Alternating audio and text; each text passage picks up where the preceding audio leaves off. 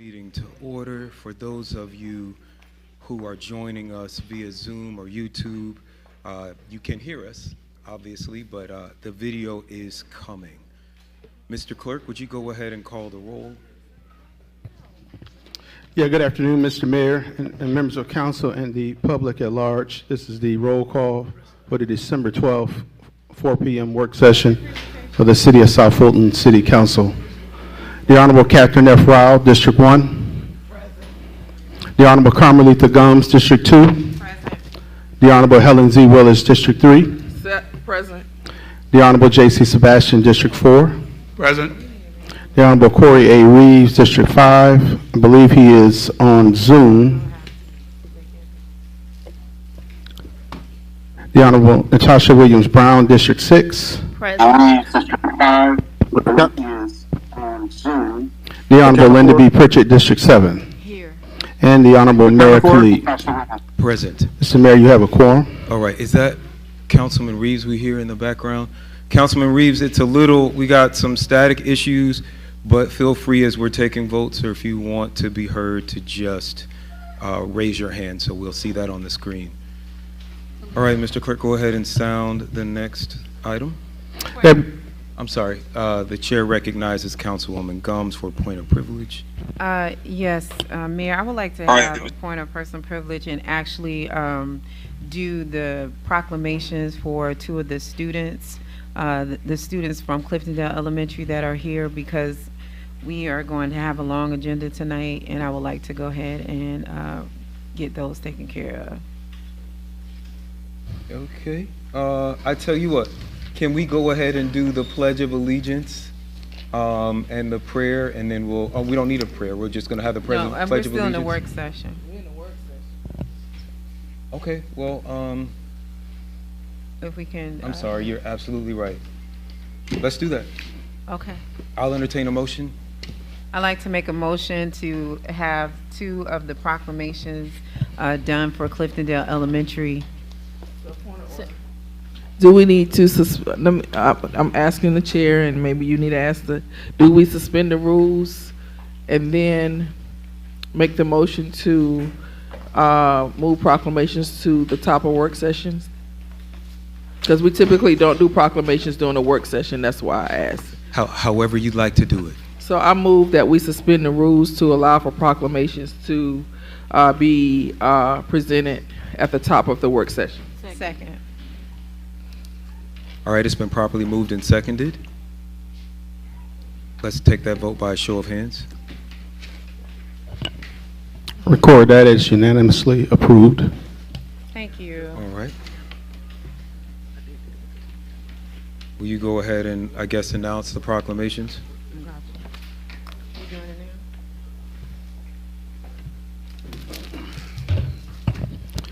Yes, the first proclamation is a proclamation recognizing the Cliftondale Elementary Beta Club.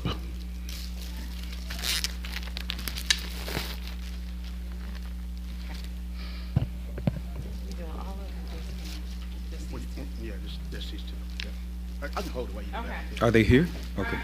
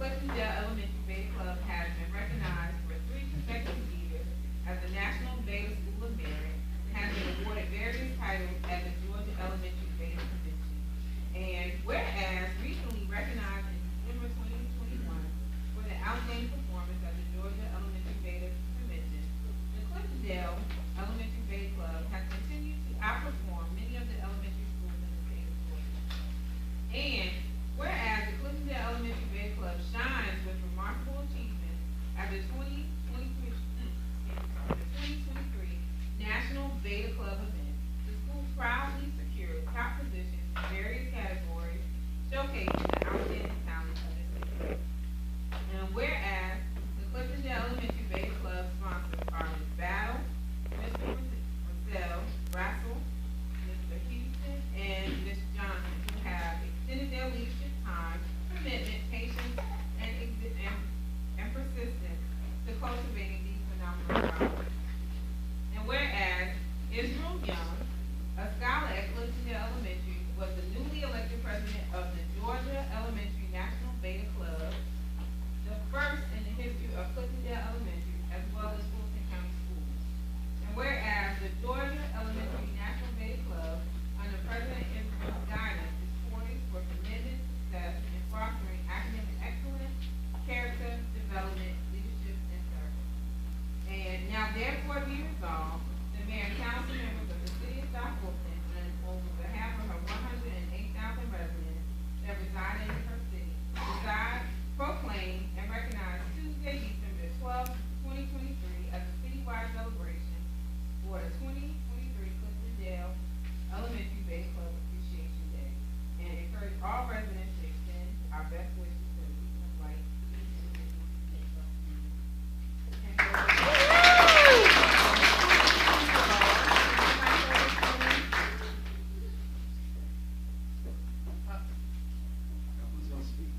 Wait a minute, we got one. I don't know where the other one went. For Mr. Jones. Next proclamation is for Mr. Israel Young. So being that you were the very first president that was elected for the Georgia Elementary National Beta Club, and also the first in Fulton County, you get your own special day as well. So I'm gonna do right now.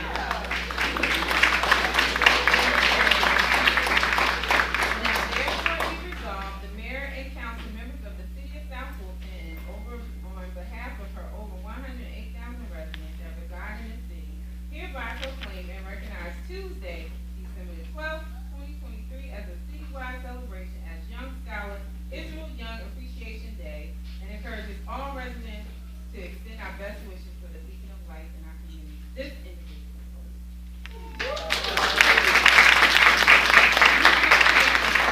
You wanna say something? All right, go ahead.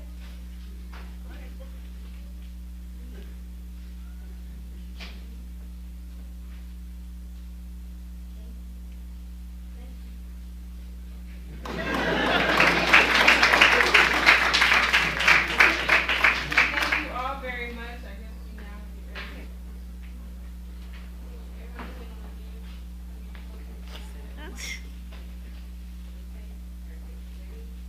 Okay.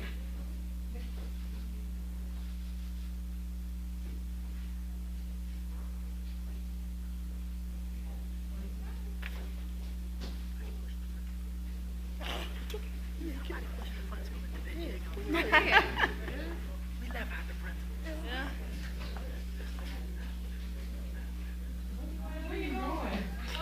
You got me. Come on over here. Okay, I'm sitting right here.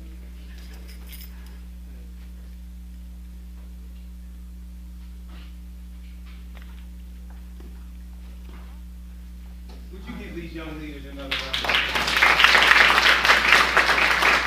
These are our future council people, our future county commissioners, and whatever you want to be. I just want to personally thank you all for giving us these.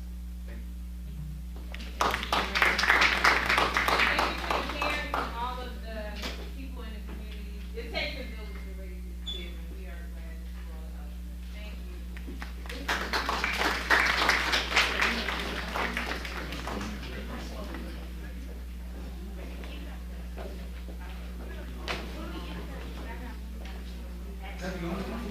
No, I got one.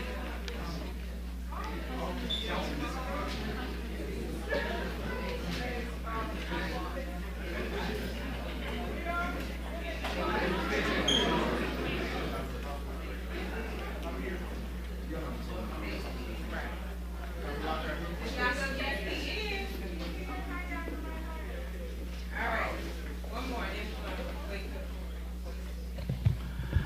This is a proclamation recognizing Dr. J. Wesley Lockhart.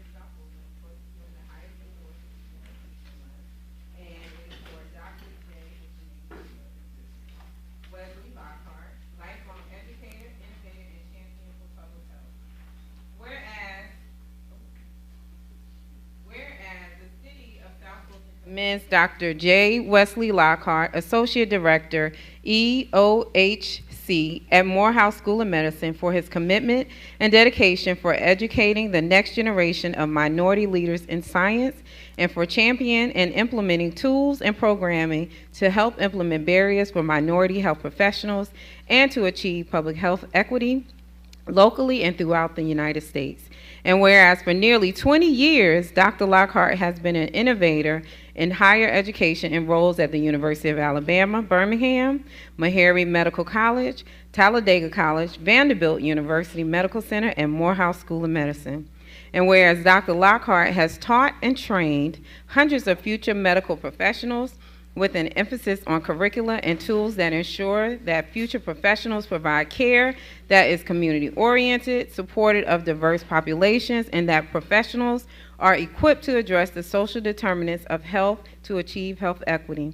And whereas Dr. Lockhart has secured more than $4 million in grants to support of expanding student access to basic technology and broadband, improving telehealth access in local communities, and supporting the integration of technology into the teaching and learning process for local educators.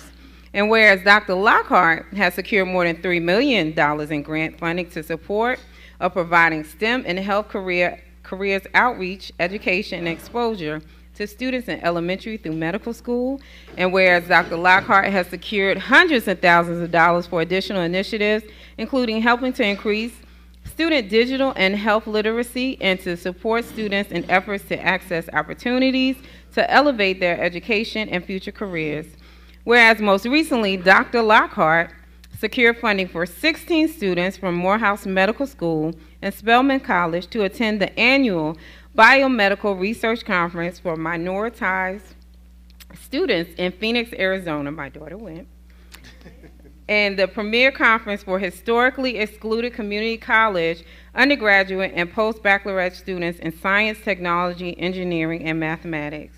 Whereas at no cost to the students, the future science leaders were granted the opportunity to present their research, learn about cutting-edge science from STEM experts, network with future collaborators, develop professional skills, and connect with mentors. Additionally, 2 of the students won cash prizes for their efforts. And whereas Dr. Lockhart's consistent efforts to mentor, educate future science leaders have made a significant impact on the lives and careers of students, and his students have praised him for his passion, professionalism, and knowledge, and for going beyond the call of duty to ensure excellence in higher education, programming, and performance of his students. And now therefore be resolved, the mayor and council members of the city of South Fulton, and on behalf of her 108,000 residents that reside in the city, hereby proclaim and recognize Tuesday, December the 12th, 2023 as a citywide celebration as Dr. J. Wesley Lockhart Appreciation Day, and encourages all residents to extend our best wishes for the beacon of light this individual shares in our community.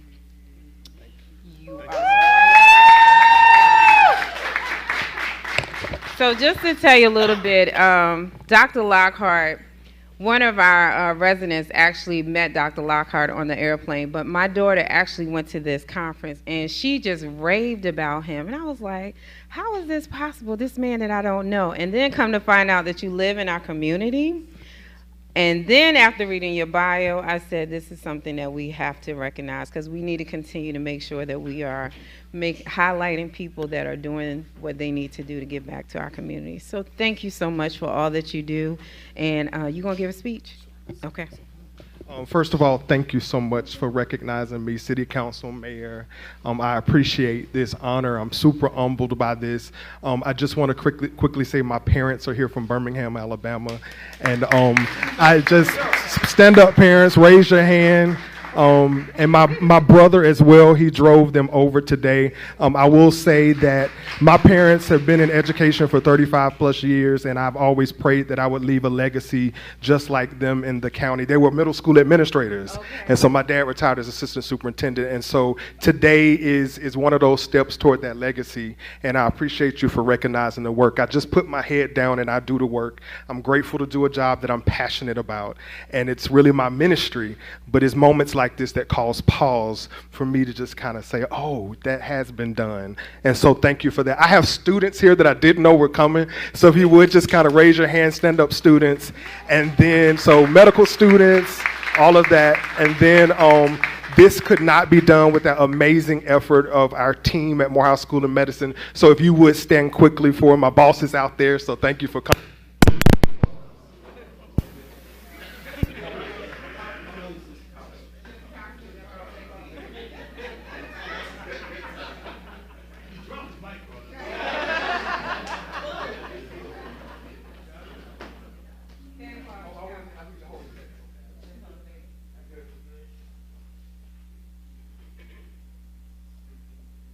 I can talk loud. So team from Morehouse School of Medicine, if you would please stand, raise your hand. All right, so they're saying my parents, the team from Morehouse, come on up and join with the picture, and students, if you would, That's mom.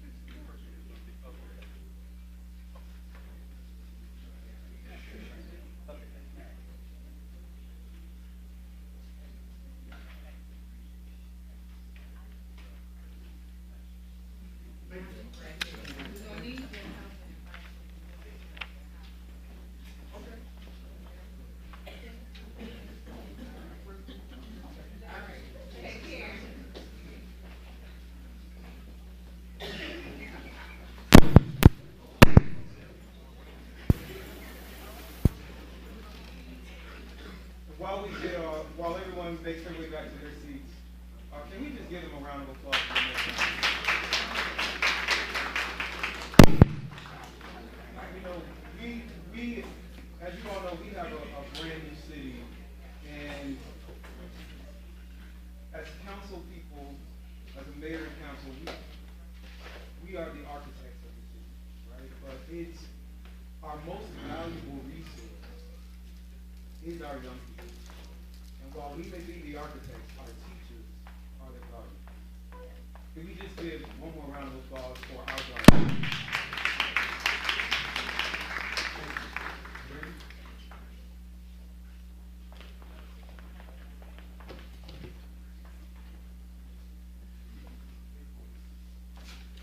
Thank you for that. Absolutely. All right, Mr. Clerk, would you go ahead and sound the next item when you're ready?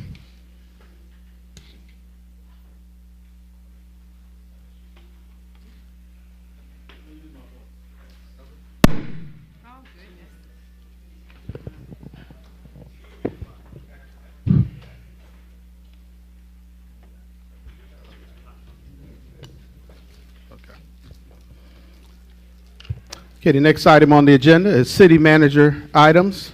Presentations by Sharon Subadan, interim city manager. Good evening.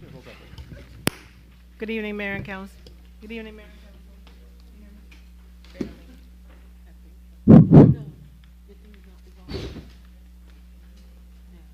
Can you hear me now? Yes. The city manager's report was submitted with the agenda, along with the financial report, and I am subject to your questions, and then I have a presentation to make. Any questions on the report?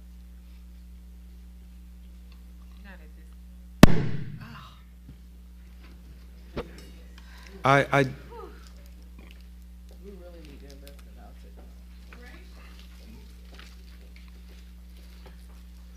Madam City Manager, I do have a question, although it is not specifically in the report. So if you're not, you just talk just in general about the infrastructure. And if we need to postpone this is fine. But the demolition of Cliftondale, there were some people from the our historic preservation committee that had some concerns. Are we able to address that, or maybe just delay that at all, so that those concerns could be addressed? Is that possible, or? Sure. I actually sent an email out today, explaining there are 4 criteria for historic preservation. It doesn't just have to be old. It has to meet one of the 4 criteria. And so if this council so desires, we can do more research. It's not apparent to us that beyond the age of the structure, either any of the 4 criteria are made, but we can do more research if that's preferred. All right, the chair recognizes District 3 Councilwoman Willis. Thank you. Your email with the memo was quite detailed. I mean, I don't want to hold, me personally, I think it's more people in Cliftondale who wants to see us move forward with bringing some type of park and recreation service. And if it's nothing that says that this is a historical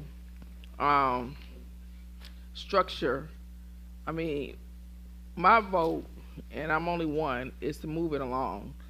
The council person, I mean, she can speak for herself, but, you know, half of Cliftondale is significantly in my area, and I'm constantly getting beat up about what we're doing with that facility and why we're not progressing it along. And the people in that area want some type of park and recreation service. So that's where I am with it. I'm fine with what the memo said. The chair recognizes District 2 Councilwoman Gomes. So we have been going back and forth with this particular project for quite some time. I do know that there are a few members that would like to see this delayed because they believe that it has some historical preservation, but we've also gone through the records for Fulton County prior to our new facilities director being here, and there was no information that was able to be found. And the memo from Mr. Dyson's research pretty much kind of gives where we need to be as far as trying to move forward.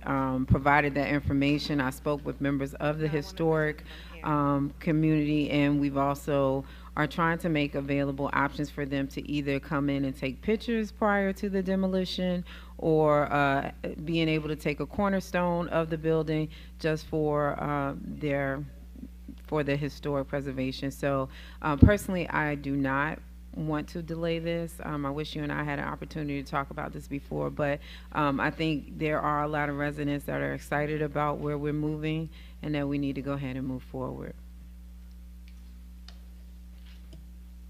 Does anyone else have? All right. Well, I mean, if it's the pleasure of this council, I'm sorry that we didn't get to talk. I was at Cliftondale's Christmas meeting last night. I was approached by one of the members of the committee, and again, if it's the will of the body, I do want to just make sure that going forward that we have a clear process, because there is this historic preservation board. I understand they may or may not have met recently or been briefed. And, you know, if we're going through a zoning issue, we take things to the planning commission first. I just want to make sure that we have some sort of process for historic preservation going forward, because we don't have that many even possibly historic structures, but we do have a few, and we are building very, very fast. So I just want to make sure that everyone is clear on how to interact with that process. But that was my only question, so thank you. And if it pleases the council, I will just have a motion in a second and a vote by show of hands if we want to just go forward. Councilwoman Rowell's in the queue. It's not been required of council. Okay, Dr. Rao? Yes, just really quick. I thought we had also done or set aside money to make sure we find out if there are any historic structures. So none are currently deemed historic in the city, if I'm not mistaken, until we go through this process. Is that correct, Mr. McClendon?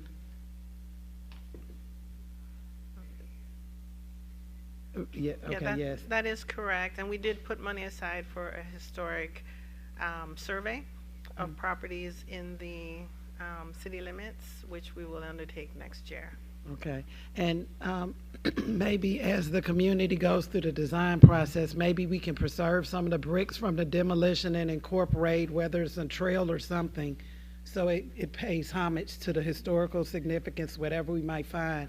So maybe that's a way that we could kind of bring the two together. Okay. But I think the residents are looking for a new facility, and so I'm looking forward for us engaging the community to get their input on that. Thank you. I love that idea. Thank you for that. That the chair recognizes District 5 Councilman Reeves.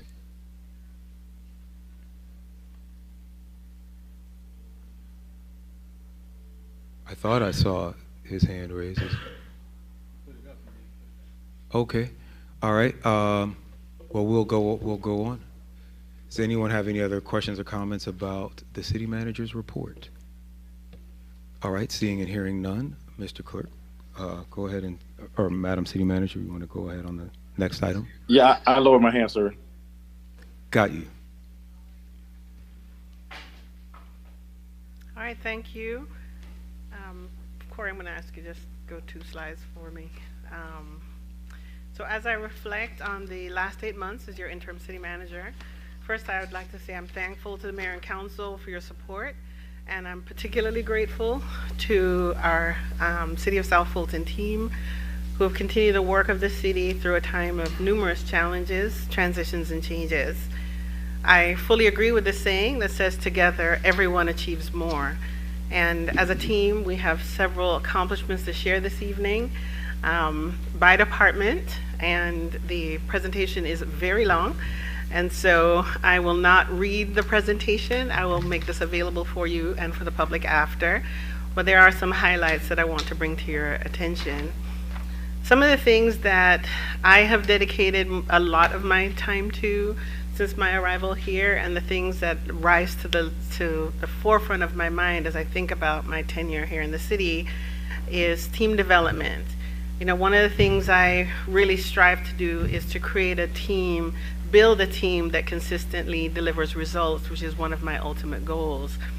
The reorganization of the city, creating dedicated departments, continues to be a work in progress. And the addition of some strong deputies and new department heads is happening. It is a marathon and not a sprint, but I am encouraged by our progress, and I welcome those who have joined our leadership team. We are currently studying a book called The Ideal Team Player, which I would highly recommend to all of you and those listening. I get no royalties from Patrick Lencioni. And what we're looking to do is develop team members who are humble, hungry, and smart. Some of our investments, you have supported us, bless you, in increasing our minimum wage to $20 an hour, and subsequently funding and approving the new pay study, and the collective bargaining agreement is in front of you this evening for your consideration for our firefighter family. Now it's up to us to create the workplace culture that embodies trust, is effective, responsive, respectful, innovative, and demonstrates integrity, has some fun, and delivers high customer satisfaction. Under the areas of fiscal stewardship and administration, the finance team and I have worked closely and really are to be commended. We wrapped up the fiscal 21 audit presentation, submitted it to the state, provided a response to their comments, and significant work has been done to balance fiscal 22, and that audit is now underway. The report of local government finances, the RLGF, has been prepared and is being reviewed prior to submission to the state, and preparation for the fiscal 23 is ongoing, and we are committed to have it completed by the March 31st deadline. I'm told if you say things out loud and put them on the record, you're more likely to be successful with them. And we have hired some ideal team players in the finance with more to come. By leading a diversification effort of our banking and participating in Georgia Fund 1, we are on target to earn over $2.5 million in interest over a 12-month period. Before you run out and try to spend that money, these funds are going to be available to hedge against the rising cost of our capital projects due to inflation. Many of our projects are in the pipeline. We have over 50 transportation projects in the pipeline, as well as several other projects that have already been awarded.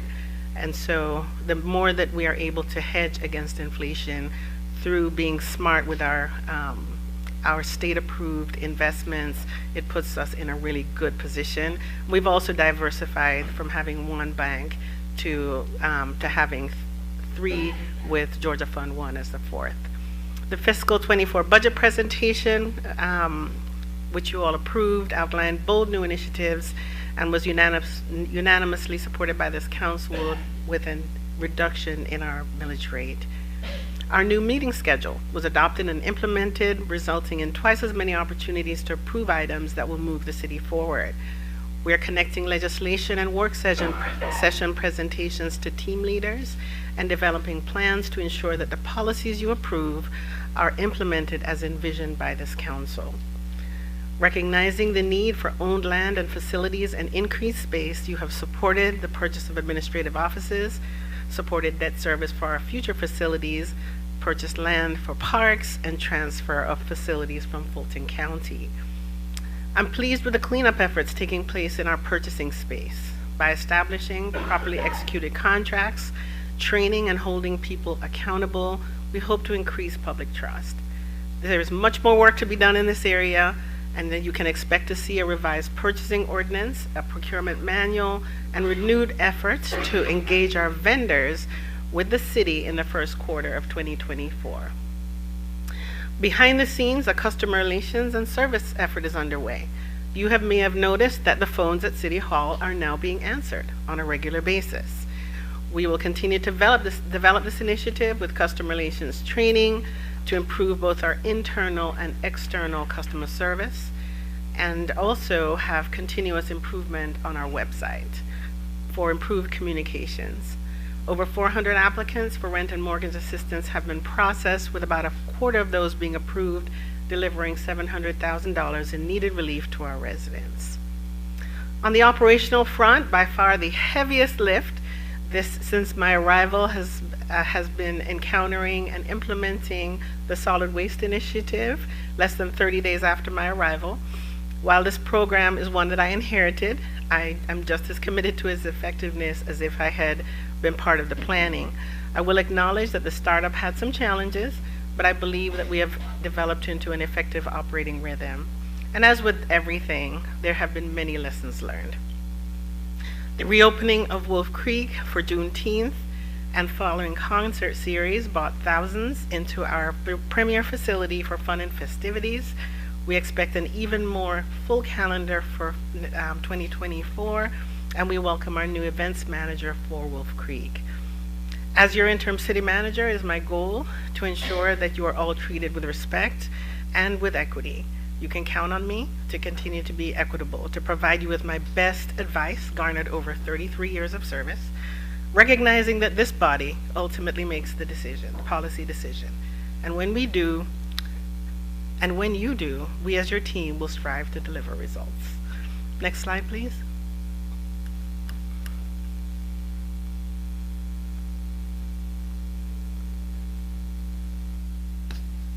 Sorry, I'm trying to follow with you. In the clerk's office, we have, here we go. We have listed the accomplishments by department. I will tell you, your city clerk, not because he's sitting here, is one of the best I have ever worked with. We're very fortunate to have Mr. Adams here as our city clerk and his deputy city clerk, who he has brought on board. And he has several initiatives in this year's in this last 12-month period, not the least of which is completion of a records management retention program, which is helping to digitize our records. Next. And these are in alphabetical order.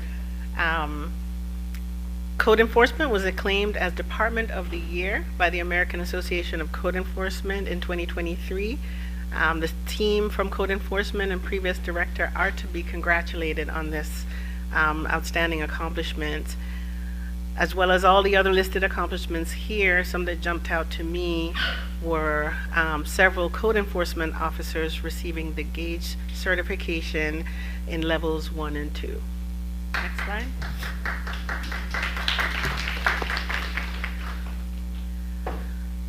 Next slide. And Community Development and Regulatory Affairs, otherwise known as our Planning and Zoning Department. You can see the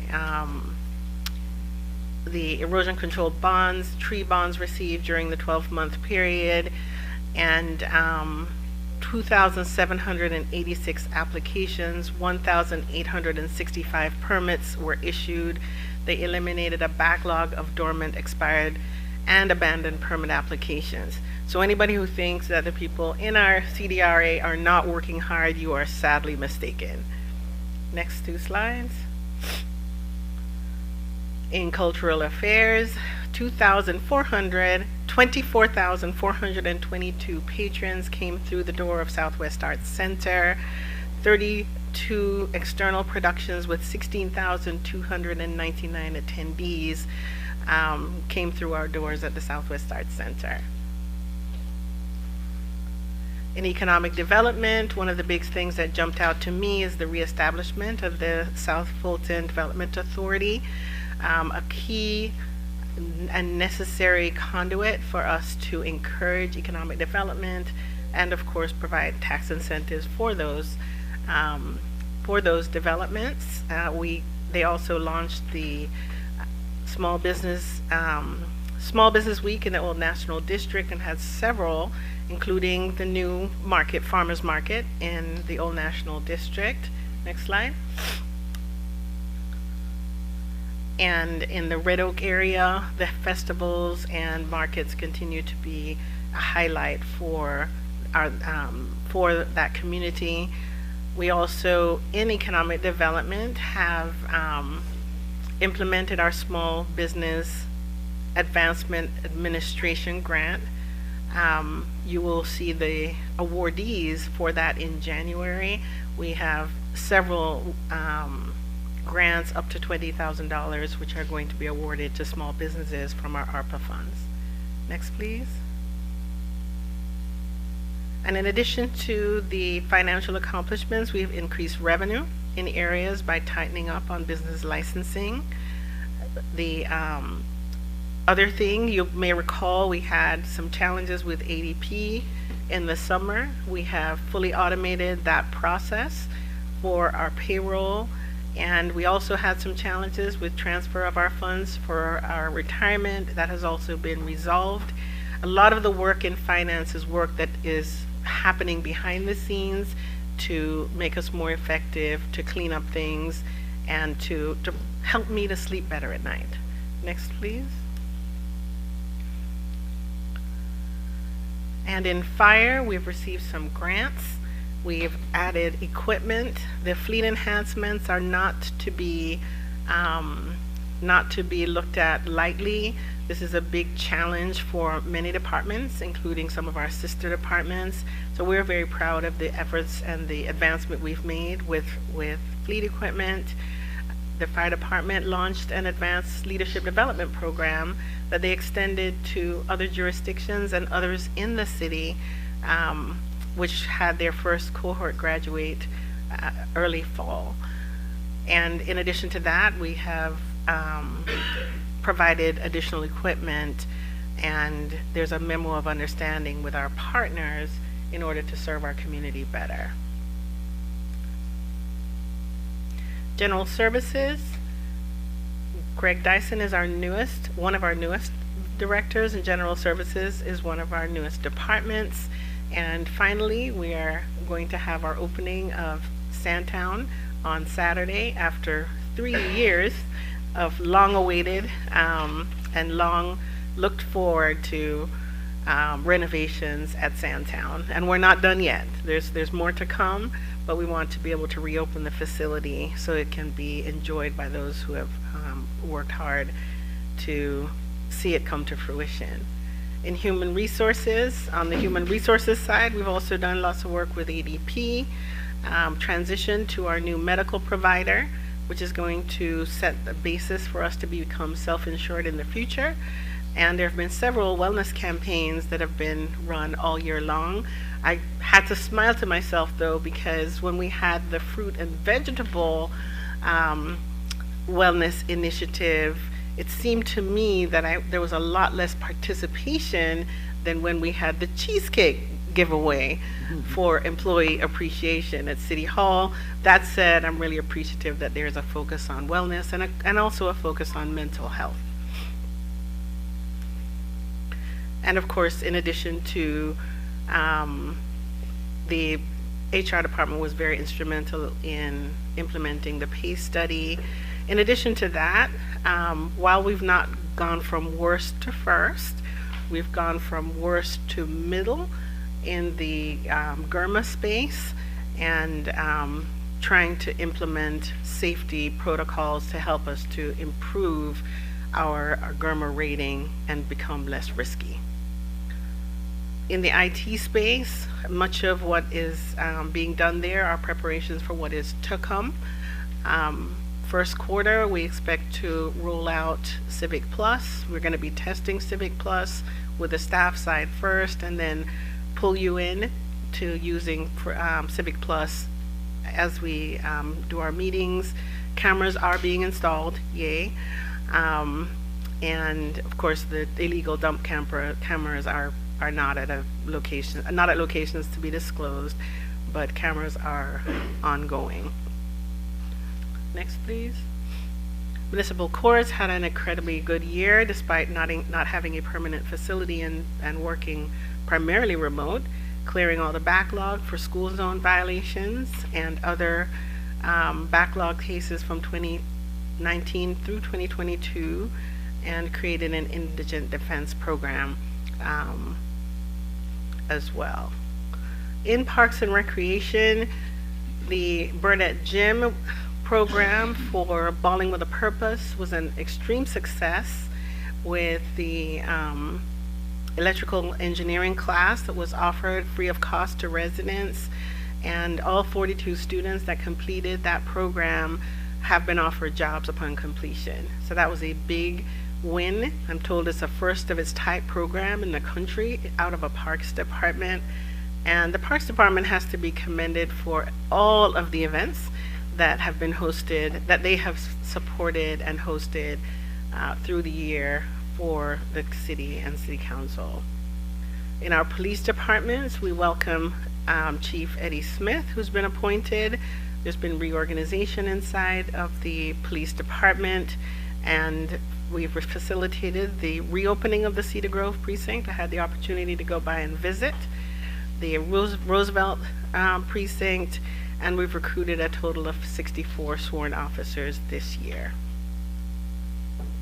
In procurement, as shared before, many improvements there in a very short period of time, and the staff are now part of NIGP and will have ongoing certifications and training. In public affairs, the voice and the video and the voice, since its establishment, we've added staff. We've issued numerous press releases, worked to put on the second annual Juneteenth and coordinated execution of over 118 city-sponsored events. Next slide. Yep, no, that one. This is also significant. The percentage of increase in engagement that has happened on our social media platforms, Facebook, Instagram, Nextdoor, YouTube. You can see that we have hundreds, thousands of viewers that come to our site, sign up to be to receive our notifications and get all of our releases that are continually put out. Next slide, please. In Public Works, streetlights have been installed. We have a big initiative pushing that for the next year. Traffic operations, the no trucks flashing signs, 60 have been erected, 28 new radar feedback signs letting people know that they're speeding. Lots more work to do in this area. The resurfacing projects for 22 were completed and the paving contract has been awarded. Some of the subdivisions have already been paved. You will get the updated schedule on what's happening when. We will have to break our paving protocols this year when the weather drops below a certain temperature, but we will pick it up when it gets warm. We had a longer period to complete our paving in this cycle. And last but not least, we wanted to share a little bit of a look back with you of the year in review of our 118 events for 2023.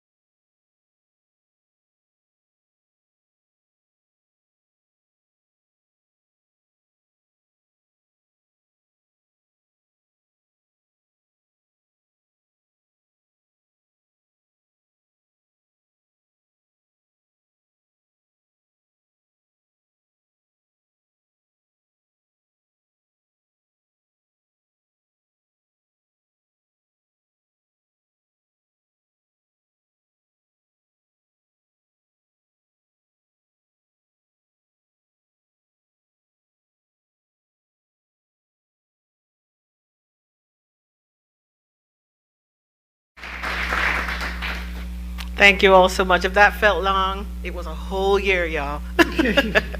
Any questions for me? Here, we'll start with Mayor Pro Tem Williams Brown.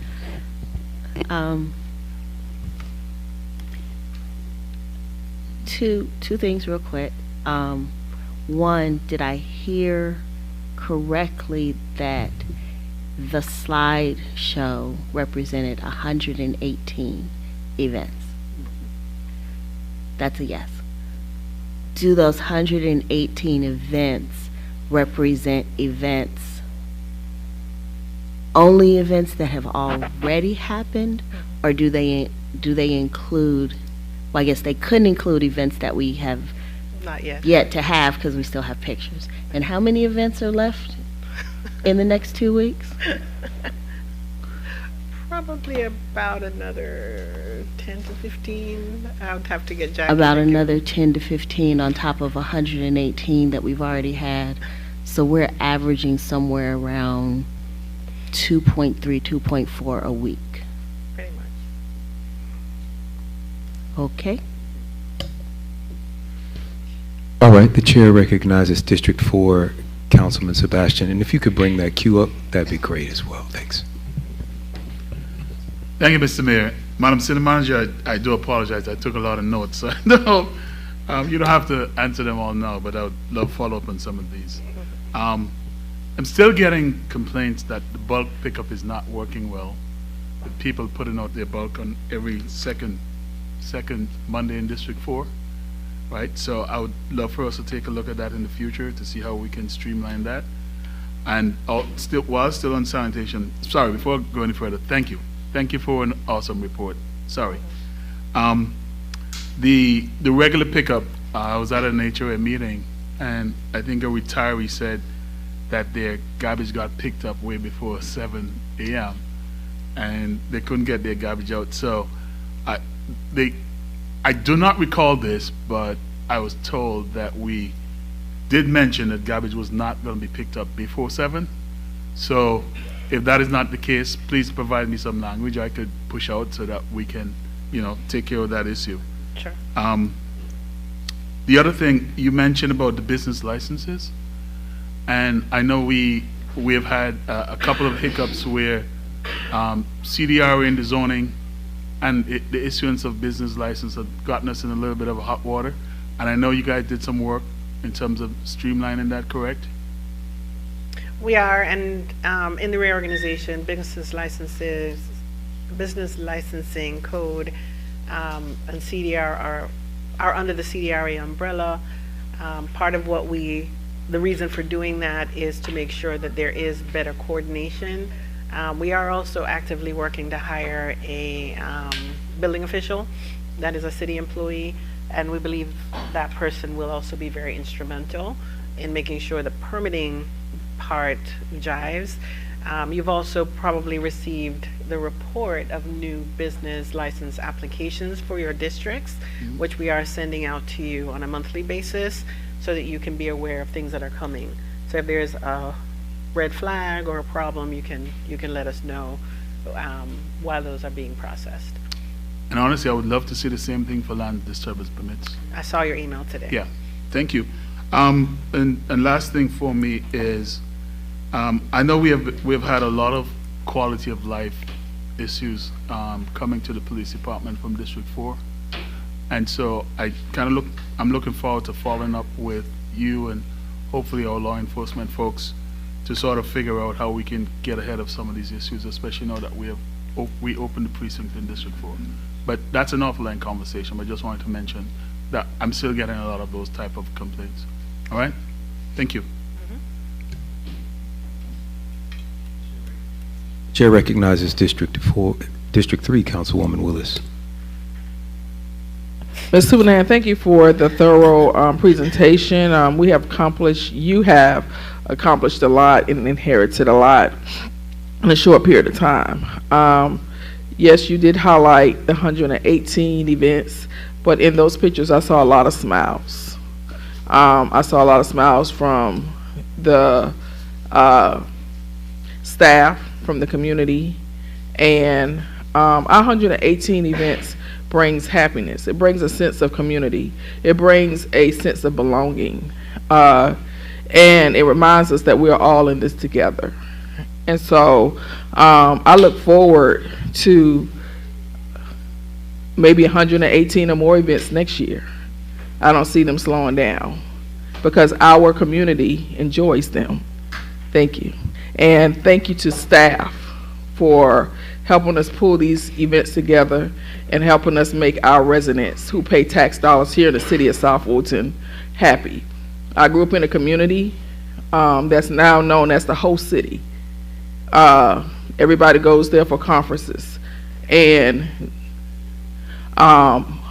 with strong park and recreation and strong community events. And I am proud to say that city is one of the most visited cities and beloved cities in the nation, known as the host city.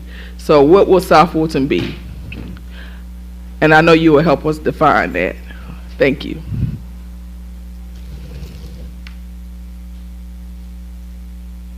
All right, seeing and hearing none other, I will just say, Madam Superintendent, when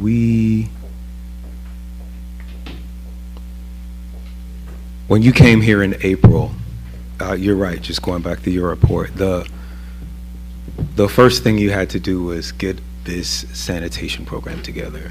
And it was just clear that we were not ready. And I know you were anxious to do all of these programming. You know, we come into these offices and we have all of these big initiatives that we want to do, but then you found some other places that we weren't ready, from answering phones to processing permits to doing procurements.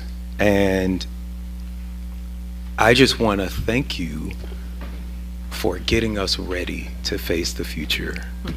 And I cannot imagine facing the future without you. So thank you for all that you have done. And I want to thank the people who also were excellent, including our national, I don't know if you all caught that, but that American Association of Code Enforcement Professionals, that is a national organization. We are the best code enforcement department in the nation, period. And to our fire and EMS folks that, you know, we're going to be discussing some things tonight, but I want to thank you all. Without a hospital anywhere south of I-20 and without the best response service from our emergency 911 providers, you all have provided excellent medical service and saved the lives of countless of our residents. And so thank you for standing in that gap. I want to thank everyone who did these 130 events and counting. Sounds like we need to get y'all some more help, and we're going to do that. And with that, Mr. Clerk, go ahead and sound the next item. Mr. Mayor and Council, that brings us to Roman numeral 5, presentations. First presentation this evening will be the Emergency Vehicle Access Ordinance presentation, be presented by Police Chief Keith Meadows and Fire Chief Chad Jones. Good afternoon, everyone. While the city clerk brings that up, I wanted to thank everybody for your consideration on this presentation. Also, I wanted to formally introduce Deputy Chief Eddie Smith, who I've known for most of my life and all of his law enforcement career, and we're excited to have him over here. Also with me today, I have Lieutenant Jubal Rogers, who this ordinance is actually his brainchild. And most of you all know that I'm really big on leadership. I encourage our police officers to solve problems at the very basic level of the organization. And Lieutenant Rogers has on several occasions come up with several different initiatives that have been able to push the police department forward. So having said that, I'm going to turn the microphone over to him because I'm really big on leadership to make this presentation. Thank you, Chief. Thank you, Council and City Manager, for taking this presentation under consideration. We brought this to fruition based on, as Mayor Khalid mentioned earlier, our challenges we faced with Fulton County Emergency 911 services. So many times our officers are going to these gated communities and multi-family housing developments, and they're not getting appropriate gate codes from Fulton County 911. So we realized that we need to put a solution in place. We worked with Fire Chief Jones. We discovered that there are Knox boxes which have keys at these respective locations, but that's not always a feasible solution for police. The fire department, they often ride 3 or 4 in an engine versus one person in a police car who may not have the time to get out of the police car, get to the Knox box to get the key, and then get into the complex. So we present this solution it's called a siren operated system or a radio frequency identification system that we want to have an ordinance passed to have installed at these respective complexes. So one particular instance, Fulton County, South Fulton SWAT have responded to 1475 Sand Bay Drive back in September. There was a barricaded gunman situation. SWAT team got out there with their armored response vehicle, made contact with Fulton County 911, say, hey, can we get a gate code? Fulton County Emergency 911 did not have a gate code, which hindered our access to get into the complex. We had to have a security guard actually come up and let us inside, which is a significant cost when we have, calls like that in response to barricaded gunmen. We want to get there in a timely manner. So this system is pretty simple. It'll allow emergency responders such as police, EMS, and fire can all use the system. They'll just have to pull up to the gate, activate the siren, and about 4 or 5 seconds the gate will open. So there's 2 solutions available. Option 1 is the most cost-effective approach. Runs between $260 and $535. Like I mentioned, you just pull up to the gate, activate the siren, and it will open. Next slide. Second solution is pretty much the same principle. However, there is a RFID solution integrated into this solution. So this one, if you want to incorporate RFID tags on, say, the fire truck or police cars, that's why there's a little bit more cost associated to this technology.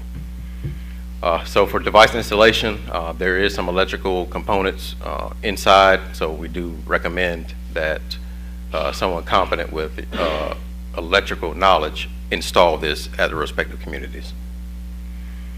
So we want the devices to be registered with the city fire marshal's office, and then that information will be translated over to Fulton County 911 to assist us with continuing to identify these complexes that have this technology available.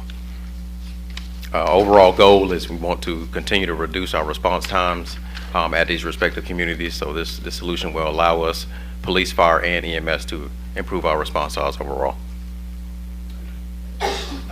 In the meeting with Ms. Subadan, we decided that it was best to approach this in the work session because there is a cost associated with that will be the expense of the HOAs would have to pick up, and we understand that each HOA has a different fiscal cycle, so it's our intention to actually work with them on the implementation. Even though it becomes ordinance within the next 30 days or so, we expect to spend most of 2024 working with the HOAs to try to implement the program itself.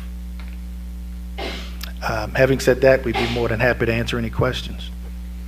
All right, the chair recognizes Councilwoman Gumbs. Thank you for the presentation. You did really well presented to the council, so good job. So you answered the question about costs, especially for HOAs. Is that something, do we know how many gated communities we have in South Fulton? Do we have an estimate of how many gated I communities? just checked with Lieutenant Rogers. It's a little over 25, but we'll have to go back and double check that number. For some reason, I thought it was much higher. Okay. And is there an estimate of how much the cost would be to install this type of technology?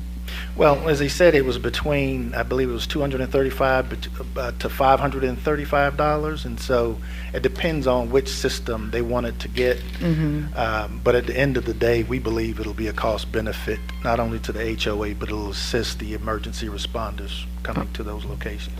And is there, I guess, a maintenance on it as well? Like every 5 years or something, do you have to update the technology? He says it's just a one-time cost. One-time cost? Okay. That concludes my questions. All right, the chair recognizes District 3 Councilwoman Willis. Thank you. Great presentation, but I would not expect anything less from a SSU alum, fellow alum.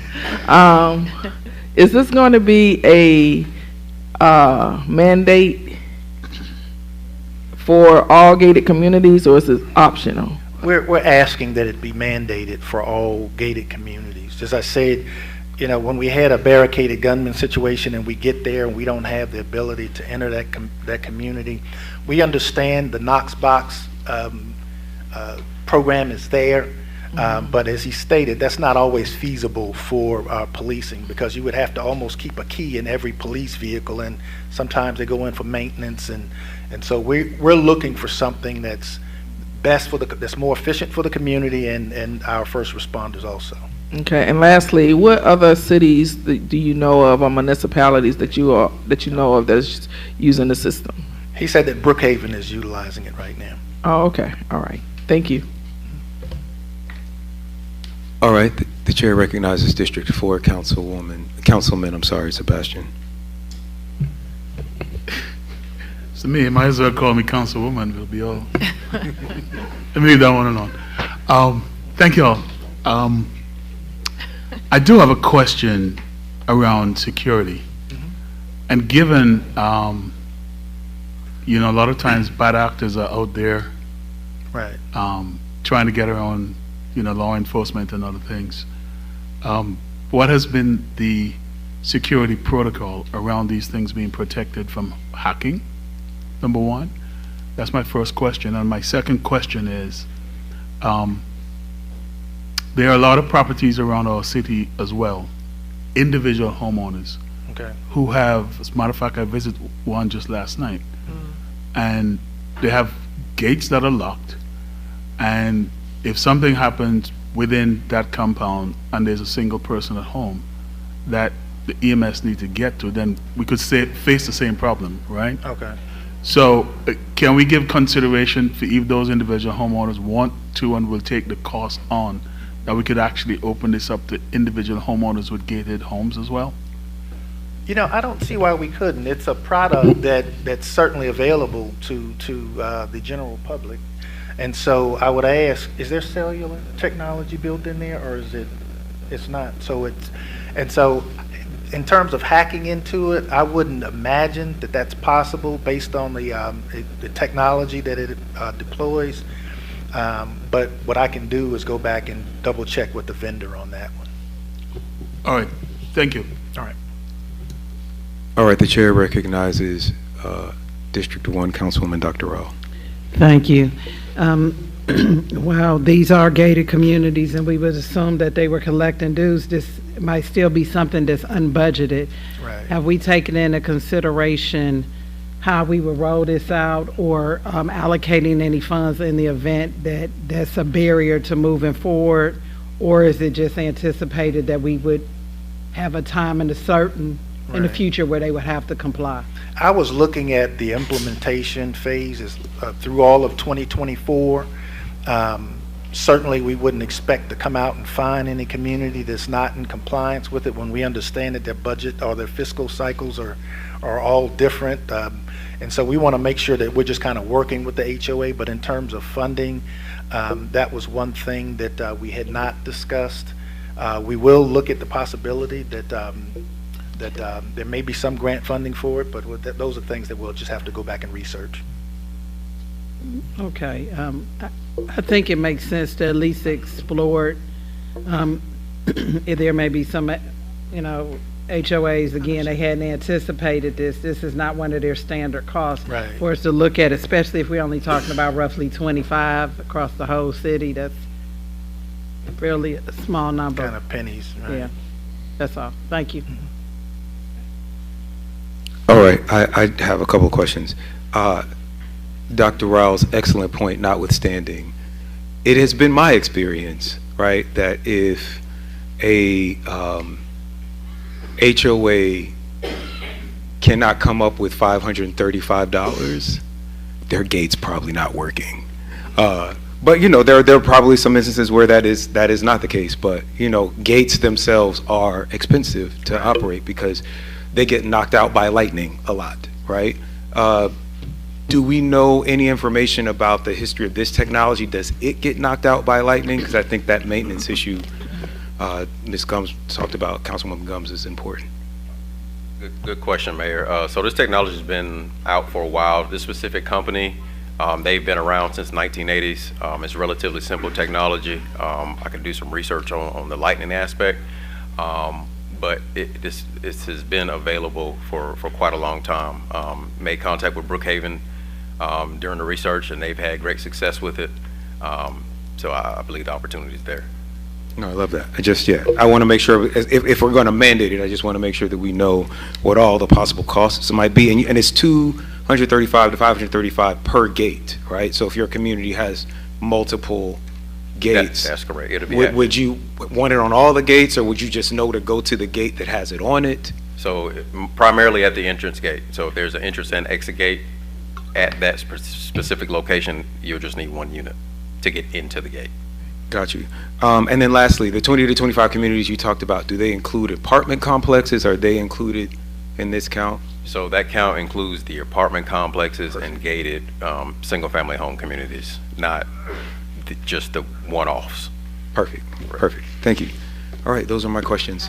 I yield back to Councilwoman Gomes. So are you all, because I did actually pull up the report for the gated communities, and I see several of them, because District 2 has quite a bit, and they're not on there. So are you all going to clean that up? Because it'll probably be a little bit higher than 26, because we have like 4 or 5 of them that's in District 2 that's not on there.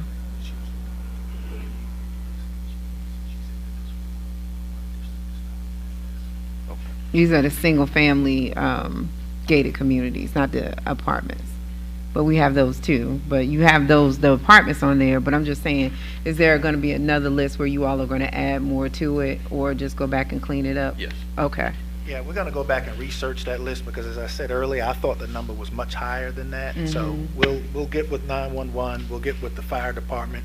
I know they have a Knox box at every one of the gated communities. So if you have 4 that aren't on that list, then it makes me question whether or not they have a Knox box at that particular location. Well, they do. Okay. But I don't know if you all have access to it. I don't know if that's the issue, but I would think that you would. But we'll talk about that offline. Okay. That's it. Thank you. Thank you. The chair recognizes District 4 Councilman Sebastian. Thank you, Mr. Mayor. Just quickly, I know when we were going through the process for sanitation, they had compiled a list as well. So you may want to check in with that group on Public Works and Mr. Burkett. Oh, He might very have good. a more updated list. Right. Thank you. Okay. Thank you so much. All right, thank you both. Mr. Clerk, please sound the next item. The next presentation is the City of South Fulton 2024 legislative package, be presented by Mr. Andrew Long with A.R. Long Company. Good evening,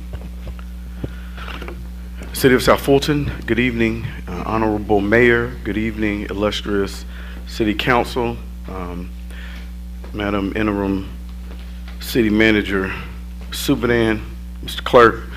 I'm grateful.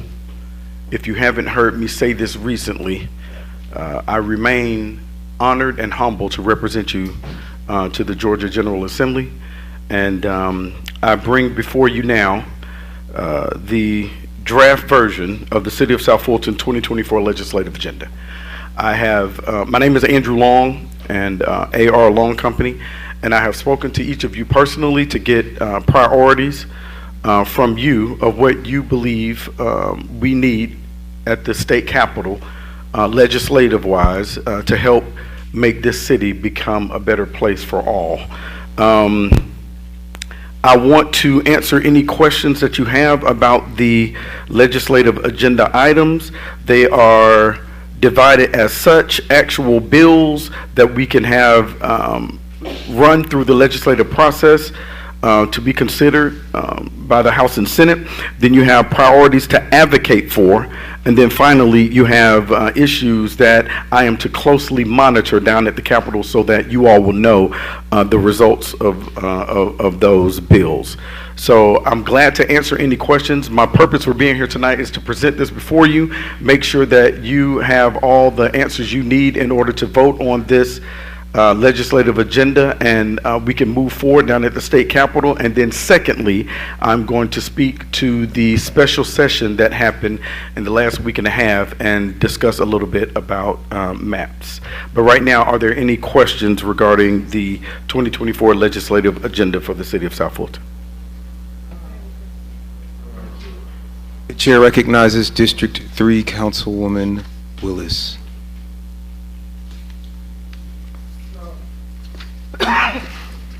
And I know this may be premature, but I guess for me, I need an understanding of who is representing my area with the changes of the maps that have gone before the judge. Yes. Because are we keeping the same delegation or losing people, gaining more people? I'm going to step in and say, can we hold that? Because he wanted to go through these items first. That's fine. Right. Yeah, and I'm gonna get. We're gonna have much discussion about this. I'm gonna get back to that. All right, thank you. Anything else? Yes, one more. Okay. If we needed to add something, is it too late at this point? I don't know procedurally if you can add tonight by and as amended and then vote on it. I don't know procedurally if you could do that. We can vote during work sessions. It was just something that just came up most recently regarding the signature of tickets. We have a resolution. I have a resolution going through the process, but it's actually a state law that requires people, law enforcement, to require people to sign tickets. It's not an admission of guilt, but it is a state law that requires them to sign traffic citations. And I just essentially wanted to know if it was any way that we can add to our legislation agenda to have our General Assembly consider repealing that law. Okay. I'll send you my resolution that I put through. A piece of legislation that says it's no longer mandatory to obtain a signature when law enforcement is issuing a ticket. What I'm saying is if someone refuses to sign, the law enforcement officer can just simply notate refuse to sign citation and still issue the citation. And your resolution would have implemented that specifically within the city. Right. But what you would like to have happen is for it to be statewide. Right.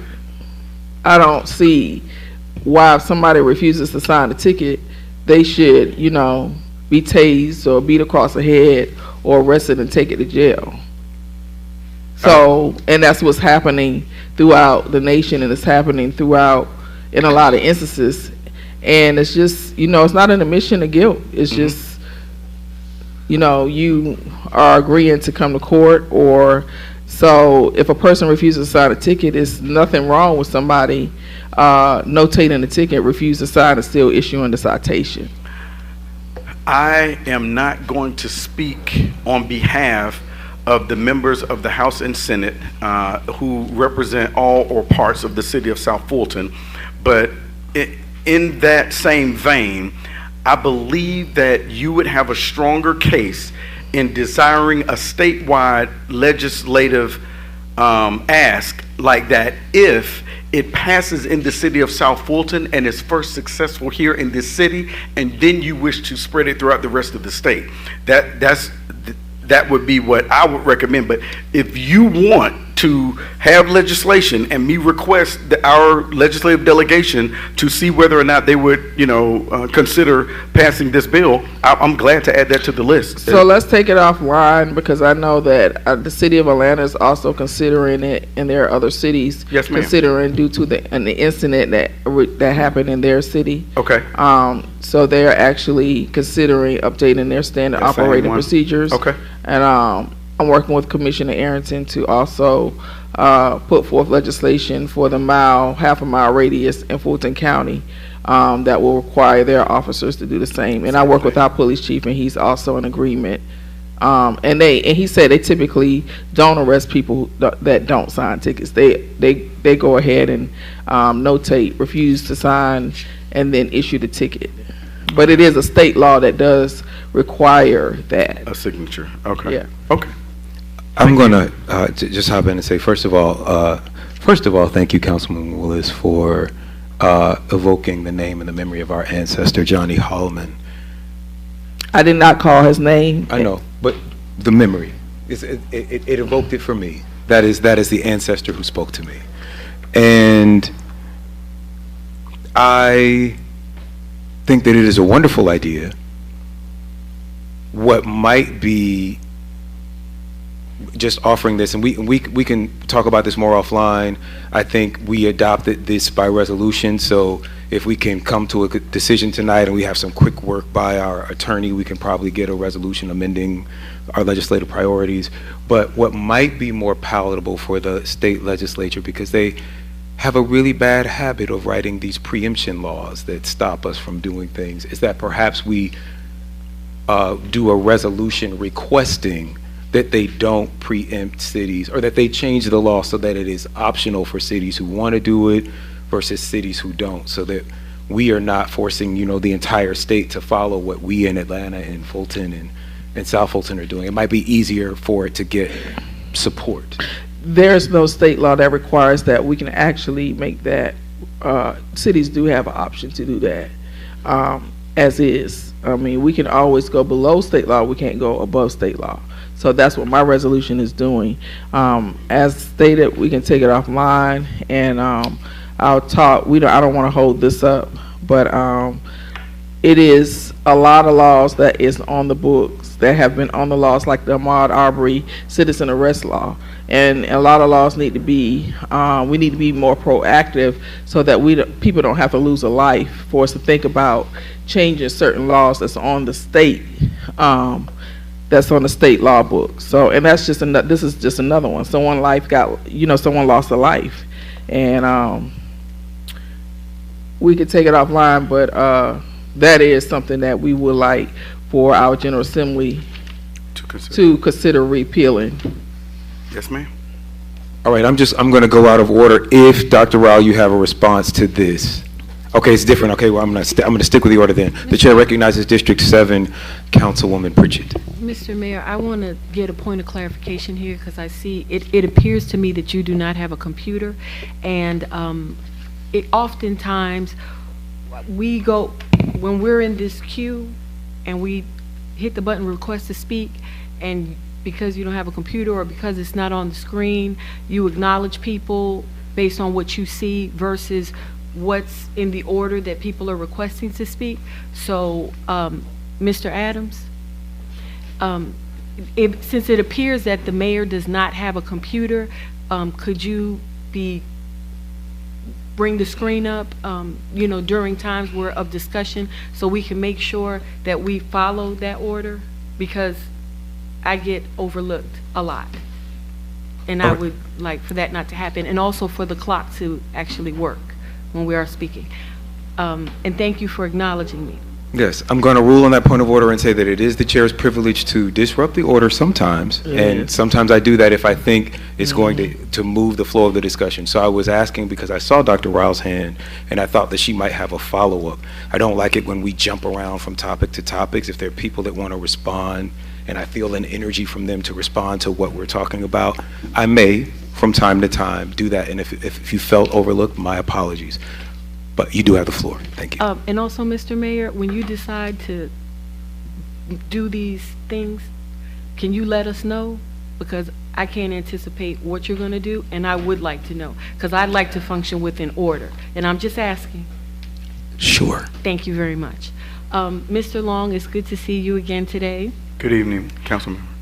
I have become aware of an issue that's very problematic within our communities and actually throughout the state. I have become acquainted with the study committee that Senator James chairs related to HOAs and different housing issues. We did not discuss that when we met with you, but I know that many of us do share in those concerns of what's going on with HOAs, regulating them, the abuses, training, those type of things. So just as Councilwoman Willis mentioned that she would like to add something to our legislative priorities, it's important to me that if we can keep an eye on the legislation or the different pieces of legislation that are coming out related to HOAs. Yes, ma'am. And that we are interested in, or I am interested in being very supportive of any legislation that would benefit our communities with regards to HOAs. Well, yes, because you are not directly asking the legislative delegation to act, but simply asking me to monitor, I can do that. Yeah, even without, anything that goes through the General Assembly that has HOA on it, I can, get a notification about each legislation that's been introduced and let you know. Absolutely. Because I am aware that there are several pieces of legislation coming down the pipeline, so that's half of the work. So Yes, thank you ma'am. very much for all that you do for us. You're welcome. I yield. All right. The chair recognizes District 3 Councilwoman Willis again. Thank you. I've heard that there are, there may be some changes to our charter. And I would. Charter. I haven't heard that. Okay, I thought you were talking about the Well, map. I've heard it from several sources. Okay.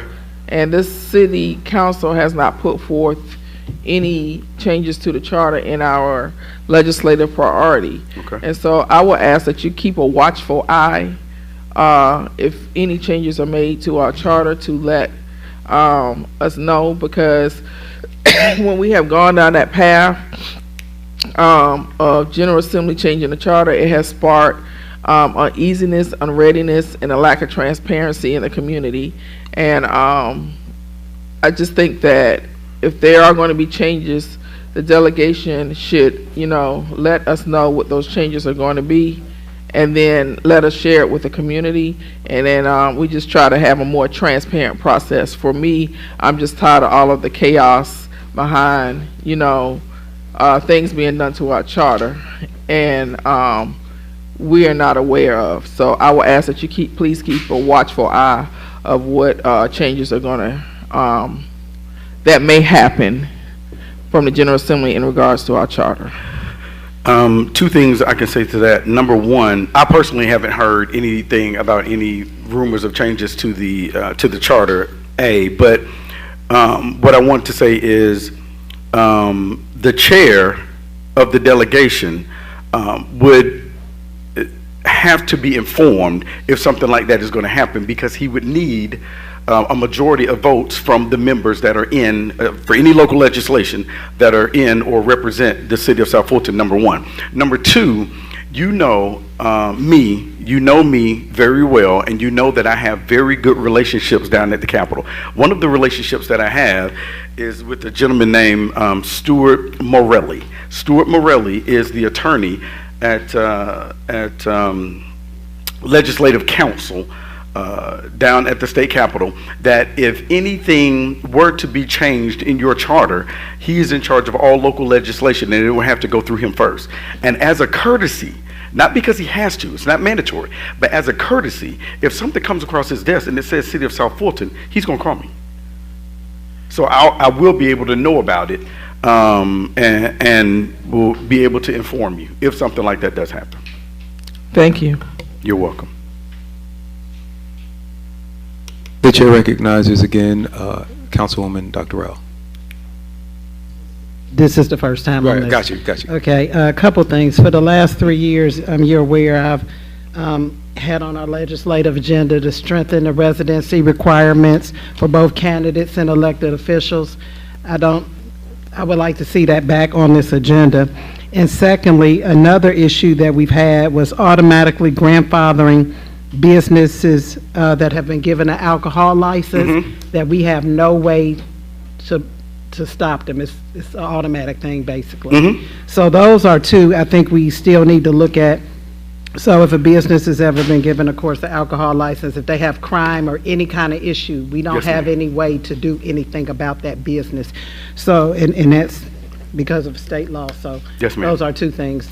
And I think you have the background on all of these because they've been on previous agendas. The number 4 is one that you're just mentioning, the liquor license renewal, so they won't be grandfathered in. So that is on this agenda. Okay. But the other item, I don't believe that that was an oversight. It was my understanding that you had a conversation with the chair of the delegation, Roger Bruce, and somehow he didn't feel that that was to be taken up on the state level and it was to be done on the city level. If you want me to add it back on here, Add I it can. back, I think he didn't, I don't think he understood the issues and some of the challenges that we have experienced with that. Yes, ma'am. So it's been an ongoing issue. I think the city clerk can speak to it. It's been like 3 years in a run, and it's bigger than just the local level. Okay.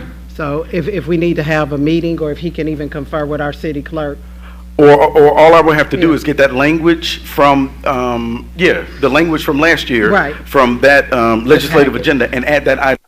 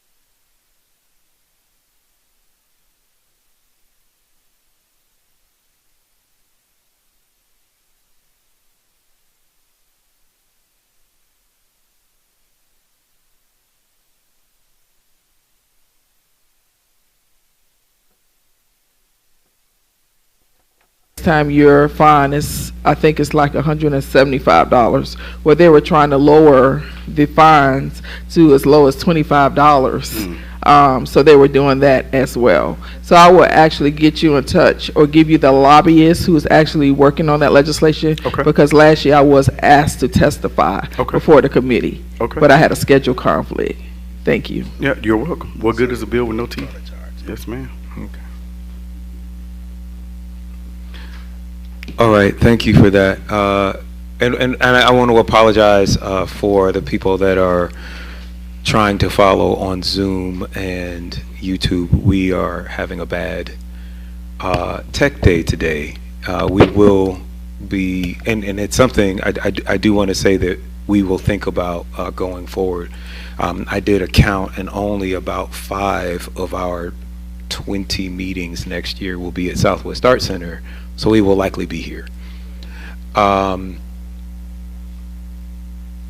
We added a lot of things to this I feel like we were doing a special events calendar. We added a couple things to this legislation. I don't know if we're going to be able to get it all incorporated today, but Mr. Clerk, might you have some guidance? I will say before I toss it to you that our first council meeting of next year will be January 9th. We'll be having our swearing in January 6th. 3 days later, we'll be having our first council meeting. And it is actually, now that we are following this new process, a voting meeting. So we will be having that council meeting January 9th. The legislature will start the next day, January 10th. Is that correct? The day before, January 8th. January 8th. January 8th. Second Monday in January. Second Monday. So we'll be the second Tuesday. We'll be starting when they start. Keeping that in mind, Mr. Clerk, do you have any advice on how we should move forward incorporating all these things into our legislative agenda? Yes, we actually have a little time. The adoption of the legislative package is on the regular agenda. It's on the consent agenda, so we would just need to remove it from the consent agenda. We'll get a tally in between meetings of all the items that were added, and it could be amended when it's discussed in full session. Excellent. Does that work for everyone? All right. Now let's get to this issue of redistricting. You have the floor, Mr. Long. Okay. Well, there's no easy, I'm going to do this as quickly as possible.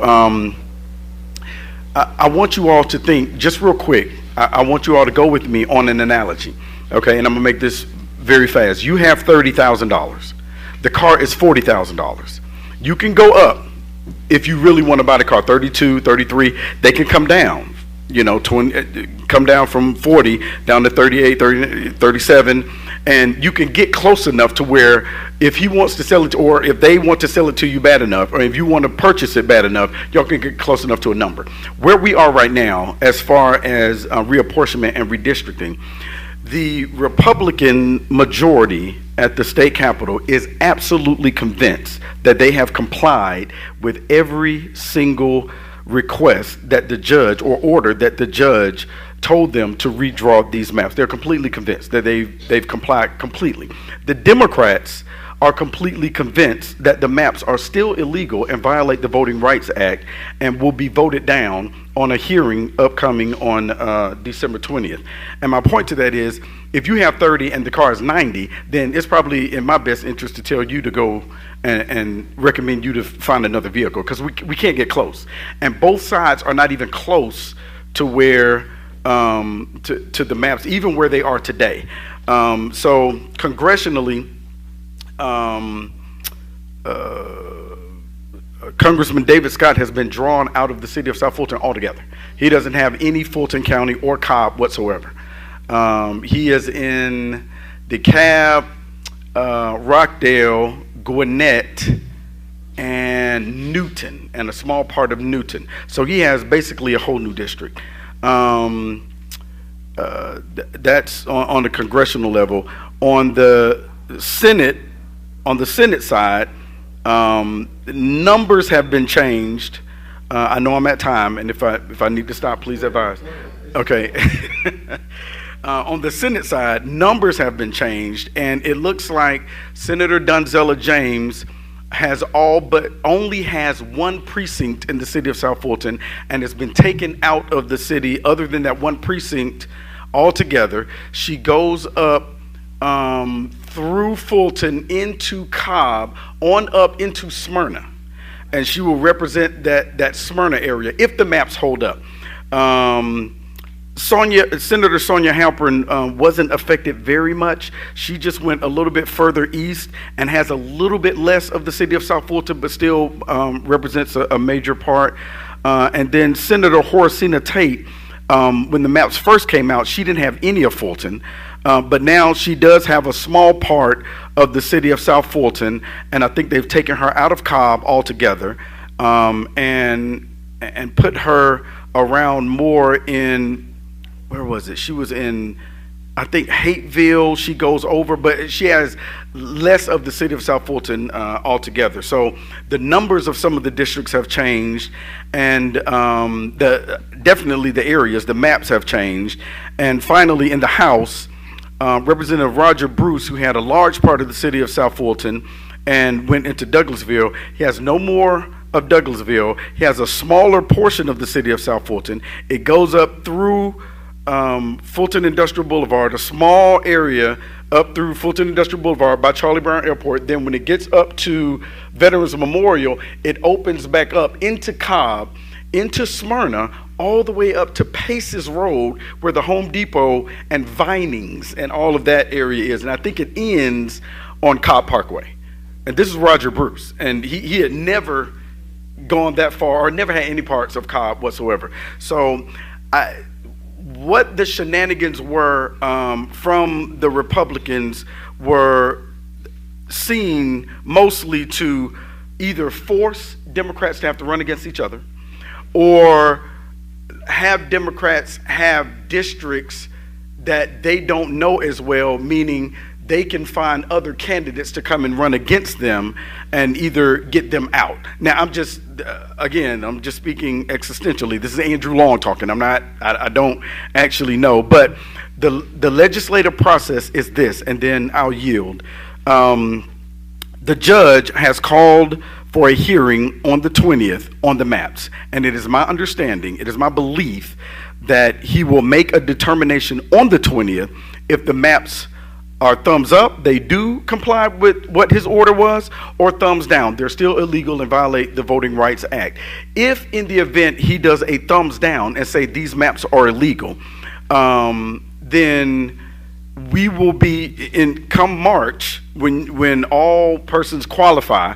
I don't think we will know exactly what district we're qualifying for, or that they will be qualifying for yet, because the Republicans can appeal that decision to the 11th Circuit, which means it will go out on a stay for like maybe 12 months, 18 months until they determine what's right on the maps. And then if that's the case, then you will be qualifying to run for the maps as they currently stand right now. Not what they just drew, not what they just passed last Friday, but where everybody is right now. So Roger Bruce will have Roger Bruce's current district, and so on. The only other alternative is that if the judge, for some reason, says, nope, these are compliant. I asked the maps to be redrawn. What I have in front of me are redrawn maps. They are compliant, and we're moving forward with these maps. If that's the case, then come March, you will be qualifying to run in newly formed Senate, House, and congressional districts. I yield for any questions that I can try to answer. I wanna just ask one follow-up question before I turn it over to council, because it sounds as if you were saying, regardless of what this judge decides, January 16th, 20th, around that time, that one side or the other side is going to want to appeal. That's correct. But the chances of that appeal going through and there actually being a stay, I've heard from, and I don't think he would mind me calling his name, but the House Minority Leader, his name is James Beverly, Democrat from Macon, Georgia.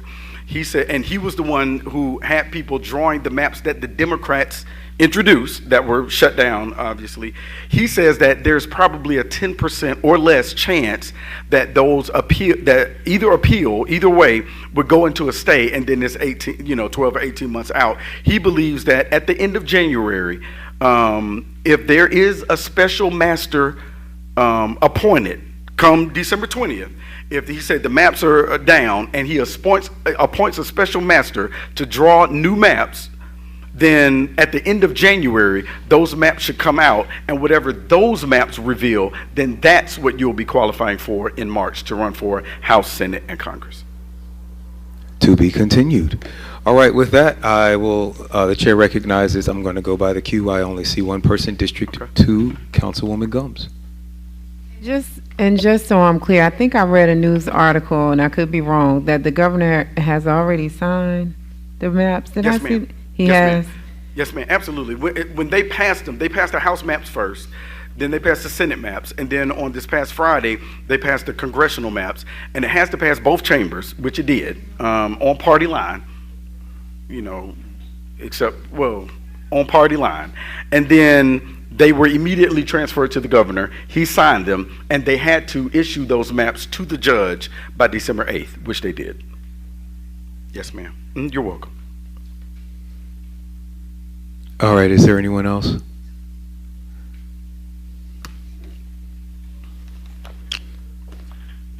I've got a few comments, and I'm so glad that we could have this conversation tonight. I don't think that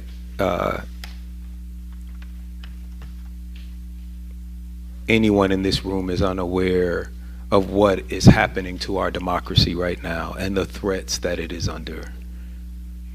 There has never been a more important time to vote.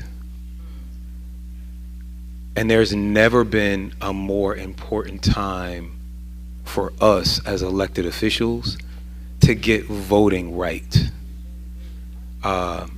Because every time we get it wrong, but before our previous president was in office, there were always rumors about the system being rigged, right? I am so proud of the black women in our community who have consistently saved our democracy by being the highest turnout voting demographic across every election. So thank you. I am also equally apoplectic that African American men are consistently the lowest. And when I go to places like my barbershop, you hear brothers say, oh, this is rigged, and they've already decided who they want. They're going to do it like they want anyway. And when we have districts being drawn, not just for our Congress and our State House, but for our City Council and our County Commission, they don't make sense to anybody who actually lives there. And when we have election results on one night that are different the next night, or people questioning our qualifications process or our residency process, it starts to make those brothers at the barbershop sound like they might be onto something. And it just becomes harder for us to get people out to vote. Yes, we talked about that earlier. The audio is out. But for those under the sound of my voice, please spread this message. I really tried to get someone from the elections board here. I know that Chairman Pitts was working with us to try and get someone. Everyone that does elections is at a conference at the state. I am urging, and I hope that my council will join me in this, but I am urging that everyone get a precinct card, whether the state does it, the Secretary of State does it, whether the Fulton County Board of Elections does it, whether we have to get out and do it ourselves, Madam Superdan. We have had so far 3 State House and 3 State Senate districts in the past 5 years. We had a 2020 map, a 2022 map, now we got a 2024 map, a 2023 map, and we're gonna have a 2024 map maybe. That's crazy. So there are some people whose council district, whose commission district and their congressional district and their state districts. They're all different. So I just urge us to make sure that we do all we can to keep our voters educated. I know that everybody does that, and in that spirit, I do just want to say with these last few seconds, if you have your phone and you have cell phone service, we don't have the best cell phone service here, you can go to www.mvp.sos.ga.gov. That is www.myvoterpage.sos, as in Secretary of State.ga.gov. You can put in your first initial, your last name, your date of birth, and it will generate a precinct card. So if we can't get them to you in the mail, or if you don't get yours by election day or by the time you're ready to go vote, we have a primary in March, we have a primary in May. You can go to that website, and whatever's on that card should be what is down on the computers at the State House, even if it looks different than whatever card you have. So make sure that you have that. Make sure that you preview your ballot. You can also use that same site to preview your ballots before you go vote. And if you think for any reason there is some irregularity happening, there are voter protection hotlines. We will get those numbers to you. There's a Georgia voter protection hotline, and we want to make sure that you have that. And with that, is there any other comments? All right, seeing and hearing none. Thank you so much, Mr. Thank you, Long. Mayor and Council. And we'll go ahead. We're right at 6 o'clock. Mr. Clerk, will you sound our next item? It's the adjournment of the meeting. The chair will entertain a motion. Move that we adjourn our work session for Tuesday, December 12th, 2003, 4 p.m. Second. All right.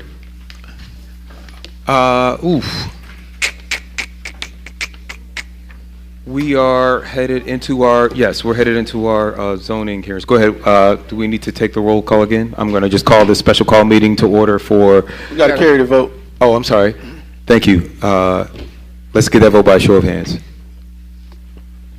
Court, that is unanimous. We are adjourned at 6:01 p.m.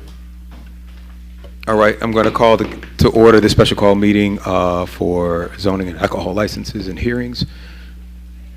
Mr. Clerk, please sound the roll. It's roll call for the 6 p.m. alcohol zoning public hearing. The Honorable Catherine F. Rao, District 1. Present. The Honorable Carmelita Gomes, District 2. Present. The Honorable Helen Z. Willis, District 3. Present. The Honorable J.C. Sebastian, District 4. Present. The Honorable Corey A. Reeves, District 5.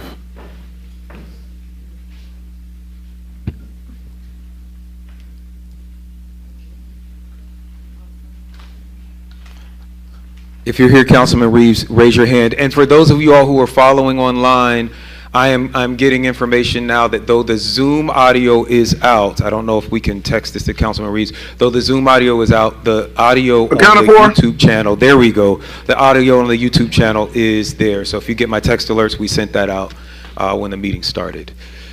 All right, go ahead, Mr. Clerk. Thank you. The Honorable Natasha Williams Brown, District 6. Present. The Honorable Linda B. Pritchett, District 7. Here. And the Honorable Mayor Khalid. Present. Mr. Mayor, you have a quorum. All right, please sound the first item. Mr.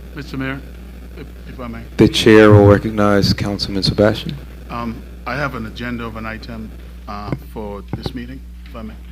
This is you have a zoning hearing? Yes, that's what I was informed to do by legal. Okay. Okay. So wherever you want to put it on the agenda, it's fine. Do you want to announce the item, read the item? I'm seeing right. some confused faces amongst my colleagues. Mr. Mayor, we have a case of 5775 Dodson Road that we made a decision on that we going to ask for a vote to rescind and reconsider.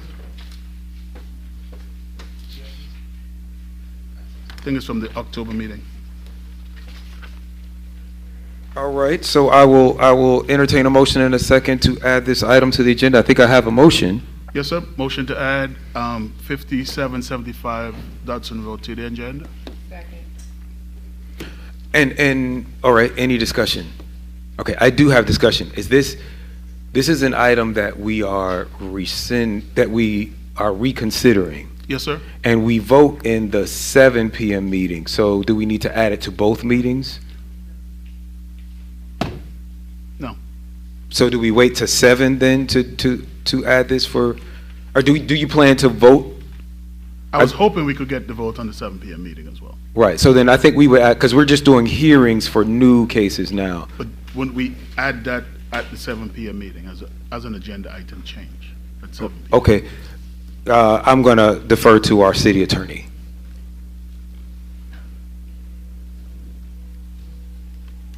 What has been recommended, and this was after consultation with the CRA director, is that there's action taken on October the 10th for to withdraw an application. That was the action that was withdrawn, and it was U23-008. And what Councilman Sebastian would like to do is to rescind that action, and it had to be done at the public hearing section of zoning. And that's the basis of the motion or his request. Okay, so we need to have a public hearing about it. We're doing this in the zoning. The motion has to take place during this portion of the public hearing. We did not have the public hearing because the applicant was not here. Got you. So we're going to have if we can add it and have the public hearing about it and then vote on it at 7 o'clock. Okay, so that was my question. So we do have to add it twice. We have to add it. I'm seeing some disagreement from our city manager. I'm sorry. That is, and Mr. McClendon, please clarify. We cannot have a public hearing that has not been noticed to the public. What I understood is you wanted to rescind the withdrawal of the application, which would allow us to then advertise the public hearing at a later date and then take it up for approval after the public hearing. But you couldn't put a public hearing on tonight that has not been advertised to the public. So Glenn, I'm fine if that's what we have. Right, so what we're asking, so the vote that was taken in October asked for the application to be, or you voted to withdraw the application. The action tonight would be to rescind that action, which would allow the public hearing to be advertised again. Okay. Okay, so. Is that clear? Well, I just want to, for our city attorney, hearing that, do you want to reopine your opinion? We've already discussed it, that's correct. Okay. So we're not adding now? Not at 7. Not until 7? No. Because the action was. Wait, Attorney McClendon, we adding it at 6 or 7? Mr. Mayor, I believe we need to add it at 6 because the action was taken to withdraw the application at the 6 o'clock public hearing meeting. So this same meeting would be where we would need to rescind that action. Okay. All right, now that we're clear, I'll take a vote by show of hands. All right. Court, that is unanimous. Thank you. We didn't put a place to add it, but we'll just add it at the end. All right. Mr. Clerk, go ahead and sound the first item. That brings us to item 3, subheading 1 under hearings, new subdivisions.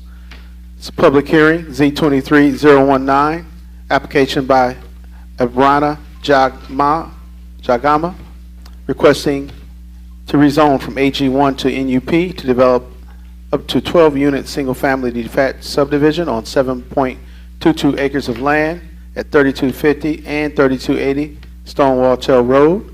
This is located in District 2. Staff recommends approval conditional. Planning Commission recommended approval conditional. Staff.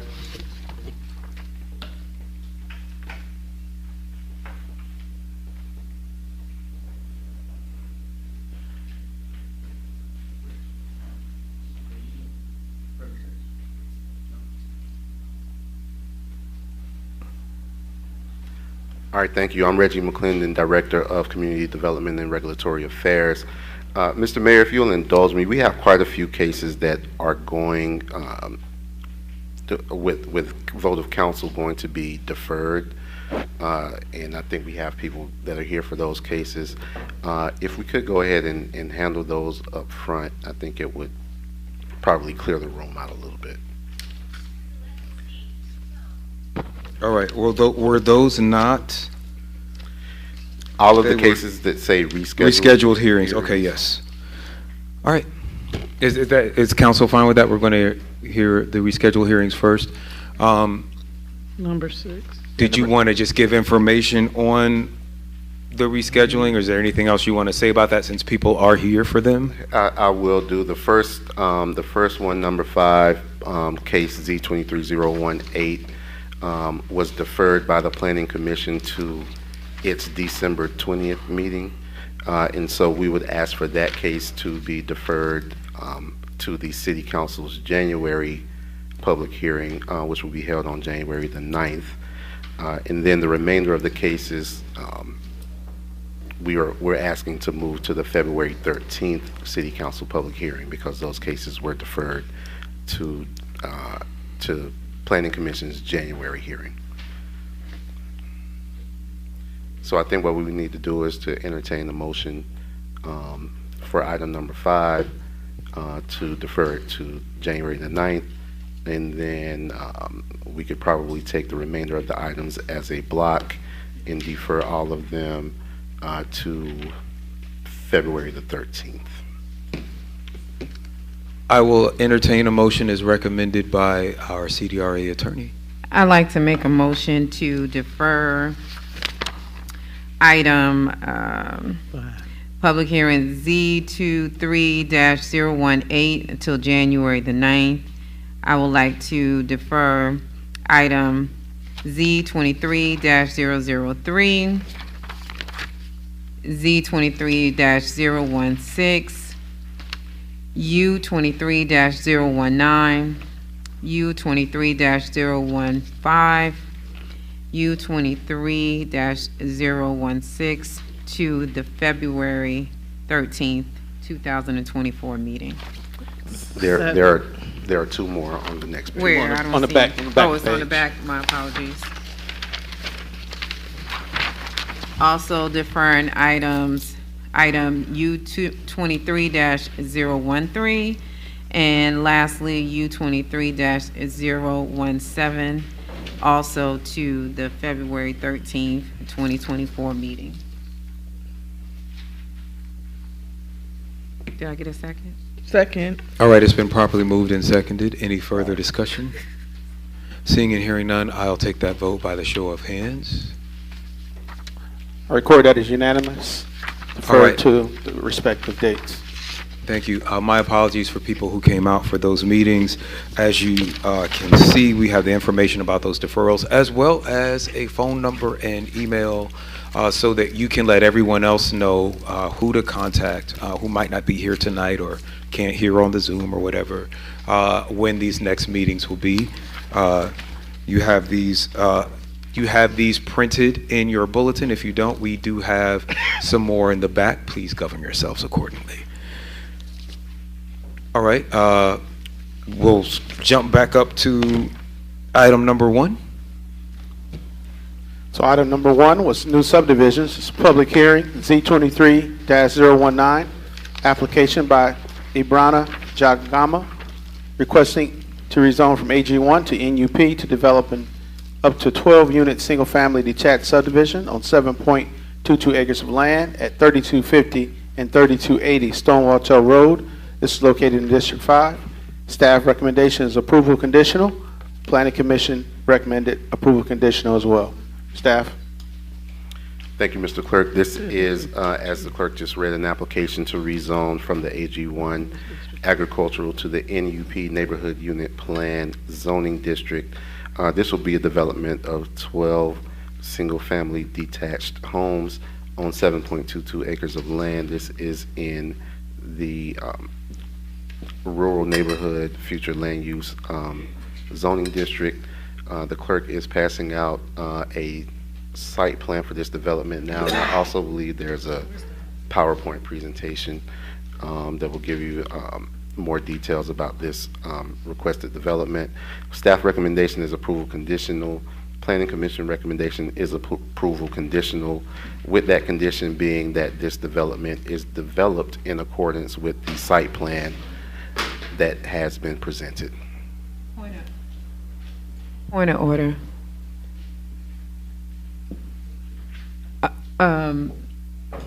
Are we on the Stonewall Town? Oh, because it was mentioned that it was in District 5. So we're talking about District 2? Okay, District because when the clerk just finished reading it, he said District 5. That's So- my error. It is District 2. Okay. Printed on the agenda. And, okay, Thank you. thank you.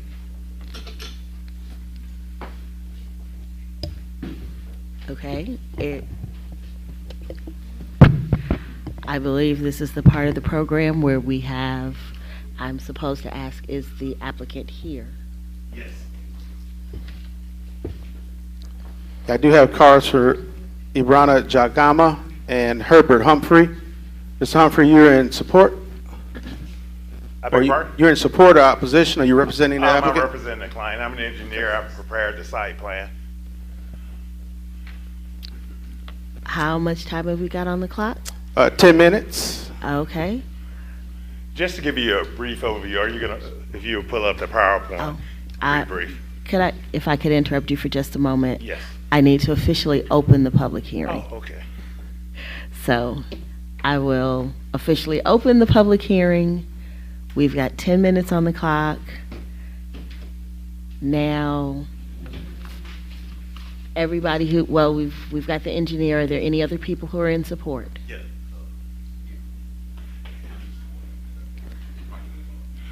We've got 2 additional people plus the engineer.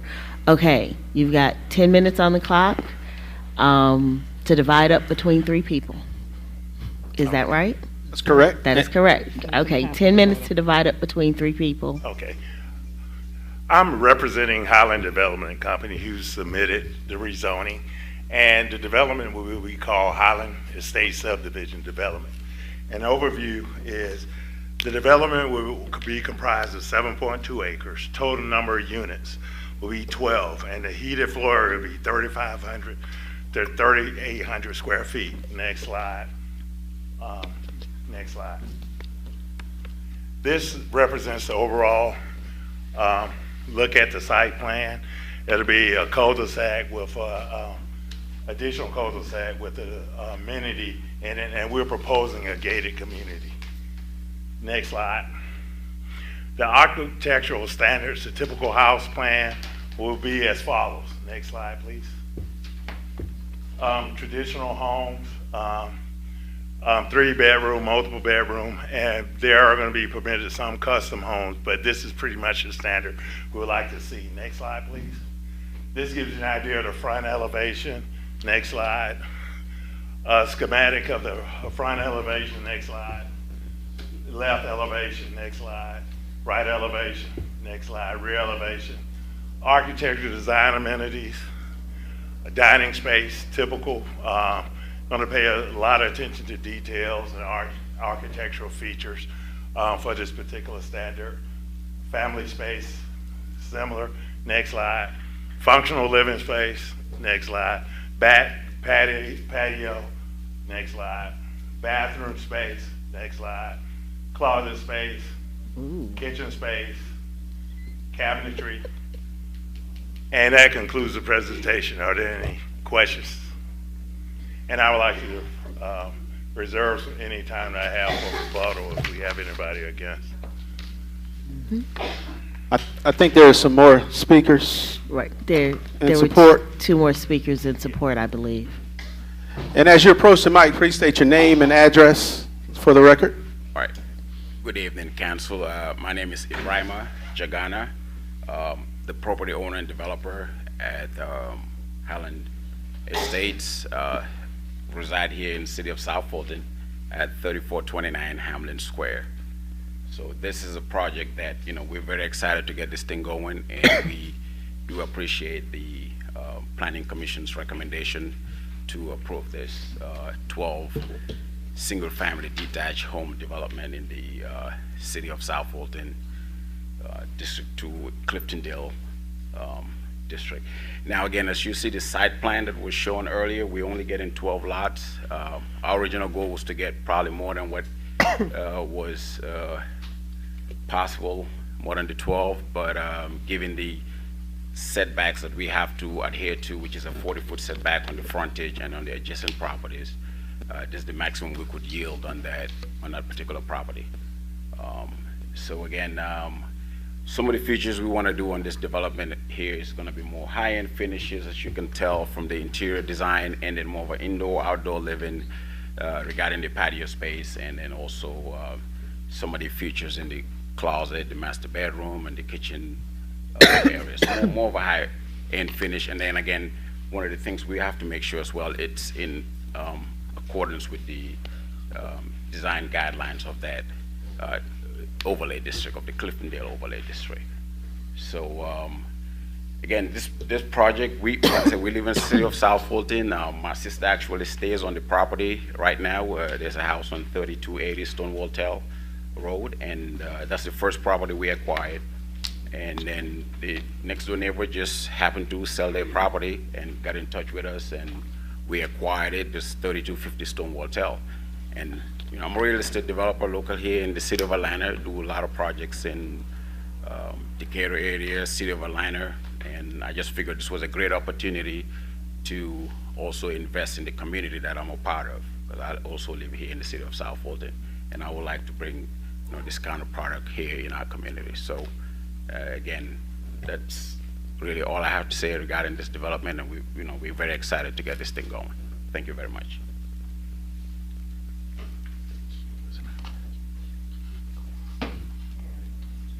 Mayor Pro Tem, are there any other speakers in favor?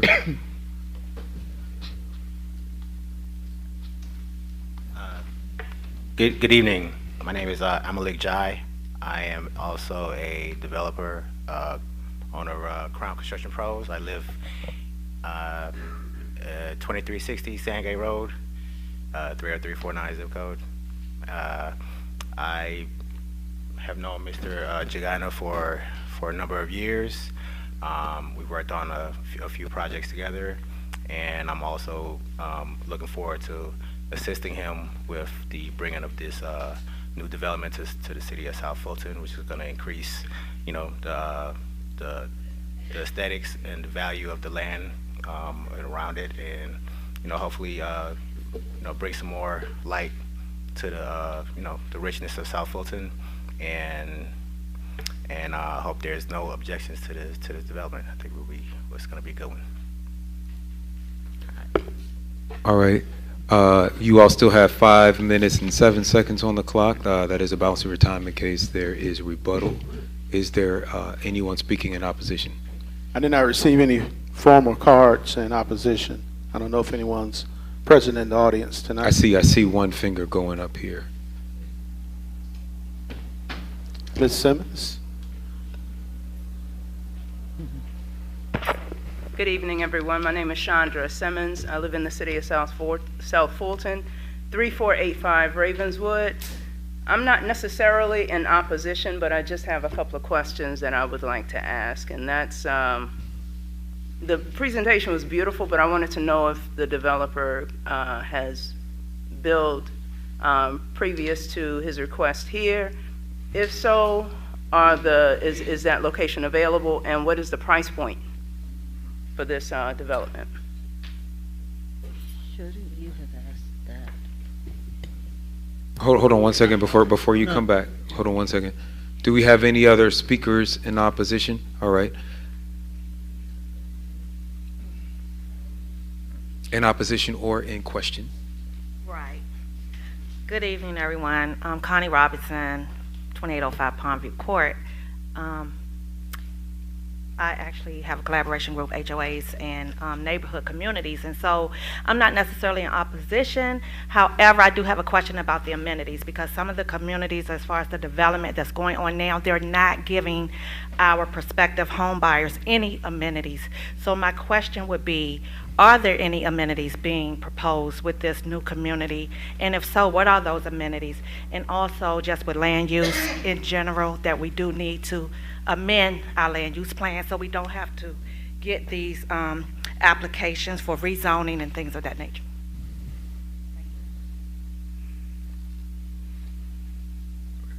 All right. Seeing and hearing no other voices in opposition or in question, was there any rebuttal? You have 5 minutes and 7 seconds, those from the developers. If you go back to the site plan, please. I think that was the third slide, maybe. Just answer the price point. Okay. Well, with respect to this particular site, as the developer stated previously, originally we tried to get multiple lots, but we talked to staff, and they told us that we had to be consistent with the existing zoning that's there, so we only yielded 12 lots.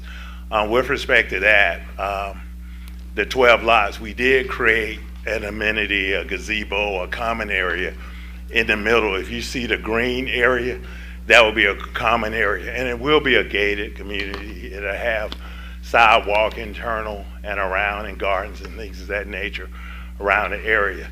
The price points are going to start at $600K and above, and as we expressed during the planning commission, we're going to put a high-end yield product out there, and we want to make sure, and we express the concern about, with this high-end product, that the adjoining property is going to be zoned and maintained consistently to support this type of development, so we can get those particular price points. And so, you want to add? Again, good evening, and thank you very much for your questions and concerns. I think regarding the fact updating our zoning laws, I think that's very important. That's something we need to look at, and it's not only city of South Fulton, that's across the board in city of Atlanta and in other areas that we find challenges, and sometimes finding a land that is probably suitable located for a development, but just because of the zoning type that's required, you just can't do anything with it, or anything substantial that you can yield value. So I think that's a very good point she made there. Now, amenities, I think Mr. Humphrey answered that. Again, it's 12 lots we're able to yield on that, 7.2 acres.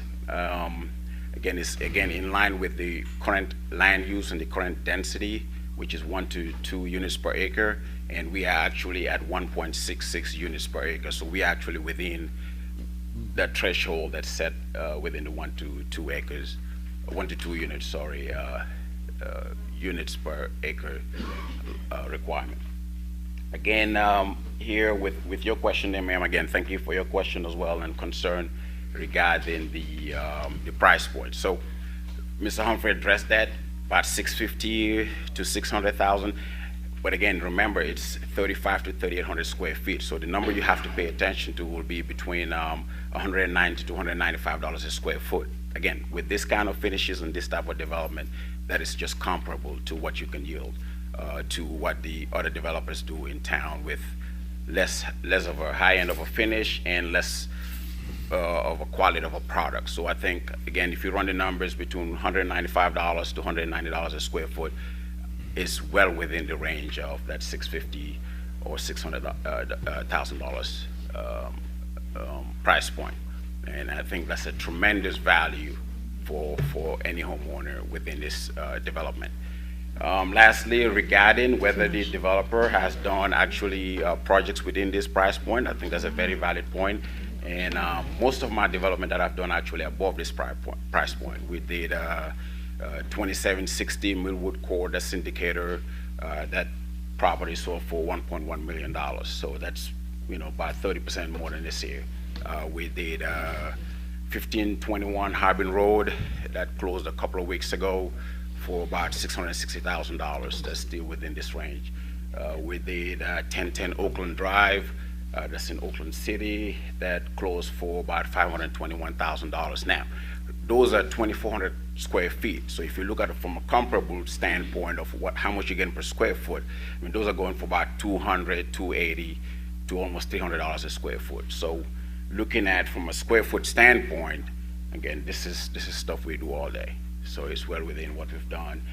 We did 3412 Collier Drive, which sold for, I think, north of $400,000.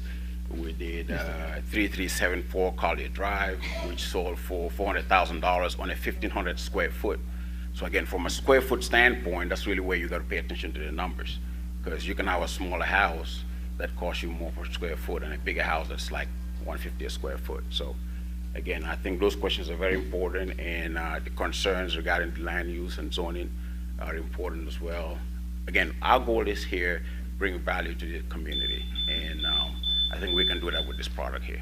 Thank you very much.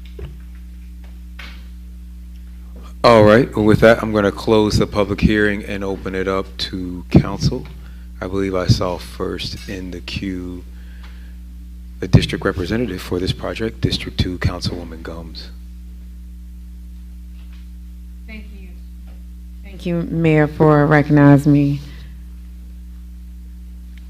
So first, I want to thank you all for being residents of the community and then also coming back and wanting to develop the community. But there's a sense of unreadiness that I have because this is the first time that I've heard of this zoning. I haven't heard from the developers, and I am just this is normally not how we manage this kind of activity coming to our district. Each council member may do something a little bit different, but normally we have meetings with the community. We talk, and usually the developers have an idea of what the community is asking for. And I haven't had the opportunity, number one, to be introduced to you or to you, sir, that is representing the particular zoning. So one of the things that I do have a question is, how many community meetings have you held? Have you met with Cliftondale, the Cliftondale Community Association? There's a different type of things that we kind of do around here, and I'm just trying to figure out where we are in that, because I don't know. Well, in the process, we followed the written and established process you have for rezoning. We talked to the staff. We had a community meeting. We put out the sign. We sent out mailers to all the individuals.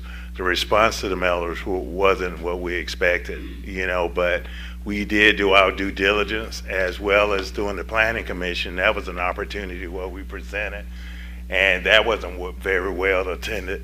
And so we just assumed that all those who were interested, or those who may have read what the development was about, felt as though it met their standards. And we did get some insight from this person in Holiness. He lives in the Cliftondale, but he thought that the project was consistent with the overlay district, and they wanted to see more of that. And so that's all I can offer to that. If there was something we missed, it surely wasn't because we intended to. It was only because we weren't informed otherwise. Okay. Well, I must tell you that District 2 is a very, very engaged community when it comes to any type of development. And unfortunately, if you did get a low response, maybe it could be a number of reasons. So we may need to take another look at it, or just having some communication, because there is a vision for our district. And there are certain items, even though you have followed the process, there are still community members that are surrounding you that would want to weigh in. Not everybody is always in tune to what comes in their mailbox, but there are ways that council members kind of help get the word out about these type of developments. So we can continue to talk. After this, we don't vote on this tonight, but I would like to have some time and maybe arrange some additional meetings. Do you know how many people came to your meetings? Good evening, Madam Councilwoman. The meeting was attended by one individual, but again, in the flyers that we mailed out, I did put my direct cell number on there, and then also my email address. So I was in touch with the community. I got about probably, I say, 6 to 5 phone calls, and I did get about 2 to 3 emails, and I responded to all those right away. And again, the signs have been put out there, and I do understand if you have concern regarding not hearing this prior to today, but as developers, as families, as members of this community, we have to follow the guidelines that's been set forth. And the guideline requires us to put in our application, provide our site plans. I mean, we opened the package, and the package, we followed it step by step, exactly what is required of us. And I would really have appreciated to meet with you and meet with more members of the community. Like I said, my sister lives on this property, so we're not outsiders. We are this community. We are part of the community. But again, if there's anything required outside of what is being documented on the City of South Fulton website or any guidelines, I think, we're not made aware of it, and we would go above and beyond to meet any requirement, meet with any community member, on site, off site, wherever it is, to make sure that we have community involvement in it.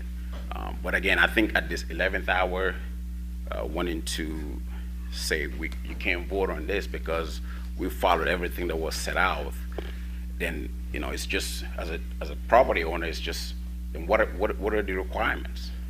If I have to learn about them as we go along, I need to know exactly, hey, this is what's required of me, and I'm willing to meet and go above and beyond it. One of the things too, we follow the process, but we're willing to, we don't want to be stopped and wait another 2 months or additional months, because the market and the interest rates and things of that nature. And then again, we're trying to bring a positive development to the community. Right now, it seems as though what I comprehended, there's a lot of short-term rentals and different things going all the way around, and we're trying to bring this type of development. So we felt as though we were probably adding something to the community that was different, and we were trying to, since he lives in the area, he wants to bring a high-end product, but we would like to appeal to you not to delay us, and that we will come out and meet with the community during the process and try to address any issues or concerns they may have, or that will be positive towards the development. I'm very appreciative of that. And as I said, I understand you live in this community. I live in this community as well. But we work together and we want to see certain things. So I understand that you are very ambitious and want to get this moving. I'm excited when I do see development, but also at the same time, we as a community, we have to, the easiest way to get it done is to work with your community. So if you only have one person show up, that's not working with the community. So, and this is, like I said, my very first time actually meeting you and you, sir, as well, even though you all said that this is not part of the process. But again, as far as tonight, we don't vote tonight, so there is still actually some time for us to communicate and you all be able to have a community meeting where it could be well attended and we can discuss what the community, the district wants to see.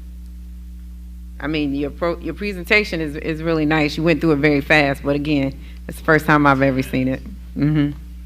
Yeah, well, again, we went through it fast, but what we did is spend a lot of time in research, a lot of time doing consultation with land use attorneys to know what is the development requirement in that Cliftondale district. Understood. You don't have to appeal to me right now. We'll talk about that. I don't want you to waste your time with that. Is there a particular meeting time that the community has that we can get on their agenda so we can make a presentation? I tell you what, we're going to have some people on staff follow up with you about that. As we said, we don't have to fix all of this tonight. Okay. We do not vote for another month until January 9th. Okay. So we've got a month to work it all out. We don't have to do it in this meeting, but we do have We have several more zoning items to go through in about 30 minutes. So I'm gonna move on to the next person in the queue. If you are ready to relinquish the floor, Councilwoman Gomes. Did you have any further questions or Oh, comments? I'm sorry, I'm done. All right. The chair recognizes District 1, Councilwoman Rowell. Just wanted clarity. Hearing your presentation, they had 600 to 650,000 price point, but on the sheet it says first-time home buyers, which I don't think that's probably the first-time home buyer. And then I do appreciate the restriction on rental and no investors being stipulated. That was it, and then any feedback about maybe rear entry garages, had they looked at that? That was it. Those were my general questions. The rear entry garage, let me speak to that. That would basically depend on the topography that for that particular house or home that's going to be constructed, and whether or not that can be accommodated, and the desire of the future buyer to have rear end entrance for garages and things of that nature. All right. The chair recognizes District 4, Councilman Sebastian. Thank you, Mr. Mayor. I just want to agree with my colleague from District 2. And I've said this, and I don't want to beat a dead horse, but this thing about us hearing these for the first time, we know it's not your fault. I just want to let you know that. And I'm hoping that we can do something about that process next year, because I think it really should be, one person attending a meeting in Cliftondale is pretty unusual. I do have part of that district as well. Yeah, we'll work on that process, I think, because the community needs to be a little bit more connected. Thank you. All right. The chair recognizes Councilwoman Willis. Thank you. Mr. McClendon, when you have community input, emails or feedback or anything, do you typically put that stuff in staff reports? We will typically summarize that in the staff report. And then attendance sheets. At one point, attendance sheets where people attend the meetings and they sign up, that's included in staff reports as well? That's not included in the staff report, but that is included in the file that we build for each case. Okay, thank you. Can we start putting those in the staff reports? Because to me, I want to see that there was actually attendance at these meetings, not word of mouth. We'll take a look at that. We can try to get. It was done before. Fit that in. Yeah, that was done before. They just made a copy of the sign-in sheets and they put it in the staff reports and of everybody who attended. In the old agenda, in the old zoning. Because when I look through here, the first thing that I look to is comments from the community, and I didn't see anything. I didn't see anything. And so that's what was what was concerning of me as well. Thank you.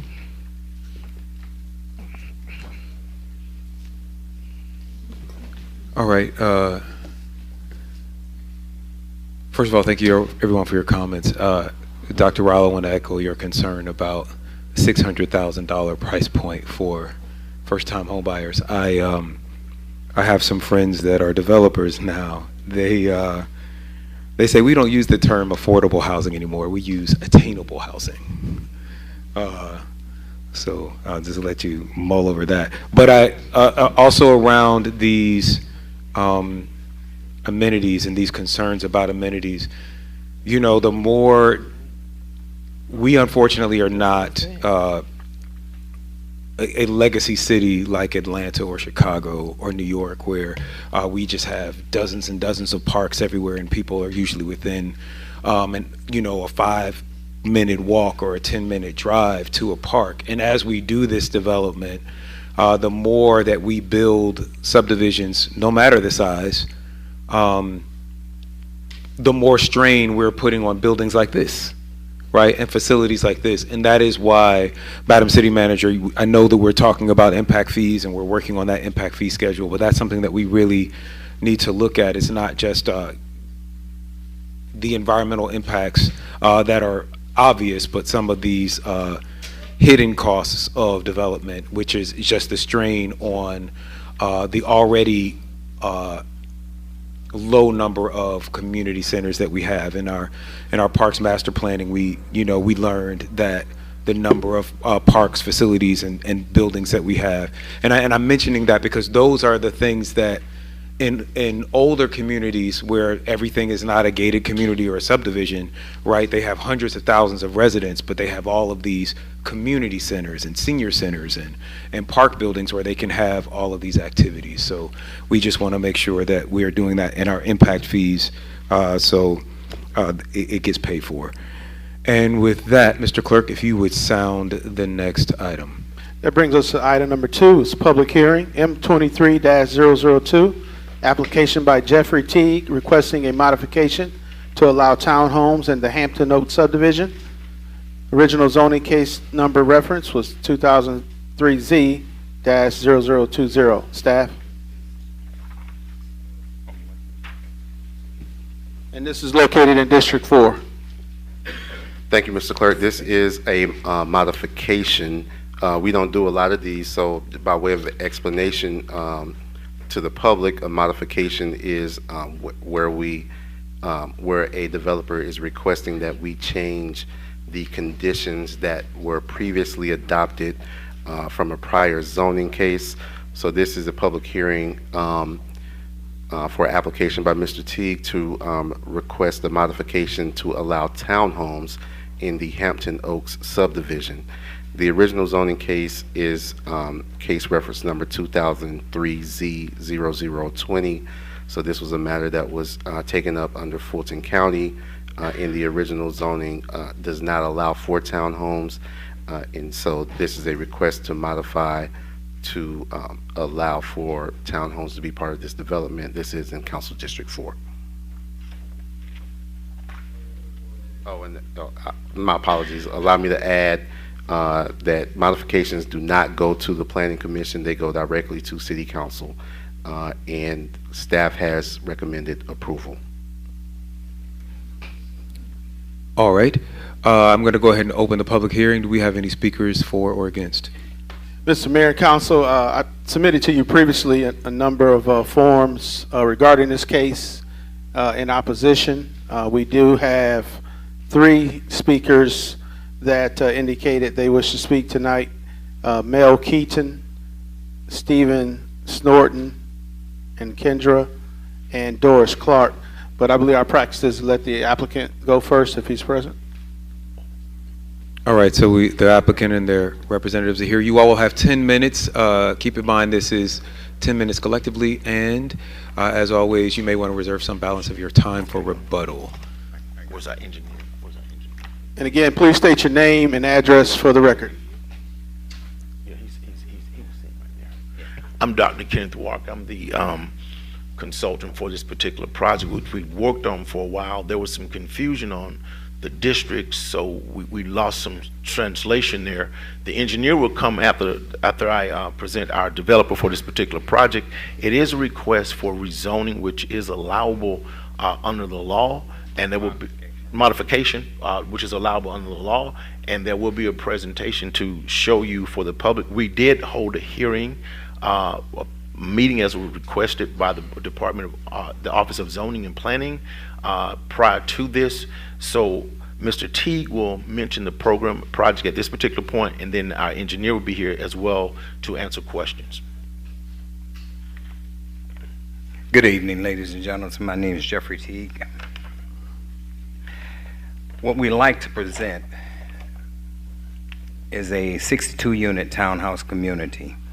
On page 1, it shows the front elevation. We would like to use brick, hardy plank. We call ourselves wanting to do something more of a transitional look, kind of modern, but yet it still has that traditional. On page 2 is the way the site looks right now.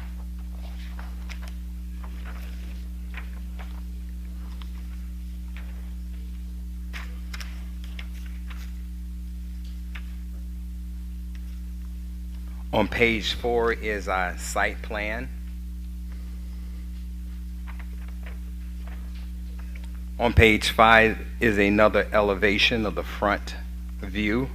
I'm sorry, just if I could, Yes. just a point of information. Is there any way to get this on the screens, or do we only have this handout? Yeah, Mr. McClendon, I believe they just provided hard copies. Yes. Okay, I'm going to, if someone wants to come and get my copy and Councilman Reeves' copy, we'll let those circulate around while people are talking. We have additional copies. Okay, perfect.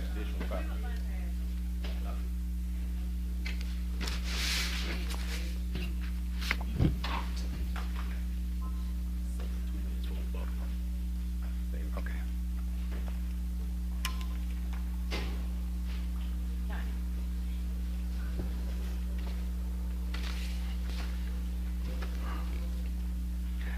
Okay, we see the right elevation. We see the left elevation on the next page. On the next page, we have the back elevation, which shows the deck and the two-car garage.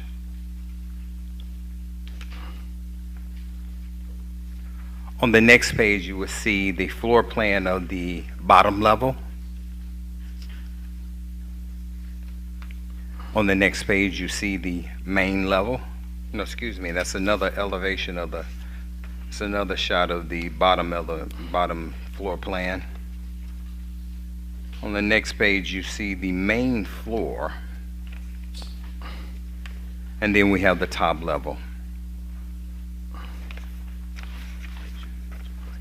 Okay.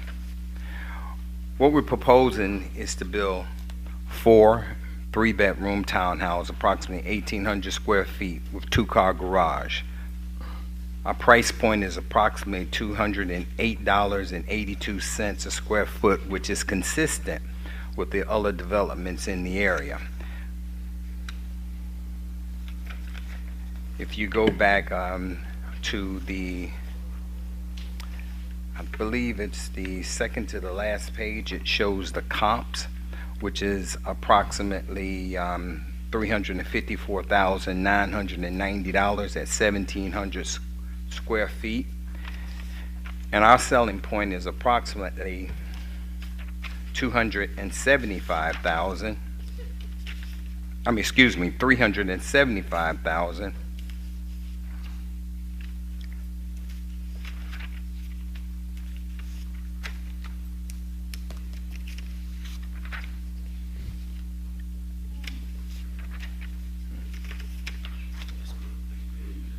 Right, that's it. Do I have any questions?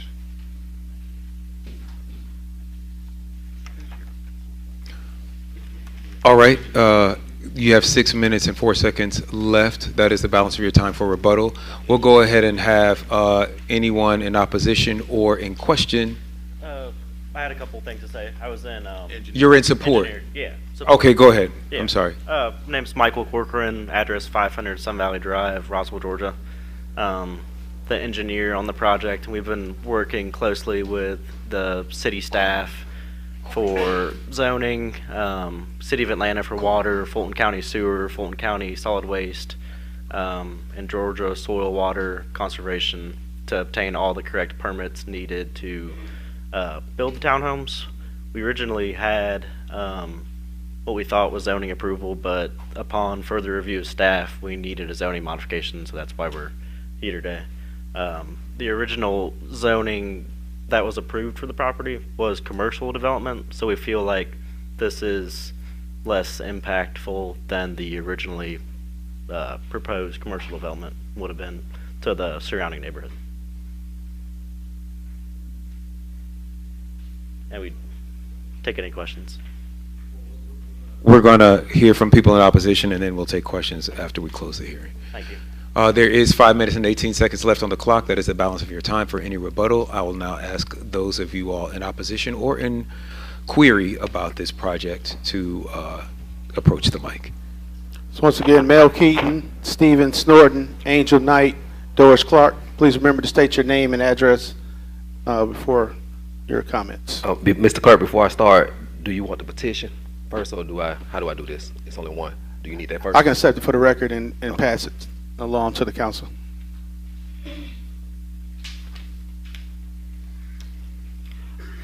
Mel Keaton, Hampton Oaks Homeowners Association, Alice Sheba Drive. I'm the president of the association. There's a lot of things wrong with this. I don't know what's going on, but the plats were approved on the consent agenda without a meeting. And we found out about this meeting because we found a sign in the woods walking. And we've been in contact with the developer, and we have not had a meeting. There are 366 homes in our community. We have not had a meeting with the community. And I have the original plats for any kind of rebuttal. I am employed by DeKalb County and also in engineering, so I can state the facts on what's supposed to go here and how to read plats and how this would affect us. But we do not want this. We don't want this development, and we're not being a good neighbor. We have homes across the street from us that are selling for $3 or $5 million. We have Roku Studio down the street in Chattahoochee Hills selling homes starting at $700,000. This development will set us back. It doesn't look good. It doesn't fit. It doesn't comply with the 25 setback that Cliftondale overlay, that Cliftondale has set in the overlay, in which I agreed upon when we were back with Fulton County. And we want to stick to the town center agreement that we originally stated in the master plan and what that community is supposed to look like. And right now, if we approve this, it'll go down. It won't look like anything like it's supposed to look like. So there are no amenities. Let me see what else we got. And I just feel like, we should have done this the right way. This was not done the right way, and I don't know where the disconnect is when it comes to zoning, to putting stuff on the agenda, to how it gets approved. But there seems to be a disconnect, and it seems kind of like it's some slick stuff going on. I don't understand how this keep getting on the agenda, and we're skipping steps. Like a lot of steps were skipped. And here we are at the meeting, and we didn't know anything about it. So, but the community does not want this development. And I can speak on it, and anybody who wants to see the plats on what the original master plan was for this community in District 4 in that area is welcome to look at it. We had an emergency meeting last night in which the homeowners came out and did a petition. We sent out the email through the property management company as well. So people will come out if they know about the meeting. Nobody knew. Nobody got a letter. Anything. So, all right.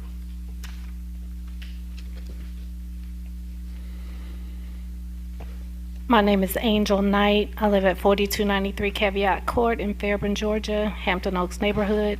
I echo everything that he said. I did not know anything about the development. I didn't get a letter. I didn't get a notice. Didn't see any signage. We have a pretty big front, so there should have really been at least 2 signs on the front of the neighborhood, in addition to the back where they want to build. We didn't see anything. So I feel like it'll reduce the valuation, the market value, the perceived value. I don't feel like there's really any benefit to having townhomes in the community whatsoever. And I'd like to know also what neighborhoods they compare the townhomes to. The gentleman mentioned something about market value for other neighborhoods, so I'd like to know what those neighborhoods were compared to. And then there is like Lee Jardin. There's another community that's over $1 million neighborhood, so I don't know what $300,000 townhomes would do. That's all. Hi, I'm Kendra Snorton. I live at 7429 Misty Dunn Drive in the Hampton Oaks community. I am the HOA Vice President male in the community. we're not happy with the townhomes coming. Like Mel said, we did have an emergency meeting on last evening. None of the neighborhood residents knew anything about the townhomes. No one seen signage, no one received emails or any type of correspondence. Mel has been in contact with the developer. We have asked if he would come out and speak with the community during a meeting, and that never came to. So at this time, we're asking if you all would please reconsider this decision. And again, like they both said, $375,000 townhomes is not going to help the value of our homes. Our homes right now going for $500,000, $600,000, $700,000, and like they said across the street in Lee Jordan, those homes are over $1 million homes. So this is just not a good look or a good fit for us. There's no amenities, meaning they would be trying to come and use ours. It's just, I think it's going to be a big problem. Thank you. Hi, I'm Doris Clark, and my fellow residents, they basically said everything I wanted to say. I think that that space needs to remain like a commercial space, so we would have shops there. The whole city is in need of businesses. I drive around in our area and I see that ground's being broken, there's new homes, so why not keep that space as a commercial business? There's a lot of businesses that could actually benefit, like our new residents that are actually moving into the city. This particular developer, I feel like obviously he has a skewed perception of South Fulton, and that is reflected in what he's trying to bring next to us, which is totally unacceptable.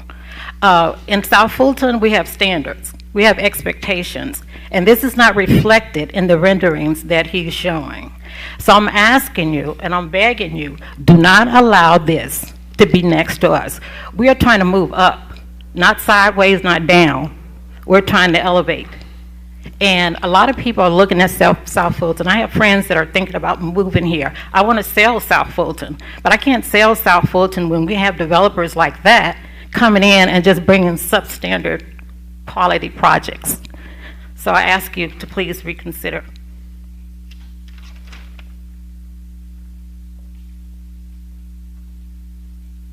Good evening, Council. My name is Stephen Snorton. I reside at 7429 Misty Dawn Drive in Fairburn at Hampton Oaks Subdivision. And I keep it simple. So it was that the area that the developers want to develop on, that area, it's commercial, and it's commercial for a reason.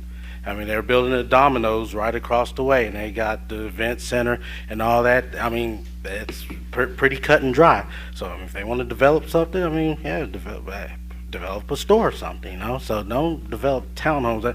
They're building all over the place. So I mean, we got enough homes already.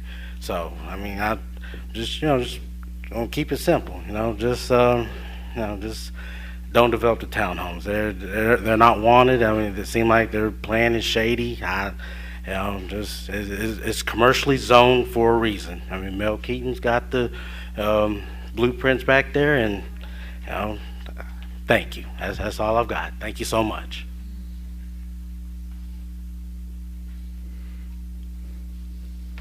Good evening. Again, Connie Robinson, 2805 Pondview Court. On behalf of City of South Fulton HOAs and neighborhood communities, I just want to say that this does not appear to be a modification at all. This is actually a rezoning request to allow townhomes, and I think it needs to go back and go through the full process as a rezoning request as opposed to a modification. As it was mentioned, this is commercial zoning, and they want to change it to allow townhomes, which is residential zoning. So I wanted to make mention of that, and also say that this is a public hearing, and when we come before the public, we should bring some type of viewing for the public to see, whether it's via the monitors or printouts for everyone to be able to see and follow through what's being presented to the public. Thank you. All right, you all have 6 minutes and 4 seconds to the balance of your time. Is that correct, Mr. Yes. Clerk? Excuse me. We did a lot of research before we bought this property. We were told by city council, we have it in writing, that this is supposed to be a mixed-use piece of property. After meeting with zoning, after being approved, they tell us that it's zoned for single-family houses, not commercial. That's the way it is right now. Our research shows that the current market value for the existing homes is $127 a square foot. We're bringing the value up to $208 a square foot. Now, is it feasible for us to put $1 million townhouses in that area? It's not going to sell. We're going to be stuck with it. If we were able to build $1 million homes, if we had enough property, well, that's something else. But our research clearly tells us that what we're doing is not only going to uplift this community, it's going to add value. $127 to $208 a square foot. That's adding value to their current home. Now, in terms of the decor, what we're building actually enhance what's there right now. If you look at the current dwellings and look at our renderings, you will see that we added more to the amenities or the decor of the property than what's currently there. We have the right, according to the current zoning, to build exactly what they have there on that property. We can put 27 houses or 30 houses, I'm not sure. That's the way the zoning is right now. Not commercial.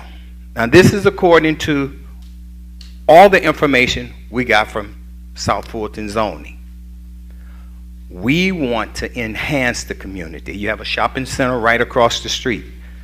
Needless to say, 62 townhouses will enhance that shopping center versus 25 or 30 homes, single-family homes. And there are 25 or 30 single-family homes that are just like what they have at $1.27 a square foot. I don't see how that would add value. Thank you very much. I would like to add that I understand everything that the opposition said. However, notices went out. He has a receipt on his phone, a certified mail. We paid for that to be sent out. So that was sent out. We got that information from the planning office. We talk about in Metro Atlanta about affordable housing, and we talk about, well, no, there's no affordable housing. This represents, within the boundaries of what the zoning allows, affordable housing. And then it's a farce to say that they're not offering any kind of amenities. There are amenities that are available. I understand that staff recommendation is non-binding, but staff went over this with a fine-tooth comb to make sure everything was as it should be. I represent clients all across the city of Atlanta, DeKalb. I never have seen a situation where the zoning department did not do their homework in making that available to the client to make that kind of presentation. So we've followed everything by the book of the law, Mr. Mayor and council. So I hope that the council will look upon this favorably. And again, I understand the public sentiment completely, but we're within the bounds of the law. Now, when you have the law on your side, that's a good thing. If you don't have the law, you pound on the table. When you have the law, you pound on the law. You pound on the facts. So we're factually accurate tonight. So this will conclude unless our engineer wants to add something else to that. But we do ask that this council would follow the recommendation of the staff. And Councilwoman Gums, it's good to see you back from South Africa. Welcome home. Hey, we have a decorum ordinance. It doesn't necessarily extend to our constituents, but we hope that you follow it. Yeah, well, that was for everyone. It wasn't for anyone in particular. Go ahead, sir. Yeah, I wanted to add specifically that the property zoned mix zoning, which allows commercial or residential uses, the modifications specifically to allow townhomes. Mix zoning itself allows townhomes, single family, commercial, anything like that. There's not one specific use that mix allows. And as for the public notification letters, the list was provided by staff. We sent over, I think it was 500 or 600 letters, because it had to be sent within a half-mile radius of the site, via certified mail as well. And then the meeting location was selected by staff, and we had the meeting as well. So. All right, thank you. I keep in mind, I know people have more to say, but we are done with the hearing part of this hearing. We are not voting on this tonight, so you will have the next 30 days to be in contact with any or all of us. I'm going to go to the questions about while our clerk is bringing up the queue. I do want to just thank the president of Hampton Oaks, President Keaton, for your engagement, and I would just make sure that the developers, that you all get with President Keaton so that he can make sure that the word gets out. He has multiple channels in the ear of his community. I do find it curious that anyone would be building inside a community and they're not in constant communication with the HOA president. I do have a point of clarification that I would like to ask, and I just said that people don't get to get rebuttals, but this is a point of information, and that is, these additional townhomes, will they join the HOA that is in place, or will they have their own separate HOA? And would they be entitled to the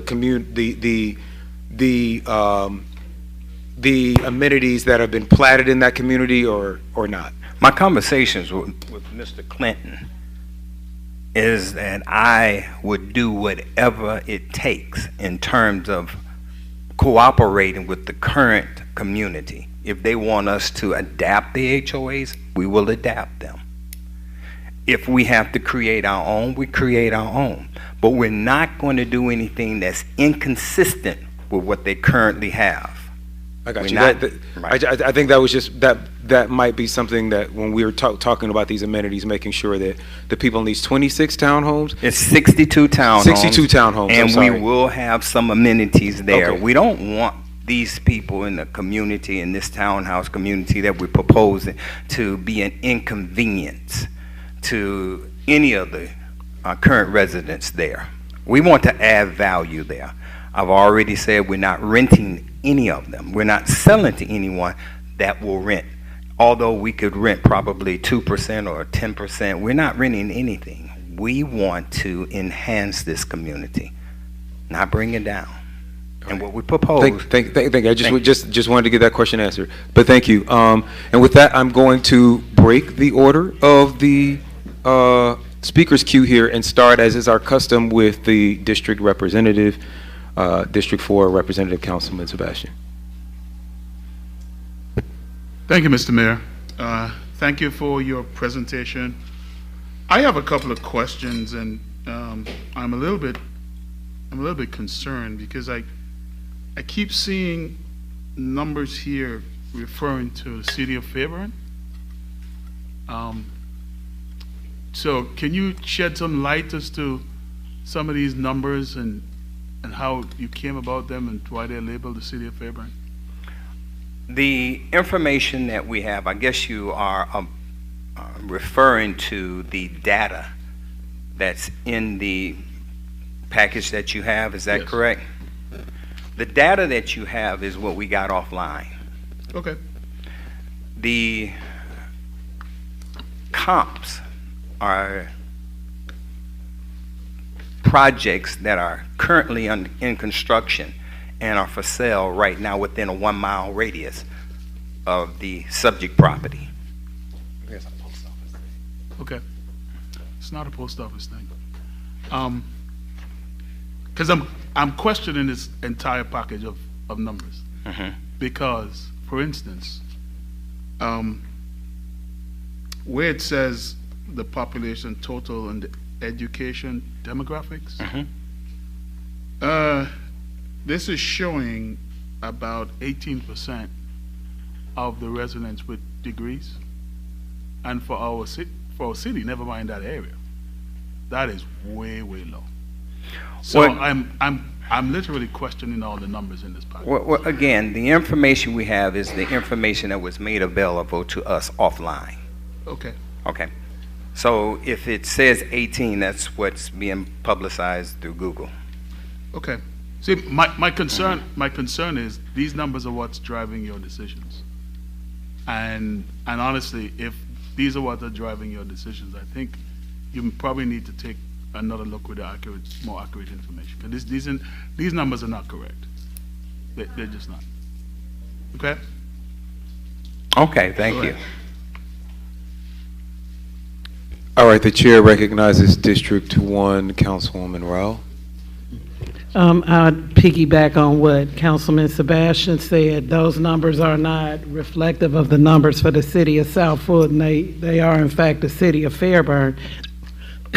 But the reason the modification is because if you look at the total site for this development, and I think it was originally 400 acres, it anticipated a commercial component. And I think that's why that particular site has sat the way it has all that time, because you have the single-family homes in that area. And at a minimum, I would have thought that it would have brought back truly a mixed, which would have a commercial and a housing component as opposed to just housing. I think looking at the area, there's a great need for commercial, a grocery store to start with in that area, that we really do need to look at this. And I understand you have purchased the site, but the reality is the need is really commercial in the area. And based on anybody's research, that there's a need, because there is a lot of housing in that area. I want to say something. I'm sorry, I cannot allow you to, if there's a particular question, if there is a point of information that we need, I can allow that, but we can't just go back and forth, because everybody's going to make some comments before we're done, and I can appreciate it's almost 7. So again, looking at this overall area and original site plan, because I did look at it, was like 400 acres and it was proposed for mixed use. I know that site has said, just wanting to again look at the data that inform the townhomes versus looking at the commercial piece. I don't have anything else. Thank you.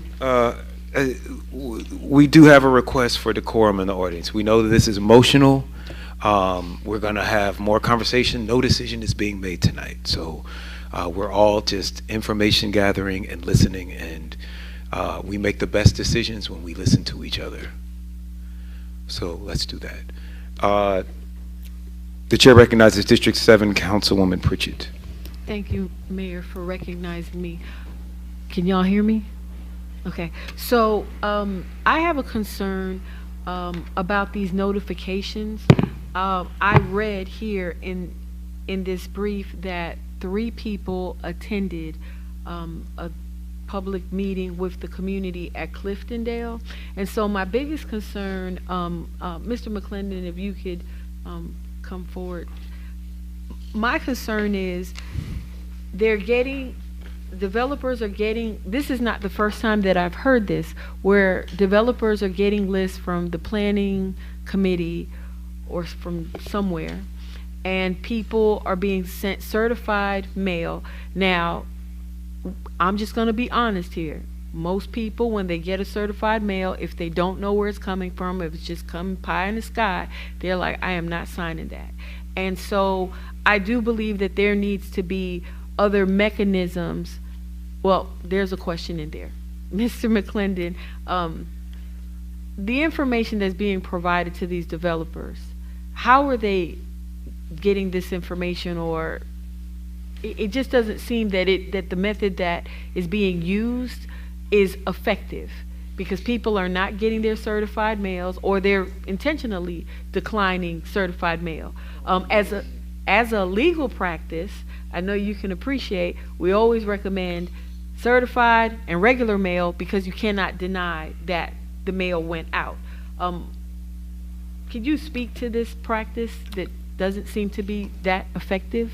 Sure, thank you for that question. What we do is we request, there's a radius of addresses that mailers have to be sent out to for each of these cases. What we do is staff requests those addresses from our GIS department, and the GIS department provides that list of addresses. We provide those addresses to the applicant, and then what we do is we track whether or not they've sent out those mailers by way of identifying that they have paid postage to send out that amount of mailing. In this particular case, we actually had an in-person community zoning information meeting. Actually the first in-person one that we've had since the pandemic. All of you got an email a few months ago about our department's wish or hope to try to bring those CZIM meetings back in person, because we believe that the purpose of them is for community members to engage with these developers in person, and when we do them via Zoom, we don't seem to be getting that much participation. So we had an in-person CZIM meeting at the Cliftondale Community Center for this particular request. It was the first one that we had done.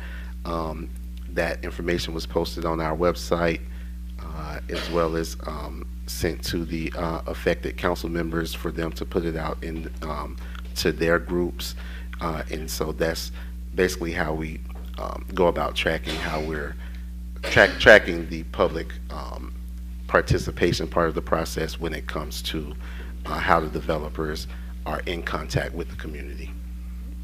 So would it be on us as policymakers to look at more effective manners for residents to be informed?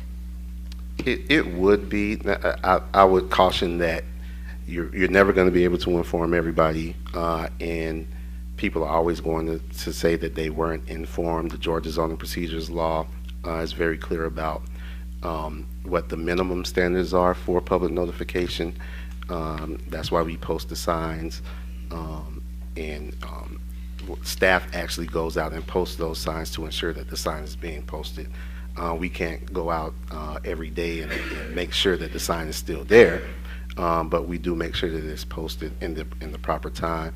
But we can always talk about how we can improve policy on the public notification piece of the process. I'll say very quickly in closing, I think that you would be very hard pressed to find another community in the state of Georgia that has more stringent public participation requirements than the city of South Fulton. We require a lot of community meetings, a lot of public notification for our projects. And well, thank you, Mr. McClendon. But Councilman Sebastian, did you receive notification about this? Councilmember Pritchett, no. As a matter of fact, it's one of the things that I've discussed with staff, that I think once things like LDPs or these cases are coming up in a district and mailings are being sent out, I shouldn't have to live in the half-mile radius to get a notice. And currently, there's no process in place that would notify the council member when these hearings are happening. So I don't have an opportunity to put it in the newspaper or the newsletter, right? And so I'm personally trying to get with the team, hopefully turn of the year, to look at this whole process, and one, for my own understanding, and two, to see if we can suggest, as you said, as policymakers, how we improve this process. But thank you for that question. But I mean, again, I shared with staff. I was just driving along Rivertown Road this weekend, and I saw a big land cleared, and I'm like, what is happening here? Because guess what? What are citizens going to do when they see the land cleared? Council member, what's happening on Rivertown Road? And I go like, I don't know. Well, why don't you know? Because I wasn't told. So again, it's something that I think as a city we need to fix, and I understand, as Director McClendon just said, about us having a lot of stringency, if that's the right word, in terms of us through this process. But something is clearly not connecting because, especially for a case like this, where that community is so involved, and for 3 people to attend the meeting, you know, I'm not sure exactly what's going on there. And I'm also appalled that a sign would be in the bushes in a ditch. Somehow this has to improve because it's affecting communities, and at least people should have the opportunity to weigh in or ask questions. And with that, I yield. The chair recognizes District 2 Council Member Combs. Thank you for recognizing me. I think you all have made some very valid points because we have talked to planning, and this was prior to Mr. McClendon's appointment for proper signage. The developers are the ones that actually place the signage, my understanding at this point in time. So you all don't, okay, because at one point they were actually placing their own signage, but we've asked for a larger signage, so that could have changed. But one of the things that gave me pause in the presentation was that it's saying South Fulton's home ownership was 47%. That is pretty low because South Fulton, I believe we were up in the at least 67.5 60s or 70s. in the nation. So that kind of also gives me pause. And one of the things that we talked about, I know we're talking about these mailings that's been sent out to the community. Are we mailing a half a mile or a mile? Because I know that we actually passed legislation to increase the amount of where these mailers are going. The gentleman came up to the front and mentioned that it was about 500 mailings that he had to do. Is it a half a mile or? It's a mile. It's a mile. Okay, because he mentioned a half a mile. So, all right. And how many community meetings were held? There Not was the at plan least and zoning or CZIM. Did they have any other meetings with the community? They're only required to have one community meeting that they have outside of the planning department. That's what our code requires. So there was the one community meeting in addition to the CZIM meeting. That only had 3 people? Okay. So again, there are some misses, and I'm starting to see that there is a tone. I'm hearing developers, stating that what they've done in the city of Atlanta or what they've done in other communities, and as you shared, South Fulton is different. We do have some stringent regulations as far as what we want to see in the community. So I get the emotion that's behind it, but again, we have been elected as this body to make sure and represent our community. So for the developers, I understand you are following the process, but again, we still have due diligence to the people that have access or put us in this seat. So the attitudes or all of this, the emotions that's behind it is kind of pushing, because again, you can't come and ramrod a development in our community and just say, well, I follow the process, so here, take it. That's not really how it works. We have to work together as a community, and that's what we all have envisioned to see. So I do ask that we all take a step back, and I understand we try to follow the process and work together with the residents, because you will not be able to actually have a positive, reflective development if these residents do not want it. There have been times that we have sat and we've gone 2, 3, 4 months trying to work out some type of conditions to where it is amenable for both parties. That's what we do here. We try to make it work. We don't want all of these lawsuits and all these things that people have threatened, and we follow the law. I get it. But again, we work together as a community. So as I yield, there's some things as policymakers that we'll try to look at to improve the process, but please don't come and try to say, well, this is what we're doing in the city of Atlanta. That's not South Fulton. And you can't force a product in our face if it's not right. And I yield. All right. The chair recognizes District 3 Councilwoman Willis. Thank you. When we got elected in 2017, we adopted Fulton County zoning requirements and procedures, and in that requirement, it required us to notify residents within a quarter-mile radius, and then we changed it to a mile radius.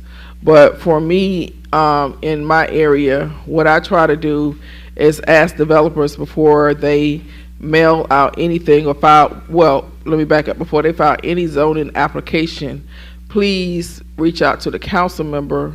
Let's have a meeting before you file these zoning applications so that you can vet the community and vet the feedback from the community, because I do understand money is time and time is money, but we are a community of a lot of legacy residents, and not so much as being resistant to change, but being cautious to the type of development that's coming in the area. I'm going to get pushed back and say we're not as bad as some of the communities. Atlanta is worse because they have MPUs. And before you even go through the zoning process, you got to get consensus and build consensus through MPUs. And if the MPU isn't with it, you're not going to even get to the zoning application process. They have strong MPUs, and if those MPUs are not with it, it's not going to happen. And so it's worse in city of Atlanta.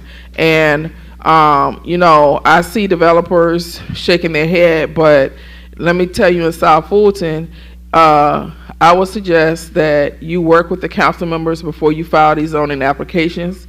We're the closest to the community as council members. We know our community, we know the pulse of our community, and if you want to have a successful project, you will want to work with the council member and the community, because if our community comes out and woes and say they don't want it, then I don't see a path forward for your projects. And we're not anti-development, we're resident, we're pro-develop, we're pro-resident development. And we respect our legacy residents who've been here for a long time. And so that's all I have to say about it. I am disappointed that I see some of the tone from some of the developers. I'm disappointed that I see some of the attitudes from the developers. These residents have been here, you know, 15, 20, 10, 30, 40 years. And no, we have over 65% home ownership.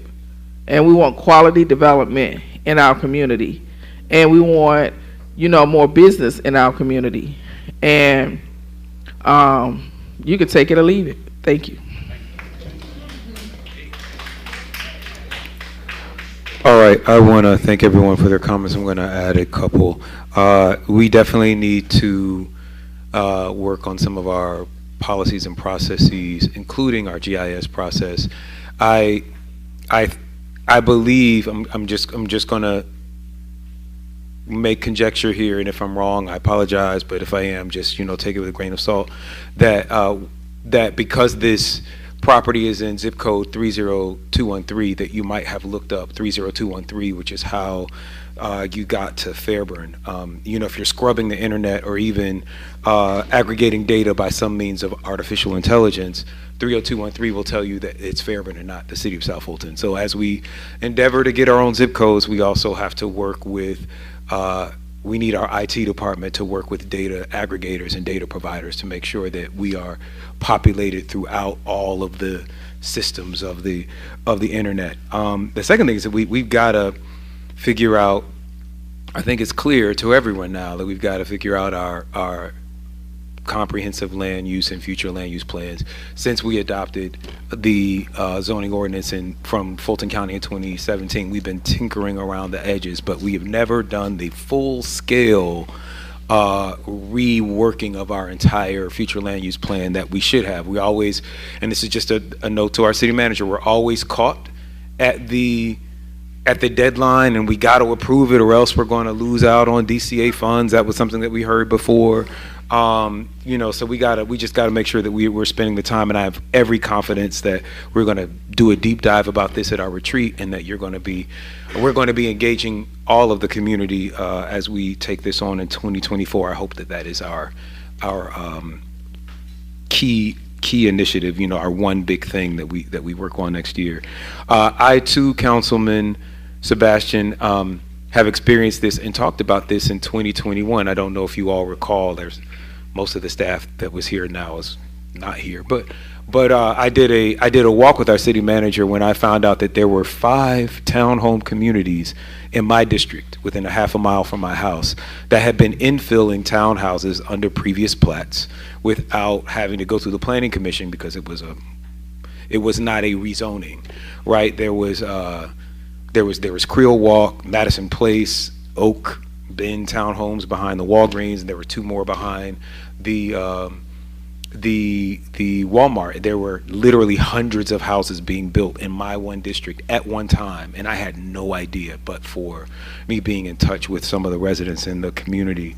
So my question, and I'm not going to belabor, we can talk about it when we have the retreat, but I heard this conversation that because it was a zoning modification, it didn't necessarily have to go through the planning commission, and that might be some of the loss of communication, because each of us as council people and mayor have appointed someone to the planning commission. I know that's how I often find out about how things are happening. I hear it from my planning commissioner. So we're gonna work on that. And I do want to have just a courageous conversation about us being consistent.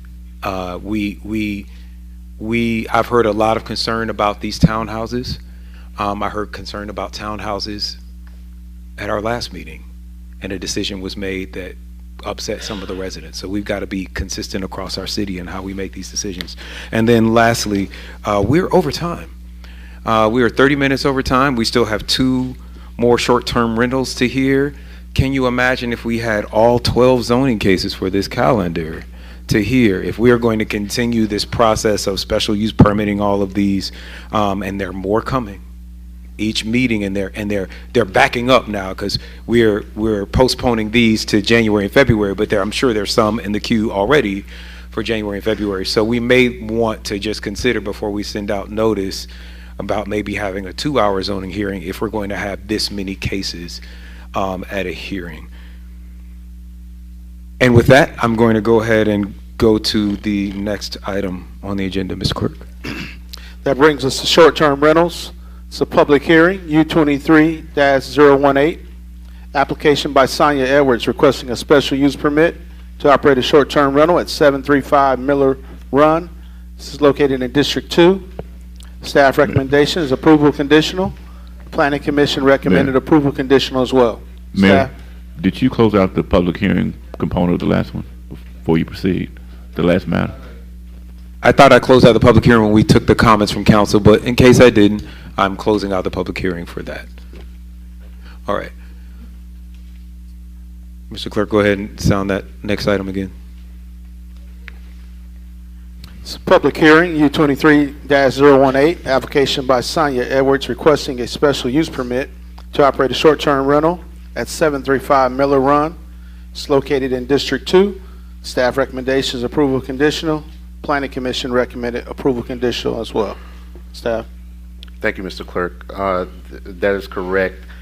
This is a short-term rental. This is located in the CUP Community Unit Plan Zoning District in Council District 2. Staff recommendation is approval conditional. Planning Commission recommendation is approval conditional with the conditions that the owner of this property have to maintain a business license and that the business license is, and that this special use permit is not transferable to any other owner. All right, we're going to open the public hearing. Mr. Clerk, do we have any speakers for or against? Did not receive any speaker cards in support or opposition. All right. Are the applicants here to speak on behalf of their projects? All right, I do see a hand for, is this Ms. Edwards? No, I am a partner of hers. She is out of town today. All right, if you will go ahead and just state your name, where you live, and you do have these 10 minutes. Okay, my name is Phyllis Smith. My address is 735 Miller Run, Atlanta, Georgia. in the Walden Park subdivision. I'm very nervous because everybody else been getting a hard time. And I'm not a public speaker, but I am here requesting a license for short-term rental. It will not be used like constantly because I work out of state. I'm not home a lot, and it causes property to go down when it's not being used at all, except for when I come home. And it also sends up a red flag that, it's vacant a lot, so someone could break in. And that's one of my concerns as well. Even though I'm not here a lot at home, Sonia handles things when I can't handle them. The house has been approved. All the equipment has been put in place, and the outside of the home has not been compromised. I keep the home well kept. The grounds are well kept. Kept it well painted.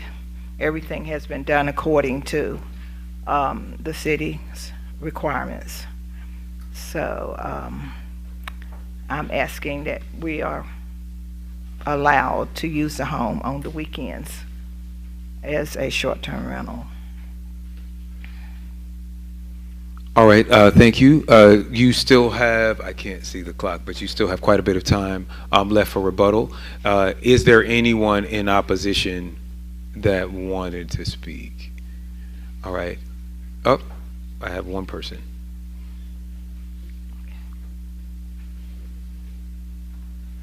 Good evening, Council. Connie Robinson, 2805 Palmview Court. On behalf of the HOAs and neighborhood communities here in South Fulton that I represent, I just have a question whether or not this is in an HOA community, because the HOAs are very concerned about short-term rentals. Even though I understand her reasoning behind that, many of them are against it because a lot of times they, they don't appreciate the community. They are, some of the HOAs have complained about short-term rentals being, the people that rent are not respective of the community. They talk about the trash and the parties and things of that nature that occur. And of course, I can understand her concern with not wanting the place to be vacant, because then we got sometimes squatters and things of that nature that can come up on the property. But my question is whether or not she has actually spoken with her HOA to find out if they are in agreement for the short-term rental. Thank you.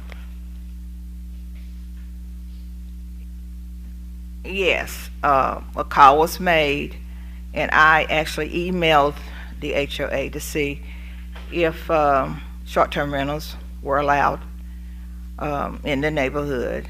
And a call was made, and they said there was no rules against short-term rentals. Their concern was about people parking on the sides of the streets. And I'm very selective who I let live in my home. It's a very beautiful home, 5,000 square feet property. And if I see any signs that I'm uncomfortable with, I won't rent to those people. So I don't have people in and out of my home. Because I go there and that's where my refuge is when I get off from work. I'm a workaholic. And I take care of disabled adults. And so, and I've been doing that for 31 years. And when I came to Georgia, I fell in love with Georgia. So we bought property, me and my husband, which he's deceased now. And I just love the home, and I don't want to sell it. So this is why I want to keep it. I'm very proud of it. I'm attached, they say. But I keep it well maintained even if I'm not there. I have surveillance also on the property, but yes, they were contacted. All right, I'm going to go ahead and close the public hearing now and open it up for questions. I do want to just start with Mr. McClendon. Is it part of the process already before these are brought to us for short-term rentals that we that we confirm that we're not above like any rental caps in any HOA communities, or is that a completely different set of legislation than short-term rentals? Thank you. That's a private matter. We don't endeavor into trying to enforce private covenants. So we don't ask anybody about their HOA requirements because we'd probably get into some legal trouble if we were trying to enforce their private contracts between each other. Okay, thank you. The chair will recognize the District 2 Councilwoman Gomes. Thank you for recognizing me, Mayor. So I have a few questions. Has this property ever been listed for a short-term rental, or has she ever hosted a short-term rental there before, prior to this? Yes, almost 8 years, but not a lot of people.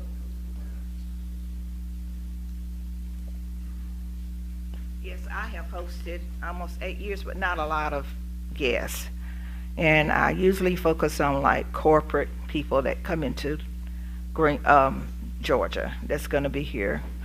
And I feel like, and they have kept my home really well. That's why most people don't know that it was there, because I don't have a lot of people in and out. I don't have people coming in trying to destroy the neighborhood or the property.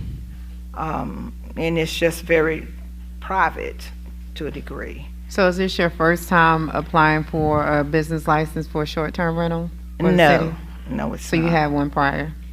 Yes, and there was a lot of confusion. I did everything, the wiring and the strobe lights, the exits lit up, and the diagrams on the walls, the fire extinguishers,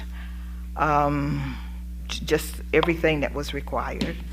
But I've been, once I found out, okay, things are changing now, you have to have a license, regardless of whether you rent 2 days or 50 days. So I, began the process over a year ago. Okay. Have there been any incidents of crime in any of the times that you have rented for you doing the short-term rental? No, not where I had to call the police to come out. I've had one incident where someone has taken a TV, but not any brawls, anything of that nature. Mr. McClendon, is it part of the process when we are evaluating the short-term rentals if there have been any incidents of crime? That is something that we try to figure out prior to council making its final decision. We're still working through the process of doing all of these things as they move through the process. And now that we've gone to 2 meetings a month versus 1 meeting, that's kind of thrown a wrench into what we were doing. But we are working on that. For this particular case, I don't believe we have that information. I'd have to go back and look. We don't vote tonight on this, correct? Okay. Correct. And my last question, parking is definitely a big concern. So what is your potential parking plan, or are you eliminating the number of people? I know you said corporate, but... Yes, the house has a 2-car garage, and then there's parking space in the driveway for at least 2 cars. So normally I'll say 2 to 4 cars. That's what I can accommodate. Mm-hmm. Okay, so no on-street parking? No. Okay, those conclude my questions as of right now. Okay. Thank you. All right, do we have anyone else? All right, seeing and hearing none other, Mr. Clerk, go ahead and sound the next item. Next item is item 4, public hearing for U23-020. It's an application by Benjamin Britt requesting a special use permit to operate a short-term rental at 3405 Augusta Street. It's located in District 5. Staff recommendation is approval conditional. Planning Commission recommendation is approval conditional. Staff?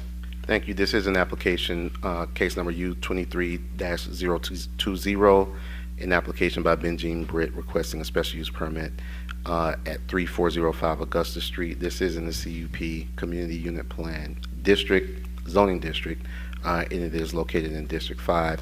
Staff recommendation is approval conditional. Planning Commission recommendation is approval conditional, with those conditions being that this special use permit is not transferable to any other owner and that the homeowner must maintain a current business license.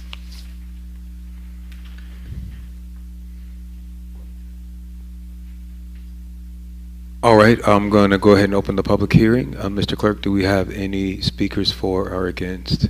Mr. Mayor, we did not receive any speaker cards in support or opposition. All right, is the applicant available? All right, I do see them approaching.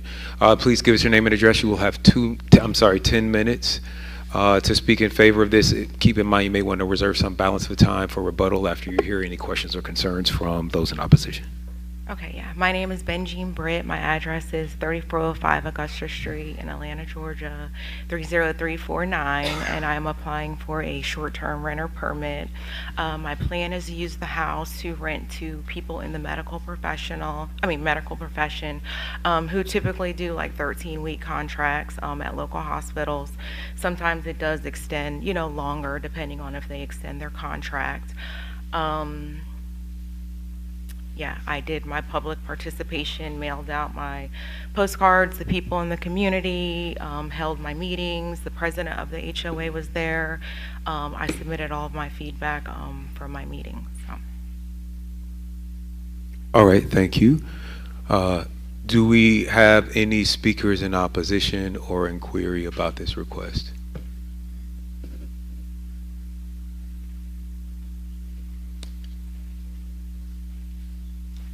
Connie Robinson, Palmview Court. Just to be consistent, I was going to ask about HOAs, whether she lived in one and whether or not they have, she had mentioned that and she addressed that in her response. So thank you. No further comments. All right. Thank you.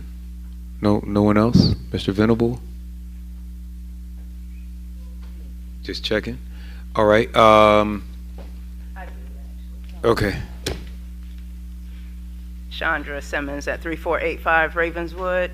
I just wanted to know if she has rented short-term previously. I didn't hear that in your response. Okay, yeah, so it was,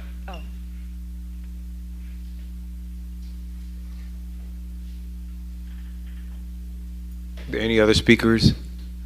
All right, seeing and hearing none, we'll go back. You do have 9 minutes for your rebuttal. Go ahead. Yeah, so to answer her question, I did do short-term rental for a short period of time, but it ceased once I got notification that I had to apply for a permit, which I wasn't aware of. All right, thank you. All right, I'm going to go ahead and close the public hearing and open it up for questions from council. Are there any questions? Councilman, I'm going to start with Councilman Reeves, who is the district representative. Go ahead, Councilman Reeves.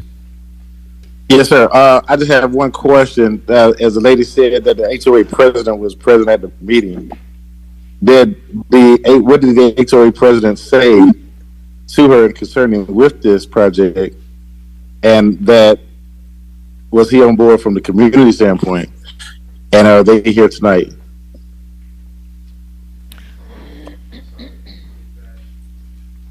Is the HOA president of this community present? It appears they are not, Councilman Reeves.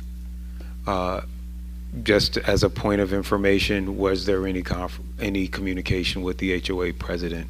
Yeah, so his feedback was they preferred me to rent to people in the medical profession. They felt like it was like a higher standard of people that would be staying in the house versus like doing an Airbnb. That was their only feedback.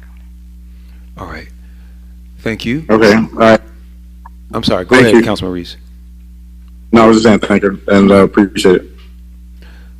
All right. Seeing and hearing no further questions, I'm going to go ahead and close this public hearing if I didn't do that. I think I did. And, oh, I'm sorry. The chair recognizes the councilperson with a question. Just wanted to know if there were any incidents of crime. And you said you mainly rent to like traveling nurses and things of that nature? Yeah, I've had no incidents. No incidents of crime? No crime, not at all. Okay, thank you. All right, thank you. Seeing and hearing no further questions. Mr. Clerk, go ahead and sound the next item. The next item on the agenda is the item we added at the beginning of the meeting. This is a public hearing for U23-008. It's an application by Sean McKinney requesting a special use permit to operate a short-term rental at 5775 Dotson Road, Fairburn, Georgia, 30213.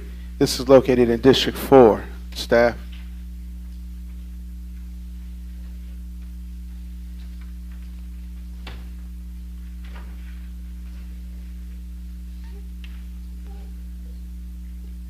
Yes, the chair recognizes District 4 Councilman Sebastian. Mr. Mayor, it was my understanding that there needs to be a motion to rescind the previous decision before we go further, right, Mr. McClendon?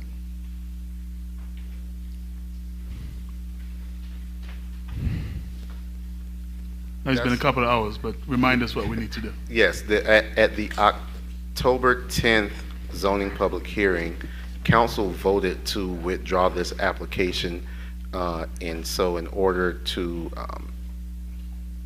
bring this application back up into a state of being ripe for a public hearing, then council will have to rescind that previous decision. Thank you. All right, the chair will entertain a motion. So I motion to rescind the previous action taken at the October 10th, 2023 zoning public hearing to withdraw application U23-008, an application by Sean McKinney for a special use permit for a short-term rental at 5775 Dodson Road, South Fulton, Georgia, 30213. All right, it's been properly moved and seconded. Is there any further discussion? Seeing and hearing none, I will entertain a vote by a show of hands. Record that motion is approved unanimously. All right, we're going to, what is your pleasure now, Councilman Sebastian? Mr. McClendon, can we do the hearing at the same time? Right. So it will just go on another agenda for the hearing, correct? Yes, Do we need to make a motion to schedule that hearing, or do we know what date that hearing is going to be? We can place it on the January public hearing date. What we'll do is we will re-notify through our newspaper publisher that we use to publish cases 15 days prior to a public hearing.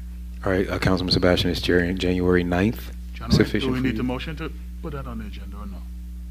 No. Okay. Okay. It's finished. Thank you. All right. Mr. Clerk, please sound the next item. Next item is executive session. All right. Well, whether we have one of those or not, because we are seriously over time, could we get 5 minutes? Okay. The city manager is advising me that we do have to have it, and it is not 5 minutes. What is your recommendation, Madam City Manager? No, we can have a second one. We don't have to do everything in this executive session. What is exigent for the next meeting? All right, 15 minutes. I'm going to entertain a motion for a 20-minute executive session. I move that the city, it's not our fault, the city manager said we have to have it. I move it, I move, she said we can't. I move that we have an executive session concerning real estate, personnel, litigation, and cybersecurity for 20 minutes. Second. All right, that motion has been properly moved and seconded for an executive session lasting until 8:18. Mr. Clerk, will you take that vote by show of hands? Record that motion as unanimous. We are recessed at 7:57 p.m. All right, 8:18 back.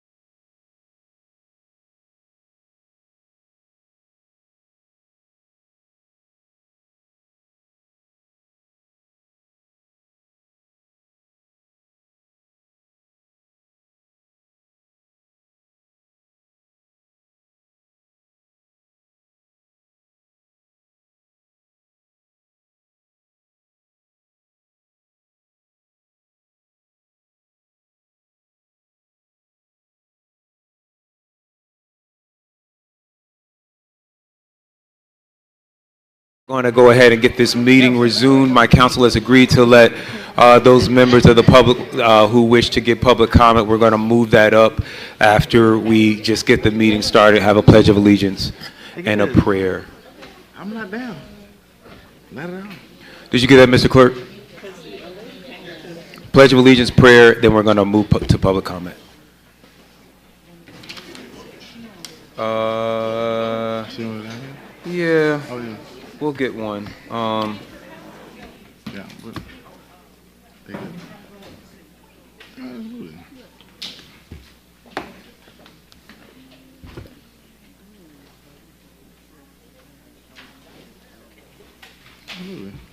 Get in. I'll work this. All the time we get in. All right, are we live, Mr. Hammond? Oh, no, we do this. Icon Filmworks, thank you. And for those of you all who are following along, you can also follow us on Zoom or on YouTube. Just go to youtube.com/COSFGA.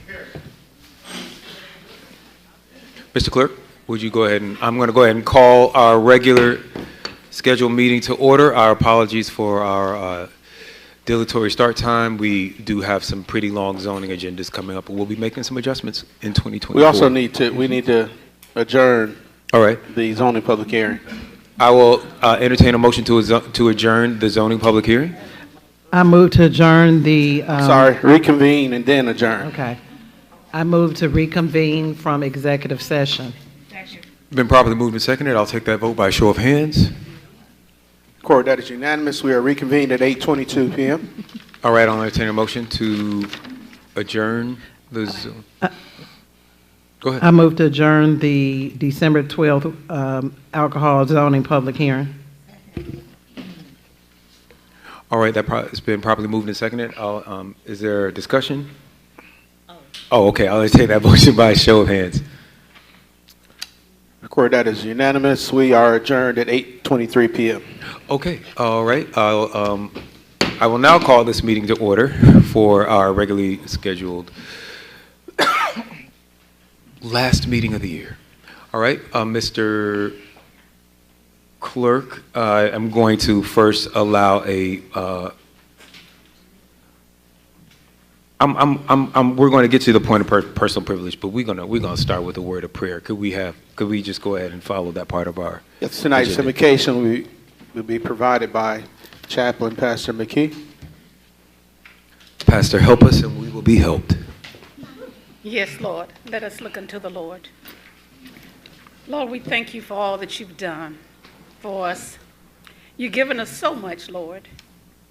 Let us not be like the children in the wilderness to walk around for 40 years. Our land is valuable. Lord, you heard our cry. We love our communities. So, Lord, strengthen our council. Give them the wisdom. Let them ask for more wisdom. Give them the understanding of what should be and what should not be. Lord, you told us in business to be a man. Lord, give them strength right now. And as we go into this meeting, Lord, give us the understanding of what we should say and what we should not say. I bind up the enemy to come in for confusion right now in the name of Jesus. Lord, let us have a productive meeting. Yes, we're all tired, Lord, but give us the strength to carry on. And Lord, we ask this in your name. Amen. Amen. Let us stand for the Pledge of Allegiance, please.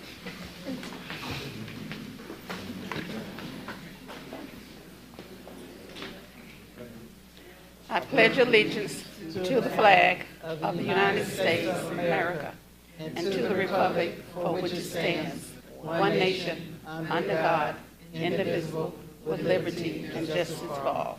Amen. All right. Thank you. District 5 Councilman Reeves has asked for a point of personal privilege. Go ahead, Mr. Reeves. Thank you, Mr. Chair, for this and council. As this is the final last meeting of the year, and so I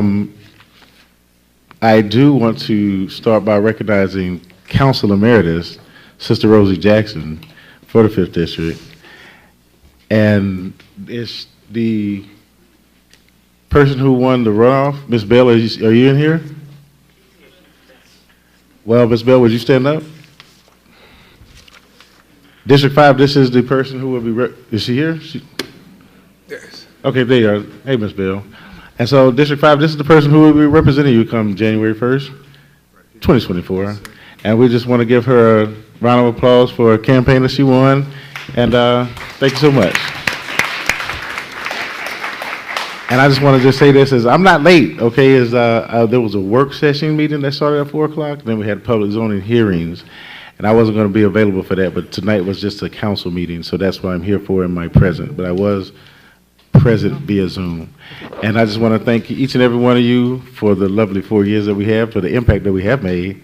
And to all of our nonprofits, would y'all stand up, please? This is who, right. These are the people who made things happen and the impact felt that is around, where there's global impact, actually. And so I just want to thank you, and I appreciate you all. I love you all. And we continue to work. Might not be on this side of the aisle, but we're still going to continue to work because we just ain't going to stop doing that. And so I appreciate y'all coming out tonight, and those who stayed. I do apologize about the time because I was not going to be here at 4 o'clock. And so, but thank you all, and let's get this final meeting of the year underway. All right. I love you, and you can't do nothing about it. All right, thank you, Councilman Reeves, and thank you for your service. Some constituents who've been waiting patiently to give public comment have made a request for us to move that up to the next item on the agenda. But first, we're going to do a roll call. Mr. Clerk, would you go ahead and call the roll? It's a roll call for the regular meeting, December 12th, 7 p.m. of the City of South Fulton City Council. The Honorable Catherine F. Rao, District 1. Present. The Honorable Carmelita Gums, District 2. Present. The Honorable Helen Z. Willis, District 3. Present. The Honorable J.C. Sebastian, District 4. Present. The Honorable Corey A. Reeves, District 5. Counter for. The Honorable Natasha Williams Brown, District 6. Present. The Honorable Linda B. Pritchett, District 7. Here. And the Honorable Mayor Khalid. Present. Mayor, you have quorum. All right, I'm going to go ahead and just ask for a motion to hear public comment if I can get a motion and a second in agreement from council. Mayor? Wait, the chair recognizes Councilman, I'm sorry, Rowell. I saw her hand raised. Want to make a couple amendments to pull off items 3 and 4 because we did them at the work session. To move item number 10 to number 6 and remove it from the consent agenda. The request approved City of South Fulton legislative packet so we can discuss it. And then move public comment to, I guess we can make that number 3.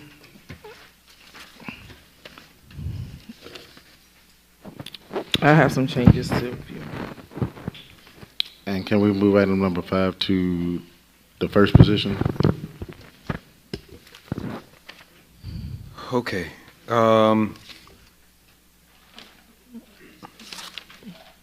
We have one proclamation. We're asking to do one proclamation, then public comment. One proclamation, then public comment. Then the other changes as enumerated by Councilwoman Rowell and Councilman Willis. You have more changes. Yes.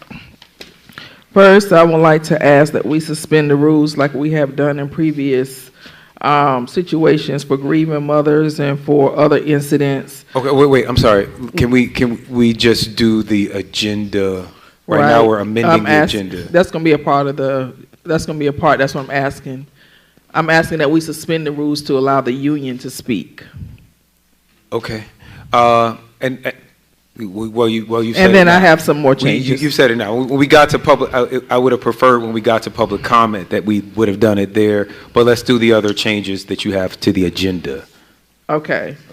I also would like to add number 20 for a Christmas give back for $100 gift cards and food items for December 23rd, Saturday. I also would like to add a senior bingo event for February to be determined, a town hall for February to be determined, and a human sex trafficking event with the City of South Fulton Human Sex Trafficking Ambassadors in January to be determined. All right. Any other additions? All right. Let me just, so are those all of the additions? Because then okay, so we have a motion and a second to approve the agenda as amended. Any discussion? The chair recognizes Mayor Pro Tem Williams Brown. Since the CBA for the firefighters union is already on the agenda, wouldn't they be able to make any comments that they want to make during public comment? Why? I don't think I'm clear on why we would need a whole separate section to hear from the firefighters if they have the opportunity to speak during public comment because it's an agenda item. I think it was just asking for them to be included in public comment because they may not be residents of South Fulton or Right. property or business owners in South Fulton, which Okay. is what our public comments are restricted to. Okay, thank you. I didn't hear that part. Got you. So thank you. Got you. We may just want to at some point expand that public comment to also include employees of South Fulton. Mr. Mayor, I know we have a motion and vote, but I just wanted to put on the record that Councilmember Sebastian did submit a list of events, several events for approval today, as well as Councilmember Pritchett is asking for acceptance of a donation of a food for 300 pounds from Green Shades Foundation and to donate a donation to Shelter in Arms on December 6th. And then lastly, the city manager is requesting approval of a second extension of a lease agreement for Wolf Creek Amphitheater. Mr. Clerk? Mr. Clerk, and the addition which you have on the pink paper to appoint? Oh, yes, there is a, Councilman Pritchett wishes to appoint Mario Clark to the Public Arts Commission. She wishes to have that added to the agenda as well for consideration. Okay, let's do, we'll talk about the events when we do all of the events. Let's add the Wolf Creek contract as 17B. Let's add the donations as 19B. And was there anything else that I didn't hear? We're going to do all the events when we get to the events. At 20. Item 20. Yeah, we're going to add those to item 20. Is that good? Everybody's clear? All right. Any further discussion? Seeing and hearing none, I entertain a motion. Let's do a vote by show of hands. Court, that approved, yes, unanimous. All right. Please sound the next item. I believe that's the proclamation. Point of order, Mayor, I'm sorry. Nobody seconded. We all made our motions to add the stuff, but nobody seconded.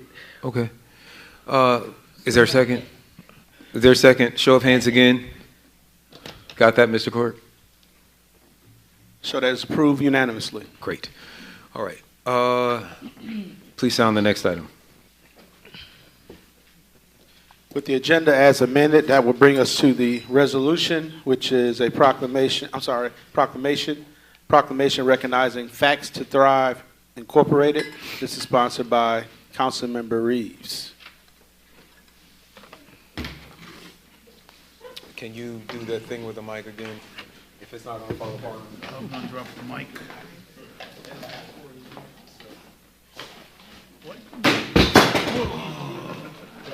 Why couldn't they go and get it? Huh? Why couldn't they go and get it?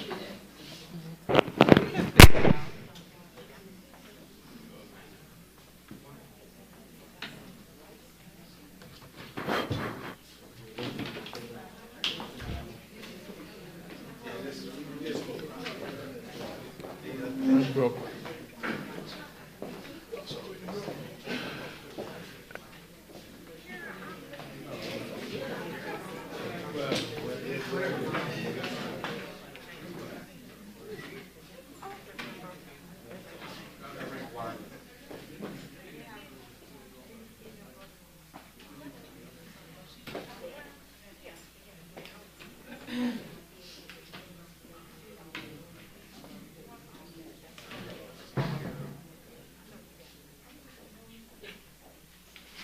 All right, ladies and gentlemen, what we have is a very special proclamation for not just a leader in the industry, but a good friend and somebody who has been impactful to not just this district and not just this area, but to the entire city and the region around. As very special, he has put a lot of work he did. And personally, gratitude. Thank you so much. Give us another message. And so it says, whereas April Harris, Naomi Booker, and Tamika Leverett, as founders of Facts to Thrive, Incorporated, have committed to bringing their skills and abilities together to serve the community at large, knowing knowledge is the path to freedom. And whereas launching on November the 19th, 2019, with their personal funds preserved through COVID and created an organization dedicated to providing training and support services to alleviate human suffering from poverty, technology, and incomplete life skills. And whereas established a public-private partnership to implement the first city trades and workforce training program with Parks and Recreation, Intellectual Training Center, and District 5, and partnered with constituents of the city nurse volunteers, Renee Mumford and Janae Mumford, to provide free CPR classes at Burnett Park and technology, computer, and phone classes for the elderly that have provided access for over 300 participants at 7 senior citizen facilities in Burnett Park, and to remain living independently throughout South Fulton. And then whereas in 2022, launched an international entrepreneurship business plan program and financial literacy public service loan forgiveness that helped over 100 people, waived $7 million in student loans, including $1.5 million specifically for the city of South Fulton employees.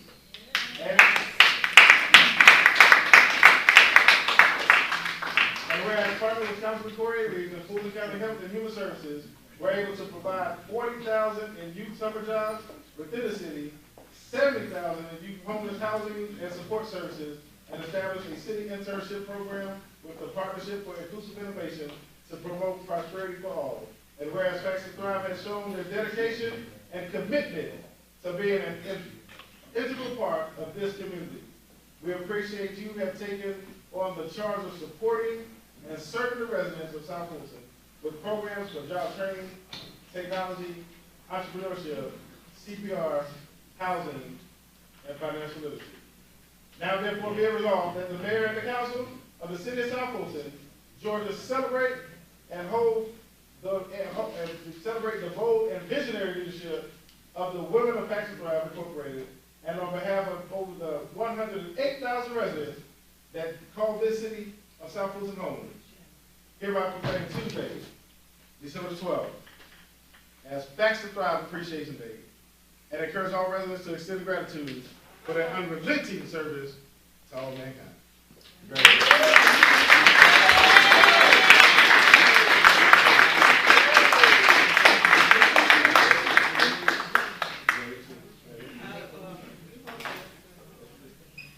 I want to thank all the residents of Fulton who are supporting us to support you.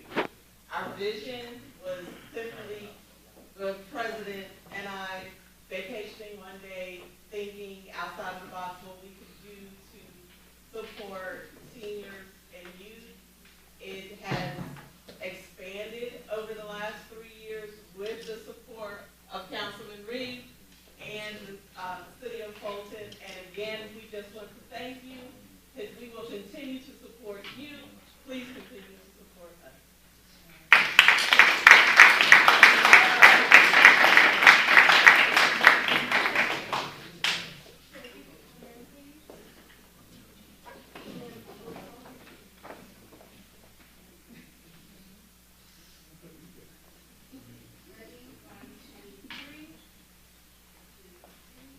Mayor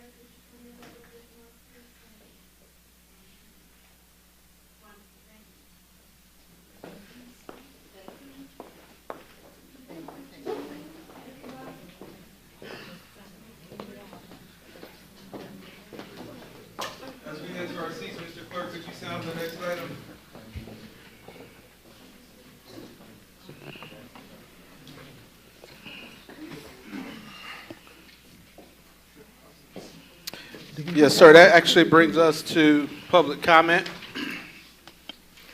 All right, I'm going to, as we always do, showing deference to our electeds and former electeds, I'm going to have our first public comment be Councilwoman Emeritus Rosie Jackson.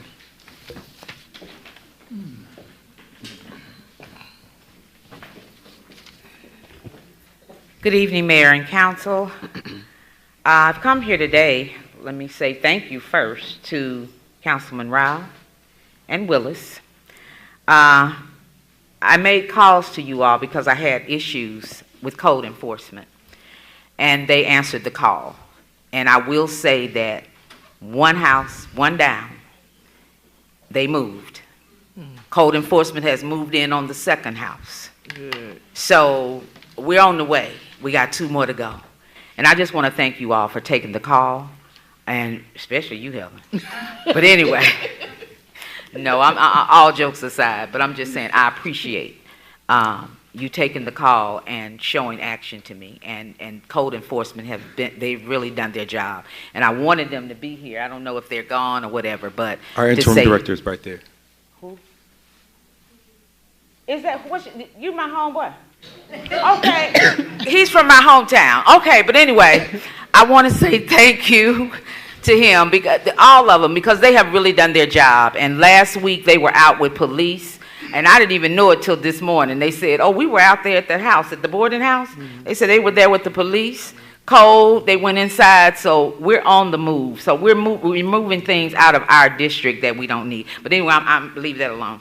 Okay, let me get to this part. Last meeting, I was listening on the YouTube, and you guys were stating that there were not members from our community that came out to speak about the townhomes.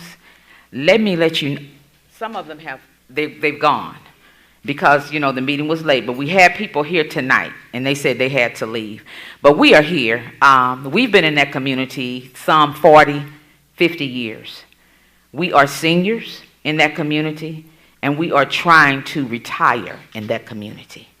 So we're asking that you all, not tonight, I heard you all talking about the townhomes that in some districts, but District 5 and 7, and we're looking at 7 as 5 too. Okay. Go ahead, you're an elected official, but I do want to ask you to be pithy. Okay, I am. I'm trying to get there. I'm getting there. Please look at 5 as 7. We're 7. We're connected to 5, and we've been there forever. But please know, we do not want this in our area. Please take a look. I don't know. Usually, you follow the lead of the council. I don't know if he told y'all. I told him myself. Now y'all know I don't stretch it. I told him, did you tell them to vote no and you vote yes and you vote no? He said he didn't. So I'm asking you all, please follow the councilman. We do not want this in our area. And also the last thing, I want to express my concern for the way we're qualifying our candidates that are running for office. And election was on there, so I can talk about this.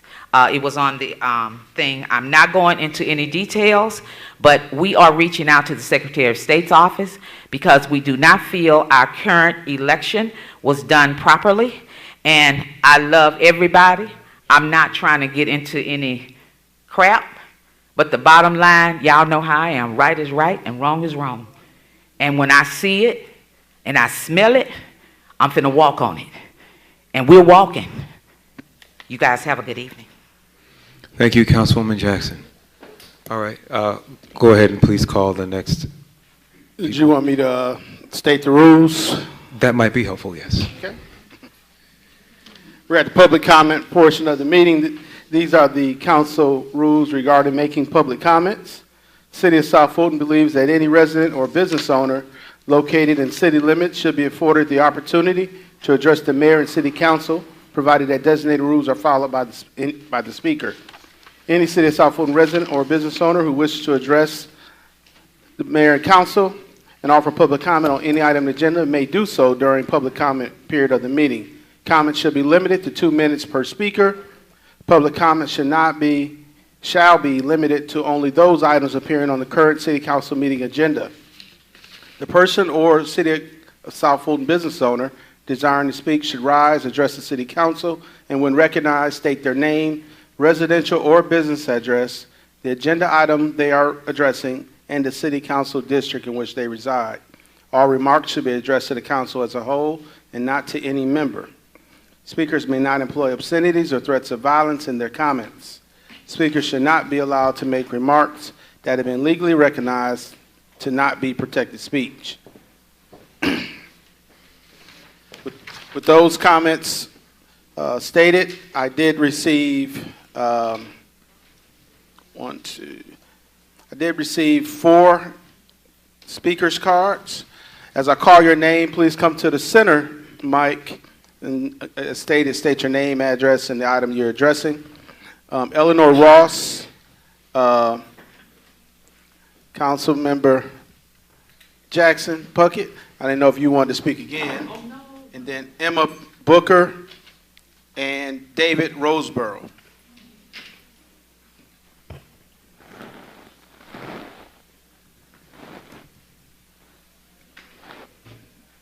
Good evening, Council. My name is Eleanor Ross. I live at 3855 Fellwood Place in District 5. And I wish to emphasize several key points that have already been shared earlier with Council in regards to this ordinance Z23014. It's an application for rezoning to townhouses. The parcel of land in question sits on Fellwood Place, which is a street that does not have access to sewer lines. All of the houses rely on septic tank systems. The proposal to construct 8 townhouses on this site will produce a negative environmental impact of epic proportions. Septic tanks are the initial receptors of household water and waste, and the contents of septic tanks filters out into drain fields, meaning the soil of the surrounding properties. So in essence, they create miniature wastewater plants in backyards of each of the properties. So in essence, you'll be concentrating the draining of 8 septic tanks on what has been said to be 1 acre of land, which essentially creates an environmental minefield. The current houses operate on the septic tank systems, reflect building codes that date back over 60 years when people were not as environmentally astute, or it was the only option available. To make such a decision today in 2023, when we should be far more advanced in our intelligence of environmental hazards, is a fundamental insult to the wealth of education and stewardship of the land that has been entrusted to us. I think as a body you are smarter than this. Please say no to this zoning nightmare. To grant this rezoning is essentially adding unnecessary density to the street and community. Research shows that adding density destroys actual neighborhoods, 1 house at a time, and it has a ripple effect. It does not increase value. High-density housing, such as townhomes, overburdens infrastructure with more people living in a smaller space. Please vote no on this rezoning application. Thank you.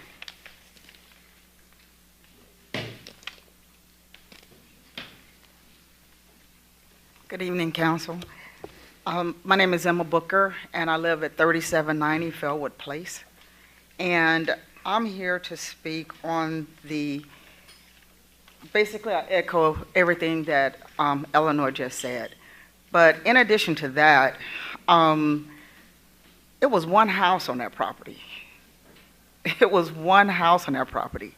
And now you want to put a string of townhomes on there. We have a small community and with a lot of elderly people that's been there for a very, very long time.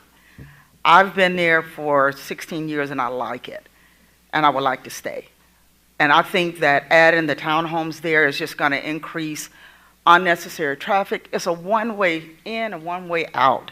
Right now, I'm probably about as sick of townhomes as I am warehouses that's being built.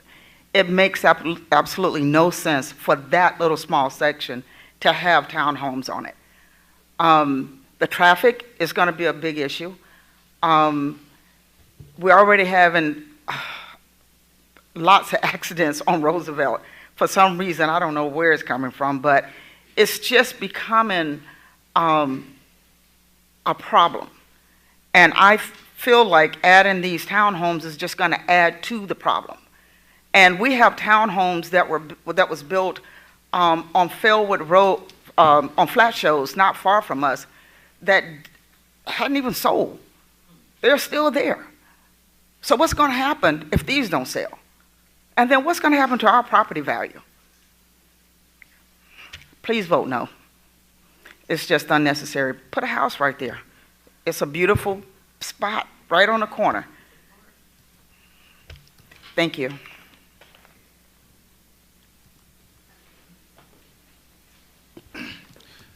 Next, we have David Roseborough and then Connie Robinson.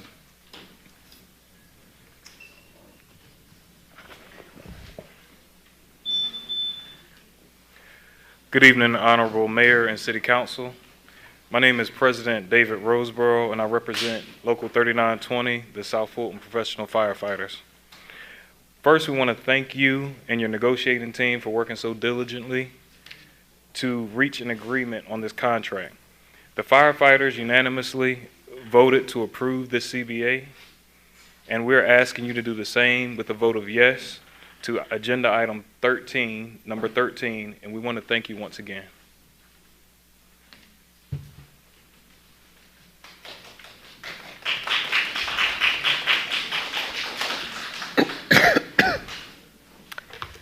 Good evening, Council, Mayor, City officials. Connie Robinson, 2805 Pondview Court, District 2. On behalf of the HOAs and neighborhood communities in the city that I represent as part of our collaboration group, I wanted to echo what the homeowners were saying as it relates to the townhomes. I would suggest moving forward, as you're looking at your policies and procedures, that you include a field trip to these locations that you have to vote on as it relates to zoning and things of that nature. One of the things that we do really need to work on is updating our land use plans and things of that nature, and hopefully we can add that to the agenda for 2024, the first quarter, and try to get that tackled. I do want to thank you all for the accomplishments that were mentioned earlier for 2023. I know you've done a lot, and I know there's still a lot to do, but I don't want to be remiss in not recognizing that you have done some things that we can be proud of, and so thank you for that. Also, I wanted to make mention of the presentation that was done on the Emergency Vehicle Access Ordinance, particularly as it relates to HOAs, because I understand that some communities are gated, and we, the council and city officials, were remiss in communicating with the HOAs as it related to the solid waste ordinance. And we had communities that actually included that in their HOA fees, and they had to do some, some different challenges as it related to how they were going to communicate that and break that out and, do what they needed to do as it related to their homeowners and the new solid waste contract. So as we look at the ordinance for emergency vehicle access, I hope that you plan to have some meetings with those HOA communities that are gated so that you can get their feel and their feedback as it feeds into that process. If you determine that that's something the city can pay for, then that would be great, but I still think the communication needs to go forward with them. Also, I wanted to make mention of the historic Cliftondale. Yes, Councilmember Rouse, I appreciate the comment you made on how we can preserve, some history as it relates to that facility. And my time is up, but I always have more to say. Thank you. Thank you, Ms. Robinson. And thank you, everyone, for your comments. And thank you, South Fulton Fire, for your service. All right, Mr. Clerk, would you sound the next item? Next item is approval of City Council meeting minutes. Request Council approval of City Council regular meeting minutes for November 28, 2023, and work session meeting minutes from November 28, 2023. I move to approve. I'm sorry, yeah, the chair will entertain a motion. I move to approve the regular City Council meetings for November 28th, as well as the work session minutes. All right, thank you, and thank you for that, Councilman Morrell. All right, any discussion? Seeing and hearing none, the chair, and I just want to make sure everybody is, and we're on our third meeting, so make sure you're in the regular meeting speakers queue. Let's take that vote by a show of hands. I show that motion as approved unanimously. All right, Mr. Clerk, go ahead and sound the next item. That brings us to council comments. All right, let's go in reverse order this time. We'll start with District 7, Councilwoman Pritchett. Thank you, Mr. Mayor, for acknowledging me. I want to thank all the citizens, all the residents that came out here tonight. It was refreshing to see so many people engaged and involved like they used to be. So I hope that in 2024, many of you continue to come out, let us know what you're thinking, how you feel. It's good to have community input. Let's see, I wrote down my ideas. I want to thank the Georgia Public Policy Foundation for partnering with me last Tuesday to present a very informative town hall meeting that discussed alternative education, grants, scholarships, and also affordable housing. And I also want to thank Wellgen One on a very successful Wellness Day event this Saturday, where they provided health care to residents, and we had some great participation, and they did some screenings and some really alternative solutions to traditional health care. Going to the doctor was more of a mobile type situation. And I do want to let residents know that myself and Mayor Pro Tem are having the Mingle Jingle Jam on December the 23rd at 7 p.m. at Crestwood Events and Conference Center. So I hope that you will see it on social media, on our website. Register, come, and have a happy holidays. All right, District 6, Mayor Pro Tem Williams Brown. I have no comments. All right, thank you. District 5, Councilman Reeves. Thank you, Mr. Chair, for recognizing me. And so I want to thank everybody who came out to our housing summit that we had with State Senator Donzella James, State Representative Mandisha Thomas, Correll Driscoll locally, and our special guest from an appointee from the Obama administration to talk about housing, housing choices, HOA. As Representative Thomas and State Senator Donzella James have been working on legislation to curtail the HOAs, and because that's who governs HOAs and oversee them. And then also, don't forget this week, starting December the 14th through the 16th, is the Outlaw Classic at Birthday Jam. I know we have a wide range of events over this weekend, particularly the re-grand opening of Sandtown Park. I know that's going to be something that that community enjoys and loves. I used to play there. So, and however, also too, don't forget, if you know anybody from 16 to 24 that's homeless, take advantage of the homeless grant opportunities through this administration. As you know, Baxter Drive and General Leverett, you see her about it. And so if you know anybody, just look out for them. And until we meet again, good morning, good afternoon, good evening, and I love you. So, I love it. All right, District 4, Councilman Sebastian. Thank you, Mayor. First of all, Councilmember Reeves, thank you for your service, brother. We're gonna miss you. You're gonna be owing me a lot of dinners for leaving me with an all-female council, but we'll be okay. We'll take care of things for you, brother.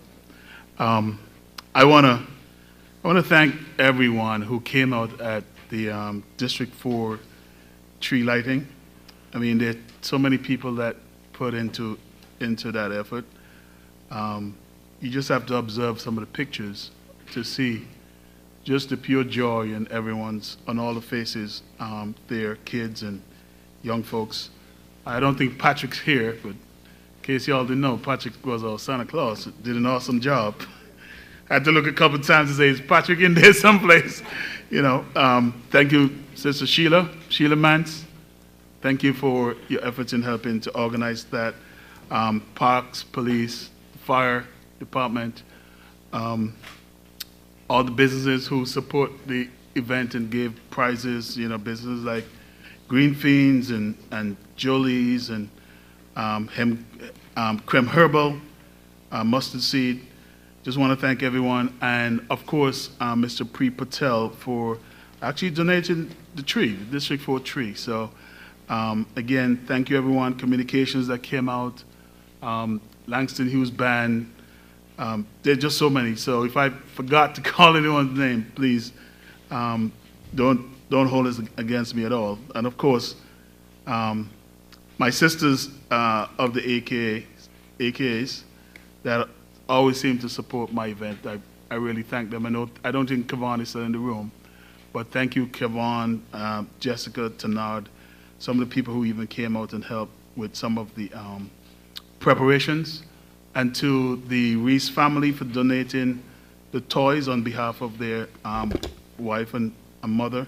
They do this annually, and this is the first year they're participating in allowing us to give out toys at the tree lighting. Also, want to thank those who assisted again with the food the food giveaway. I think we have 3 in 3 weeks in District 4, totally on schedule, but I want to thank those who kind of showed up and made it happen anyway. You know, I'd said if I'm getting free food, I'm going to give it out. Thanks to the Community Marketplace and Food Pantry for their generous donation of thousands and thousands of pounds of food. Thank you to people from District 4 that came out and supported that effort, volunteered.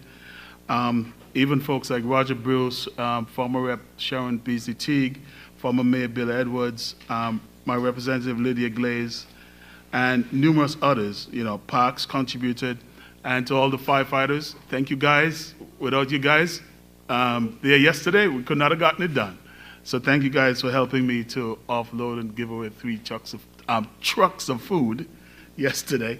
And again, you know, you look on the faces of the people who come along to get some free food, and I know it's all worth it. So again, guys, thank you, and thank you.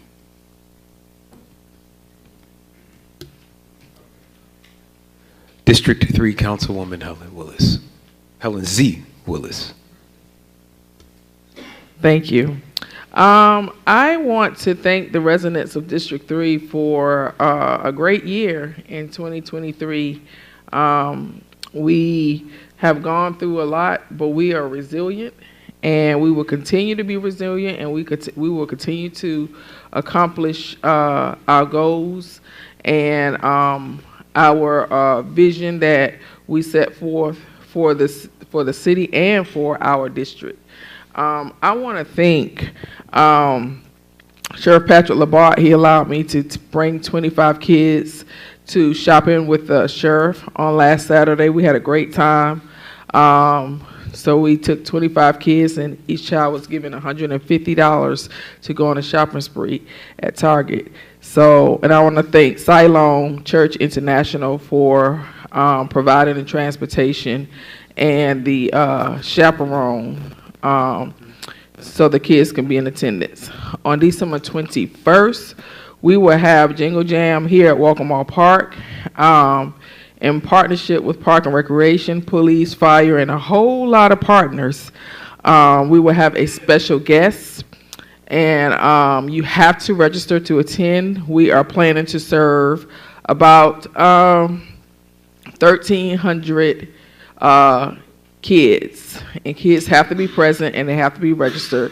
We will have an ice ring, we will have cookie decorating, face painting, and hot cocoa, and every child will leave with 3 to 4 toys.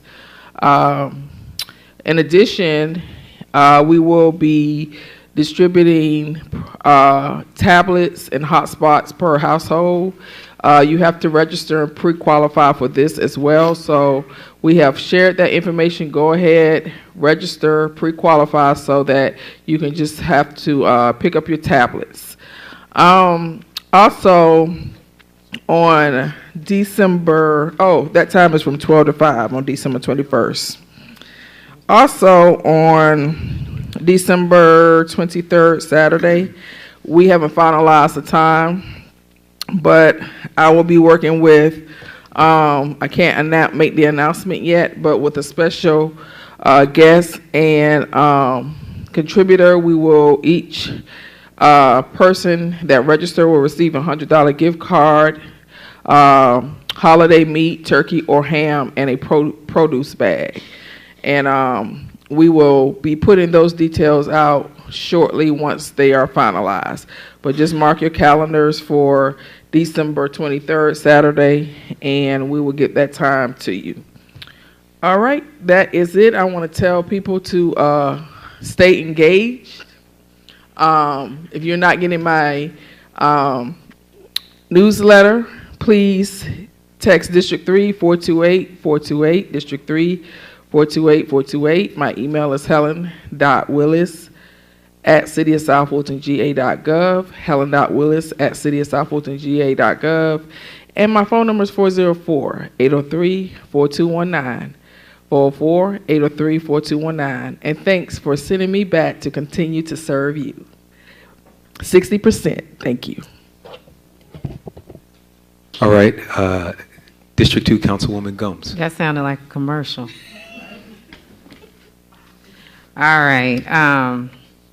First of all, I would like to say we had an amazing time at the senior Jingle Jam. We were the first ones to have our Jingle Jam, but we had that last Wednesday at Wood Creek Library, and we had over 60 seniors that participated. I do want to thank Deshaun Johnson, who is the guru of abs and from Senior Body Sculpting, who actually led our efforts. The seniors had a good time. They smiled. I want to thank all of the staff that helped out, even Patrick that came in as Santa Claus. So it was really nice to see the smiles on the seniors' faces, and they brought toys to give back. So thank you all for that. Also, today we had an awesome chaplains brunch with our police department and the community. The community had an opportunity to meet our newest chaplains, and that was really good. We got to fellowship with them.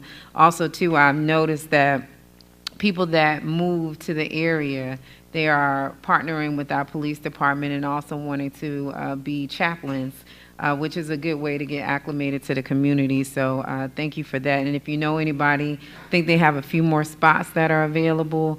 So if you feel compelled with the Holy Spirit, maybe you can apply to be a chaplain for our police department.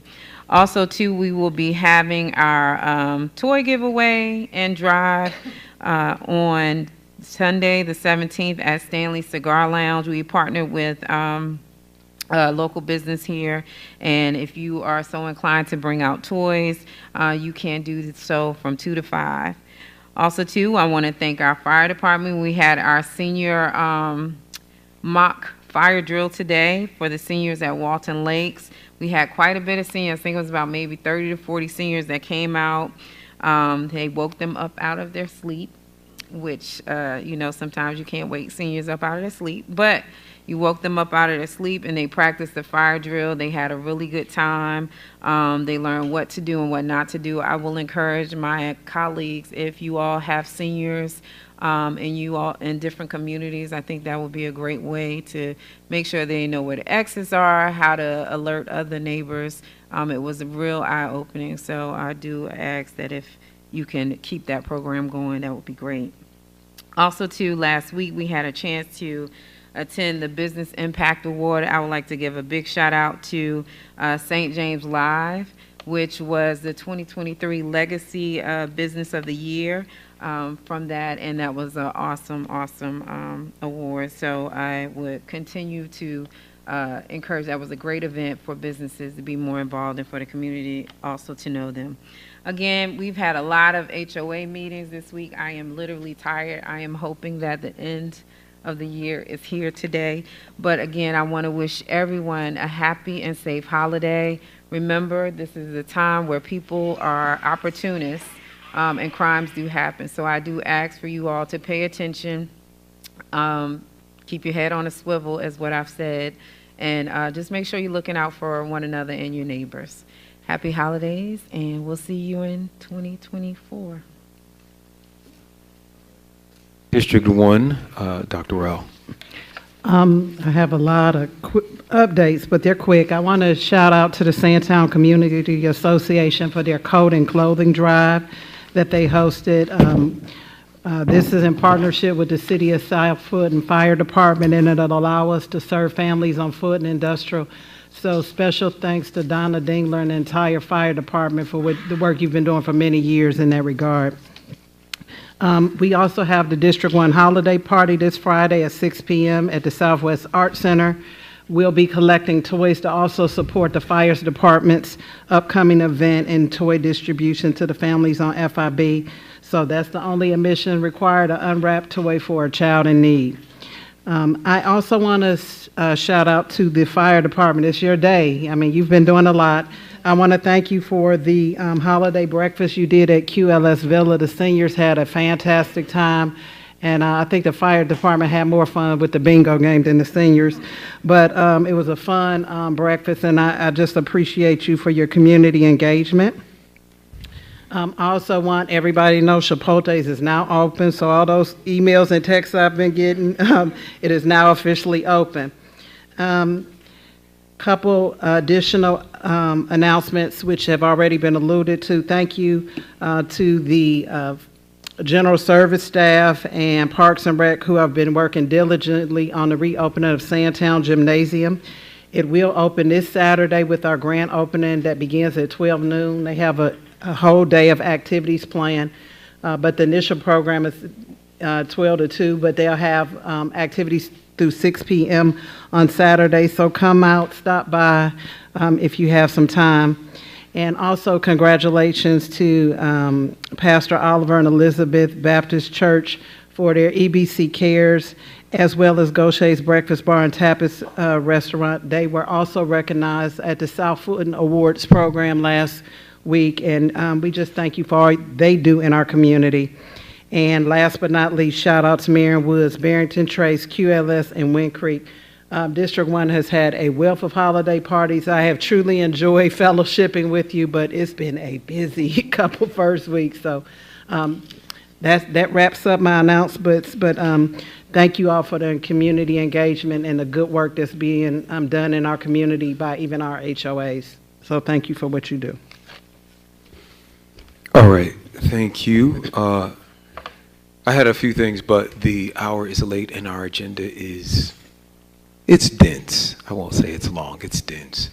But I do want to take a moment to thank Artie Jones, our Economic Development Director, for the most incredible event. It was really inspiring to see the excellence of our community on display at the Impact Awards, which will be an annual tradition. If you don't know about it, if you didn't hear about it, then you got to get plugged in.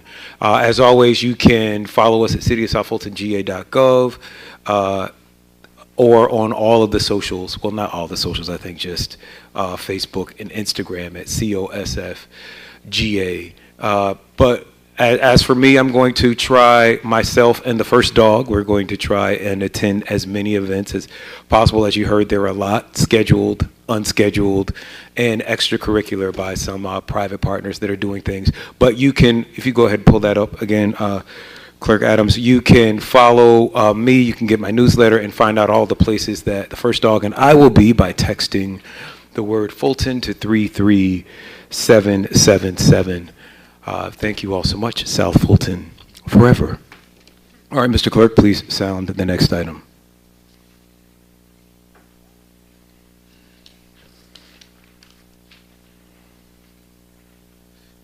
Mr. Mayor and Council, that actually it's pulled from the consent agenda. Well, I guess we need to do the consent agenda first. The next item is consent agenda. All right, I'll entertain a motion. I move that we approve the consent agenda for Tuesday, December 12, 2023. Second. All right, it's been properly moved and seconded. Any discussion? Just will note that for the record that item number 10 was removed from the consent agenda to be heard after this. Right.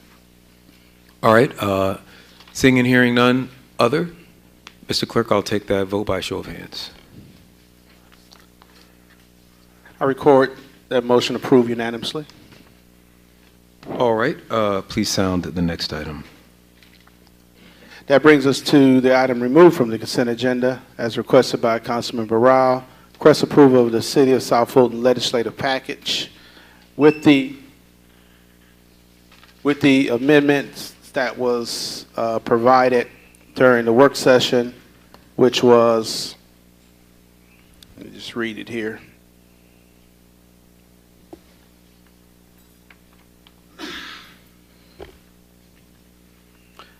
To strengthen candidate residency requirements, introduce a change to the city charter to close a loophole in residency requirements for candidates running for public office in the city of South Fulton. Can you repeat that again? I think there were more than that. Actually, They're on there. yeah, they were already on there. Yours was the alcohol license. Yours was squatters, which is already on there. And then Councilmember Willis said she's going to wait. She has legislation that is coming to be added to there.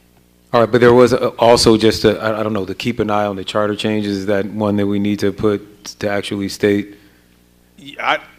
I wouldn't think so. I think that was just general direction.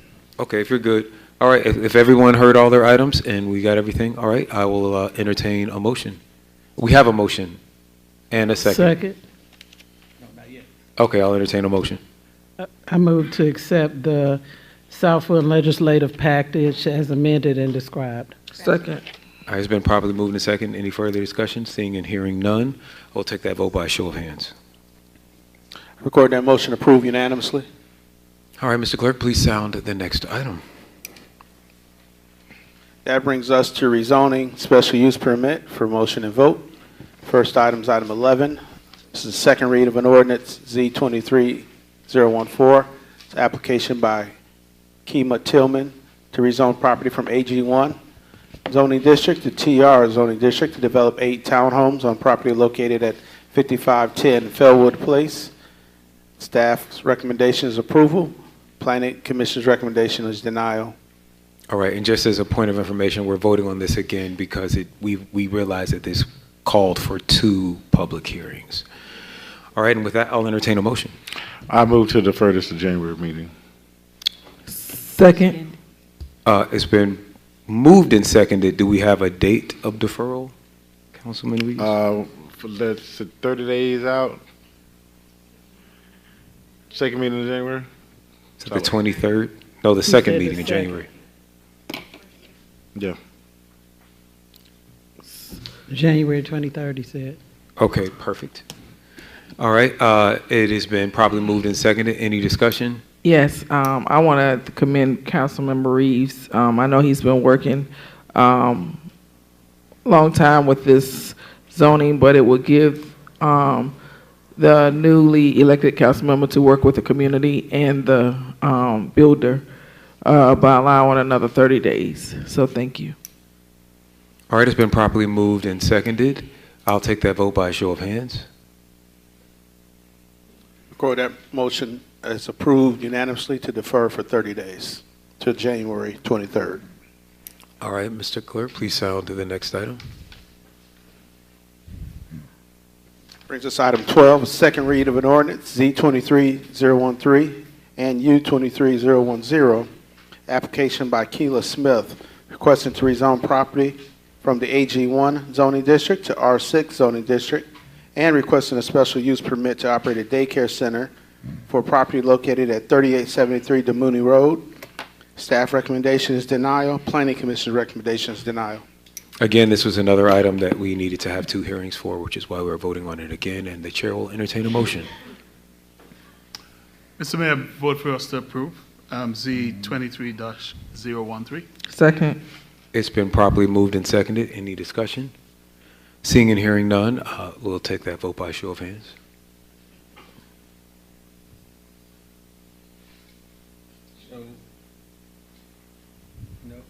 I'll tell you what, let's just do a roll call vote for clarity. Roll call vote, Councilmember Rao.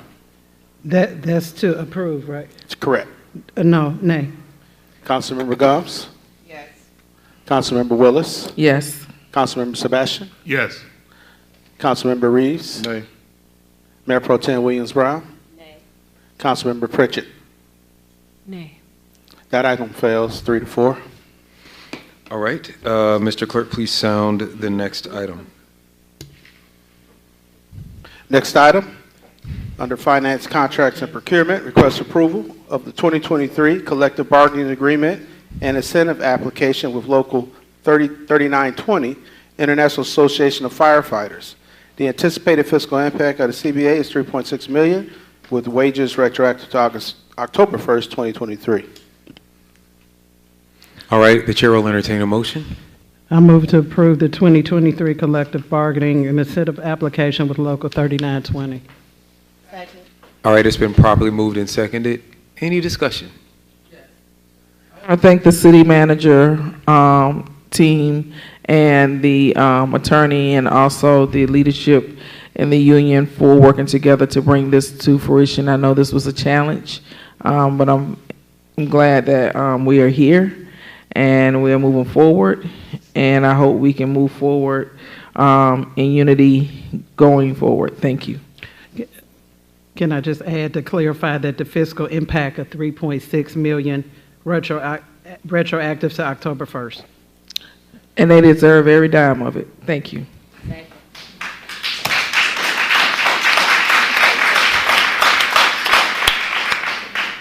Any other comments? All right, seeing and hearing none, we'll take this by a roll call vote. Yes. Roll call vote, Councilmember Rao. Yes. Councilmember Gomes. Yes. Councilmember Willis. Yes. Councilmember Sebastian. Yes. Councilmember Reeves. Absolutely, yea. Mayor Pro Tem Williams Brown. 1000% yes, and Councilwoman Pritchett had to take an emergency call. Here she is, Councilmember Pritchett. We're voting on the union. Okay, that motion was approved unanimously. All right, thank you.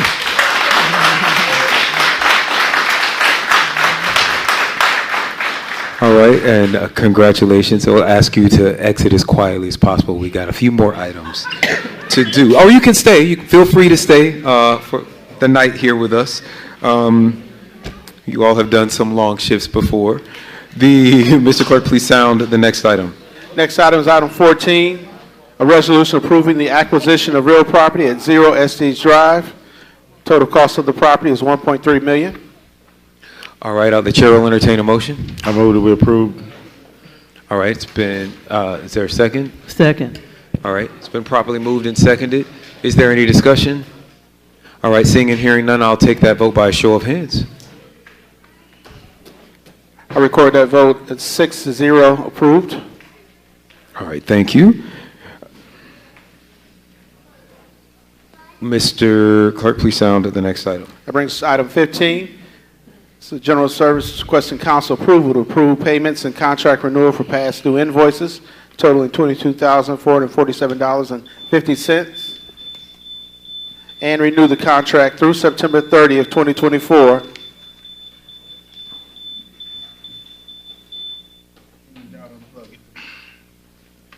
My apologies. Renew the contract through September 30th, 2024 for ITB 22-014 HVAC chiller replacement services with 5 Seasons Mechanical, LLC for an annual amount of $162,159. On May 25th, 22, the City Council approved and authorized staff to enter into a service agreement with 5 Seasons, which was the lowest responsive and responsible bidder to perform chiller replacement services for HVAC services with option to renew the contract for 2 additional 1-year terms. The contract expired September 30th, 2023. The staff is requesting contract renewal ratification from October 1, 2023 through September 30th, 2024. I'd like to The chair will entertain a motion. I'd like to make a motion to approve item number 15. The General Service Department is requesting council approval to approve payments and contract renewal for the past due invoices totaling $22,447.50 and renew the contract through September the 30th, 2024 for ITB number 22-014 HVAC chiller replacement services with 5 Seasons Mechanical, LLC.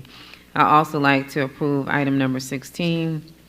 Public Works is requesting council approval to award contract request for proposal 2382 Construction Engineering and Inspection Services for contract administration, inspection, material sampling, and testing for the maintenance of capital improvement projects for an overall annual amount of $600,000 The initial term of the contract shall be for 1 year and may be renewed for 3 consecutive years, 1-year terms upon written. Also, I'd like to approve item number 17. The Public Works Department is requesting City Council approval for ITB number 2331, standby hot asphalt services to ER Snell Contractor for an amount not to exceed $150,475. The scope of services for the ITB number 2331 is for minor repairs of localized depressions, base failures, and shoulder failures, sinkholes, stripping, and parking lots. All right, it's been properly moved, well, it's been moved and seconded. Is there any discussion?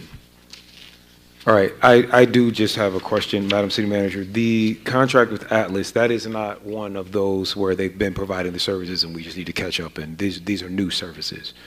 And this is a multi-year contract, so we will be able to review it before we renew it for successive terms, just to make sure that things are operating smoothly. Okay, thank you. All right, I'll entertain that motion by a show of hands. Record that approved 5-0. All right. Mr. Clerk, please sound the next item. Yes. So the next one is in addition to the agenda. It's the approval of the second extension of a lease agreement for Wolf Creek Amphitheater. The chair will entertain a motion. I'd like to make a motion to approve the second extension for the lease agreement for Wolf Creek Amphitheater. Second. All right, it's been properly moved and seconded. Any discussion? No. All right, seeing and hearing none, I'll entertain that vote by show of hands. Record that approved 5-0. All right, Mr. Clerk, please sound the next item. Next item is a second read, request approval on ordinance amending the FY24 budget, amendment number 1. Madam City Manager. Thank you, Mayor. This is second read on ordinance requesting an amendment to the budget to bring forward funding from fiscal 23 for projects that were incomplete and would draw down of our fund balance in order to make our capital purchases of the administration building at 4715 Frederick Drive and the balance of the funding needed to purchase the SD's property. All right, there any questions? All right, I do just have one question. We did approve this this big package for the CBA. Is that included in this budget amendment, or we have another one forthcoming? We built it into the budget with an estimate, so we feel pretty confident we'll be able to cover it. Look at that. That's why you're a great city manager. All right, the clerk, I'm going to entertain this vote by show of hands. We didn't make a Need motion. a motion. Did we no, I'm sorry. I'll entertain them. I thought we did a motion. Can I make a motion to approve the second read for request approval of an ordinance amending the FY 2024 budget amendment number 1. Also, 2, I would like to make a motion to approve the resolution amending the city's human resource policies and procedures manual. Also, I would like to make a request to approve the city council events that has been amended all the way through January 2024 through March of 2024. With the added events? With the added events, I said that's amended. Okay. Discussion. It's been moved and seconded. Is there any discussion the chair recognizes? District 3 Council. Did somebody second it? Second? Oh, okay. Yes.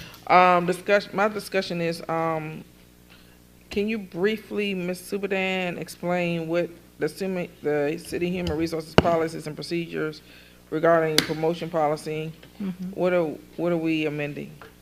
So originally, our promotion policy said 10% for promotions. Okay. But now we're on a step plan, so it's 10% or the next step, whichever is closest. Okay, that's fine. To conform with the new pay plan. Okay, thank you. I'm good. Seeing and hearing no further discussion, I will entertain that vote by show of hands. That motion is approved unanimously. All right, Mr. Clerk, will you? That's items 18, 19, and 20. Okay, well, I think we have 19B. Yes. Go ahead. So 19B is a request to approve a donation of 300 pounds from Greed Shades Foundation and to donate to Sheltering Arms on December 6th. And this was added by Councilmember Pritchett. All right, the chair will entertain a motion. I move to approve the donation of 300 pounds of food from the Green Shades Foundation and later donated to Sheltering Arms. Second. All right, it's been properly moved and seconded. Any discussion? Seeing and hearing none, I'll take that vote by show of hands. Record that. Oh, okay, thank you. It's approved unanimously. All right, Mr. Clerk, would you sound the next item? Next item are all first read ordinances. First read an ordinance to rezone certain properties within the Fulton Industrial Boulevard corridor from the M2 zoning district to the C2 zoning district and the C1 zoning district. This is sponsored by Councilman Barral and TDRA. First read. All right, any comments, Dr. Rowell? This is really to address some cleanup that needed to occur in terms of the zoning at the I-20 exchange. So just working with the CDR department to get that cleaned up. All right, thank you. Please sound the next item.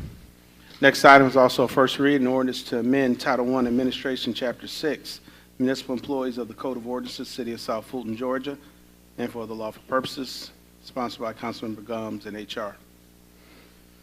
All right, Councilwoman Gomes or HR, do you all have anything to add? Don't right now. Okay. All right, Mr. Clerk, please sound the last item. I actually got two items, but this one is a first read, TA 23-003, an ordinance to amend the City of South Fulton zoning ordinance as amended for the purpose of amending regulations related to food truck permits and for the lawful purposes. This is sponsored by Councilmember Pritchett. All right, Councilwoman Pritchett, do you have anything to add? Yes, the law has changed, Georgia law has changed with regard to food trucks and their the permitting process, and this is just to bring us in conformity with Georgia law. All right, Mr. Clerk, will you please sound the last item? And the last item on the agenda is a request by Councilmember Pritchett to appoint Mario Clark to the Public Arts Commission as the District 7 representative. All right, I'll entertain a motion. I move to appoint Mario, I move to approve what was sounded by the clerk. Second. Second. All right, we have a motion to approve the resolution as sounded, and it has been properly seconded. Any discussion? Seeing and hearing none, Mr. Clerk, I'll take that vote by show of hands. My motion was approved unanimously. All right. We are at executive session 1 hour ahead of schedule, even though we started 1 hour behind schedule. So I hope that we can continue this diligency and efficiency as we head into executive session. I will entertain a motion. I move that we recess to executive session for personnel, real estate litigation, and cybersecurity. Is there a second? Okay, it's been moved and seconded. Any discussion? Seeing and hearing none, we'll take that vote by show of hands.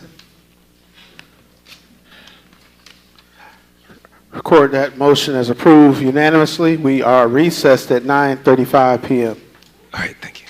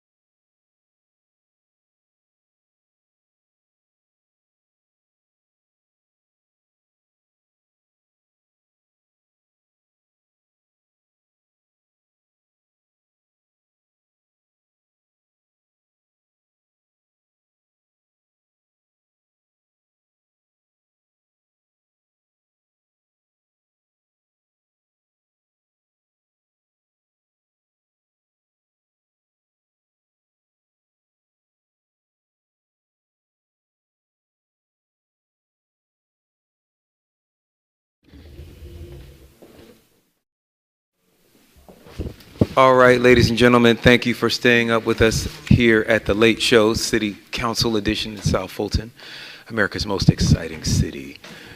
We now have a quorum. Mr. Clerk, I'm going to ask for a motion to adjourn executive session. I move to adjourn the executive session. Second. All right. You get to vote. I'm just going to follow the procedure. Mr. Clerk, was there anything that we discussed in the executive session for which we need to take a vote for out here? No, sir. There was nothing, no action taken in executive session that requires a public vote. Excellent. I will entertain a motion to adjourn. I'd like to make a motion to adjourn. Second. All right. Is there any comments? I have one comment.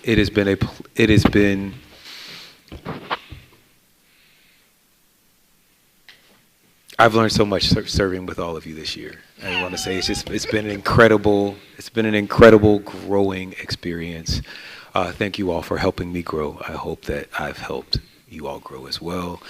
And with that, I'll take a vote to adjourn by show of hands. Record that is unanimous. The motion is approved. We are adjourned. Good night, everyone. South Fulton, forever.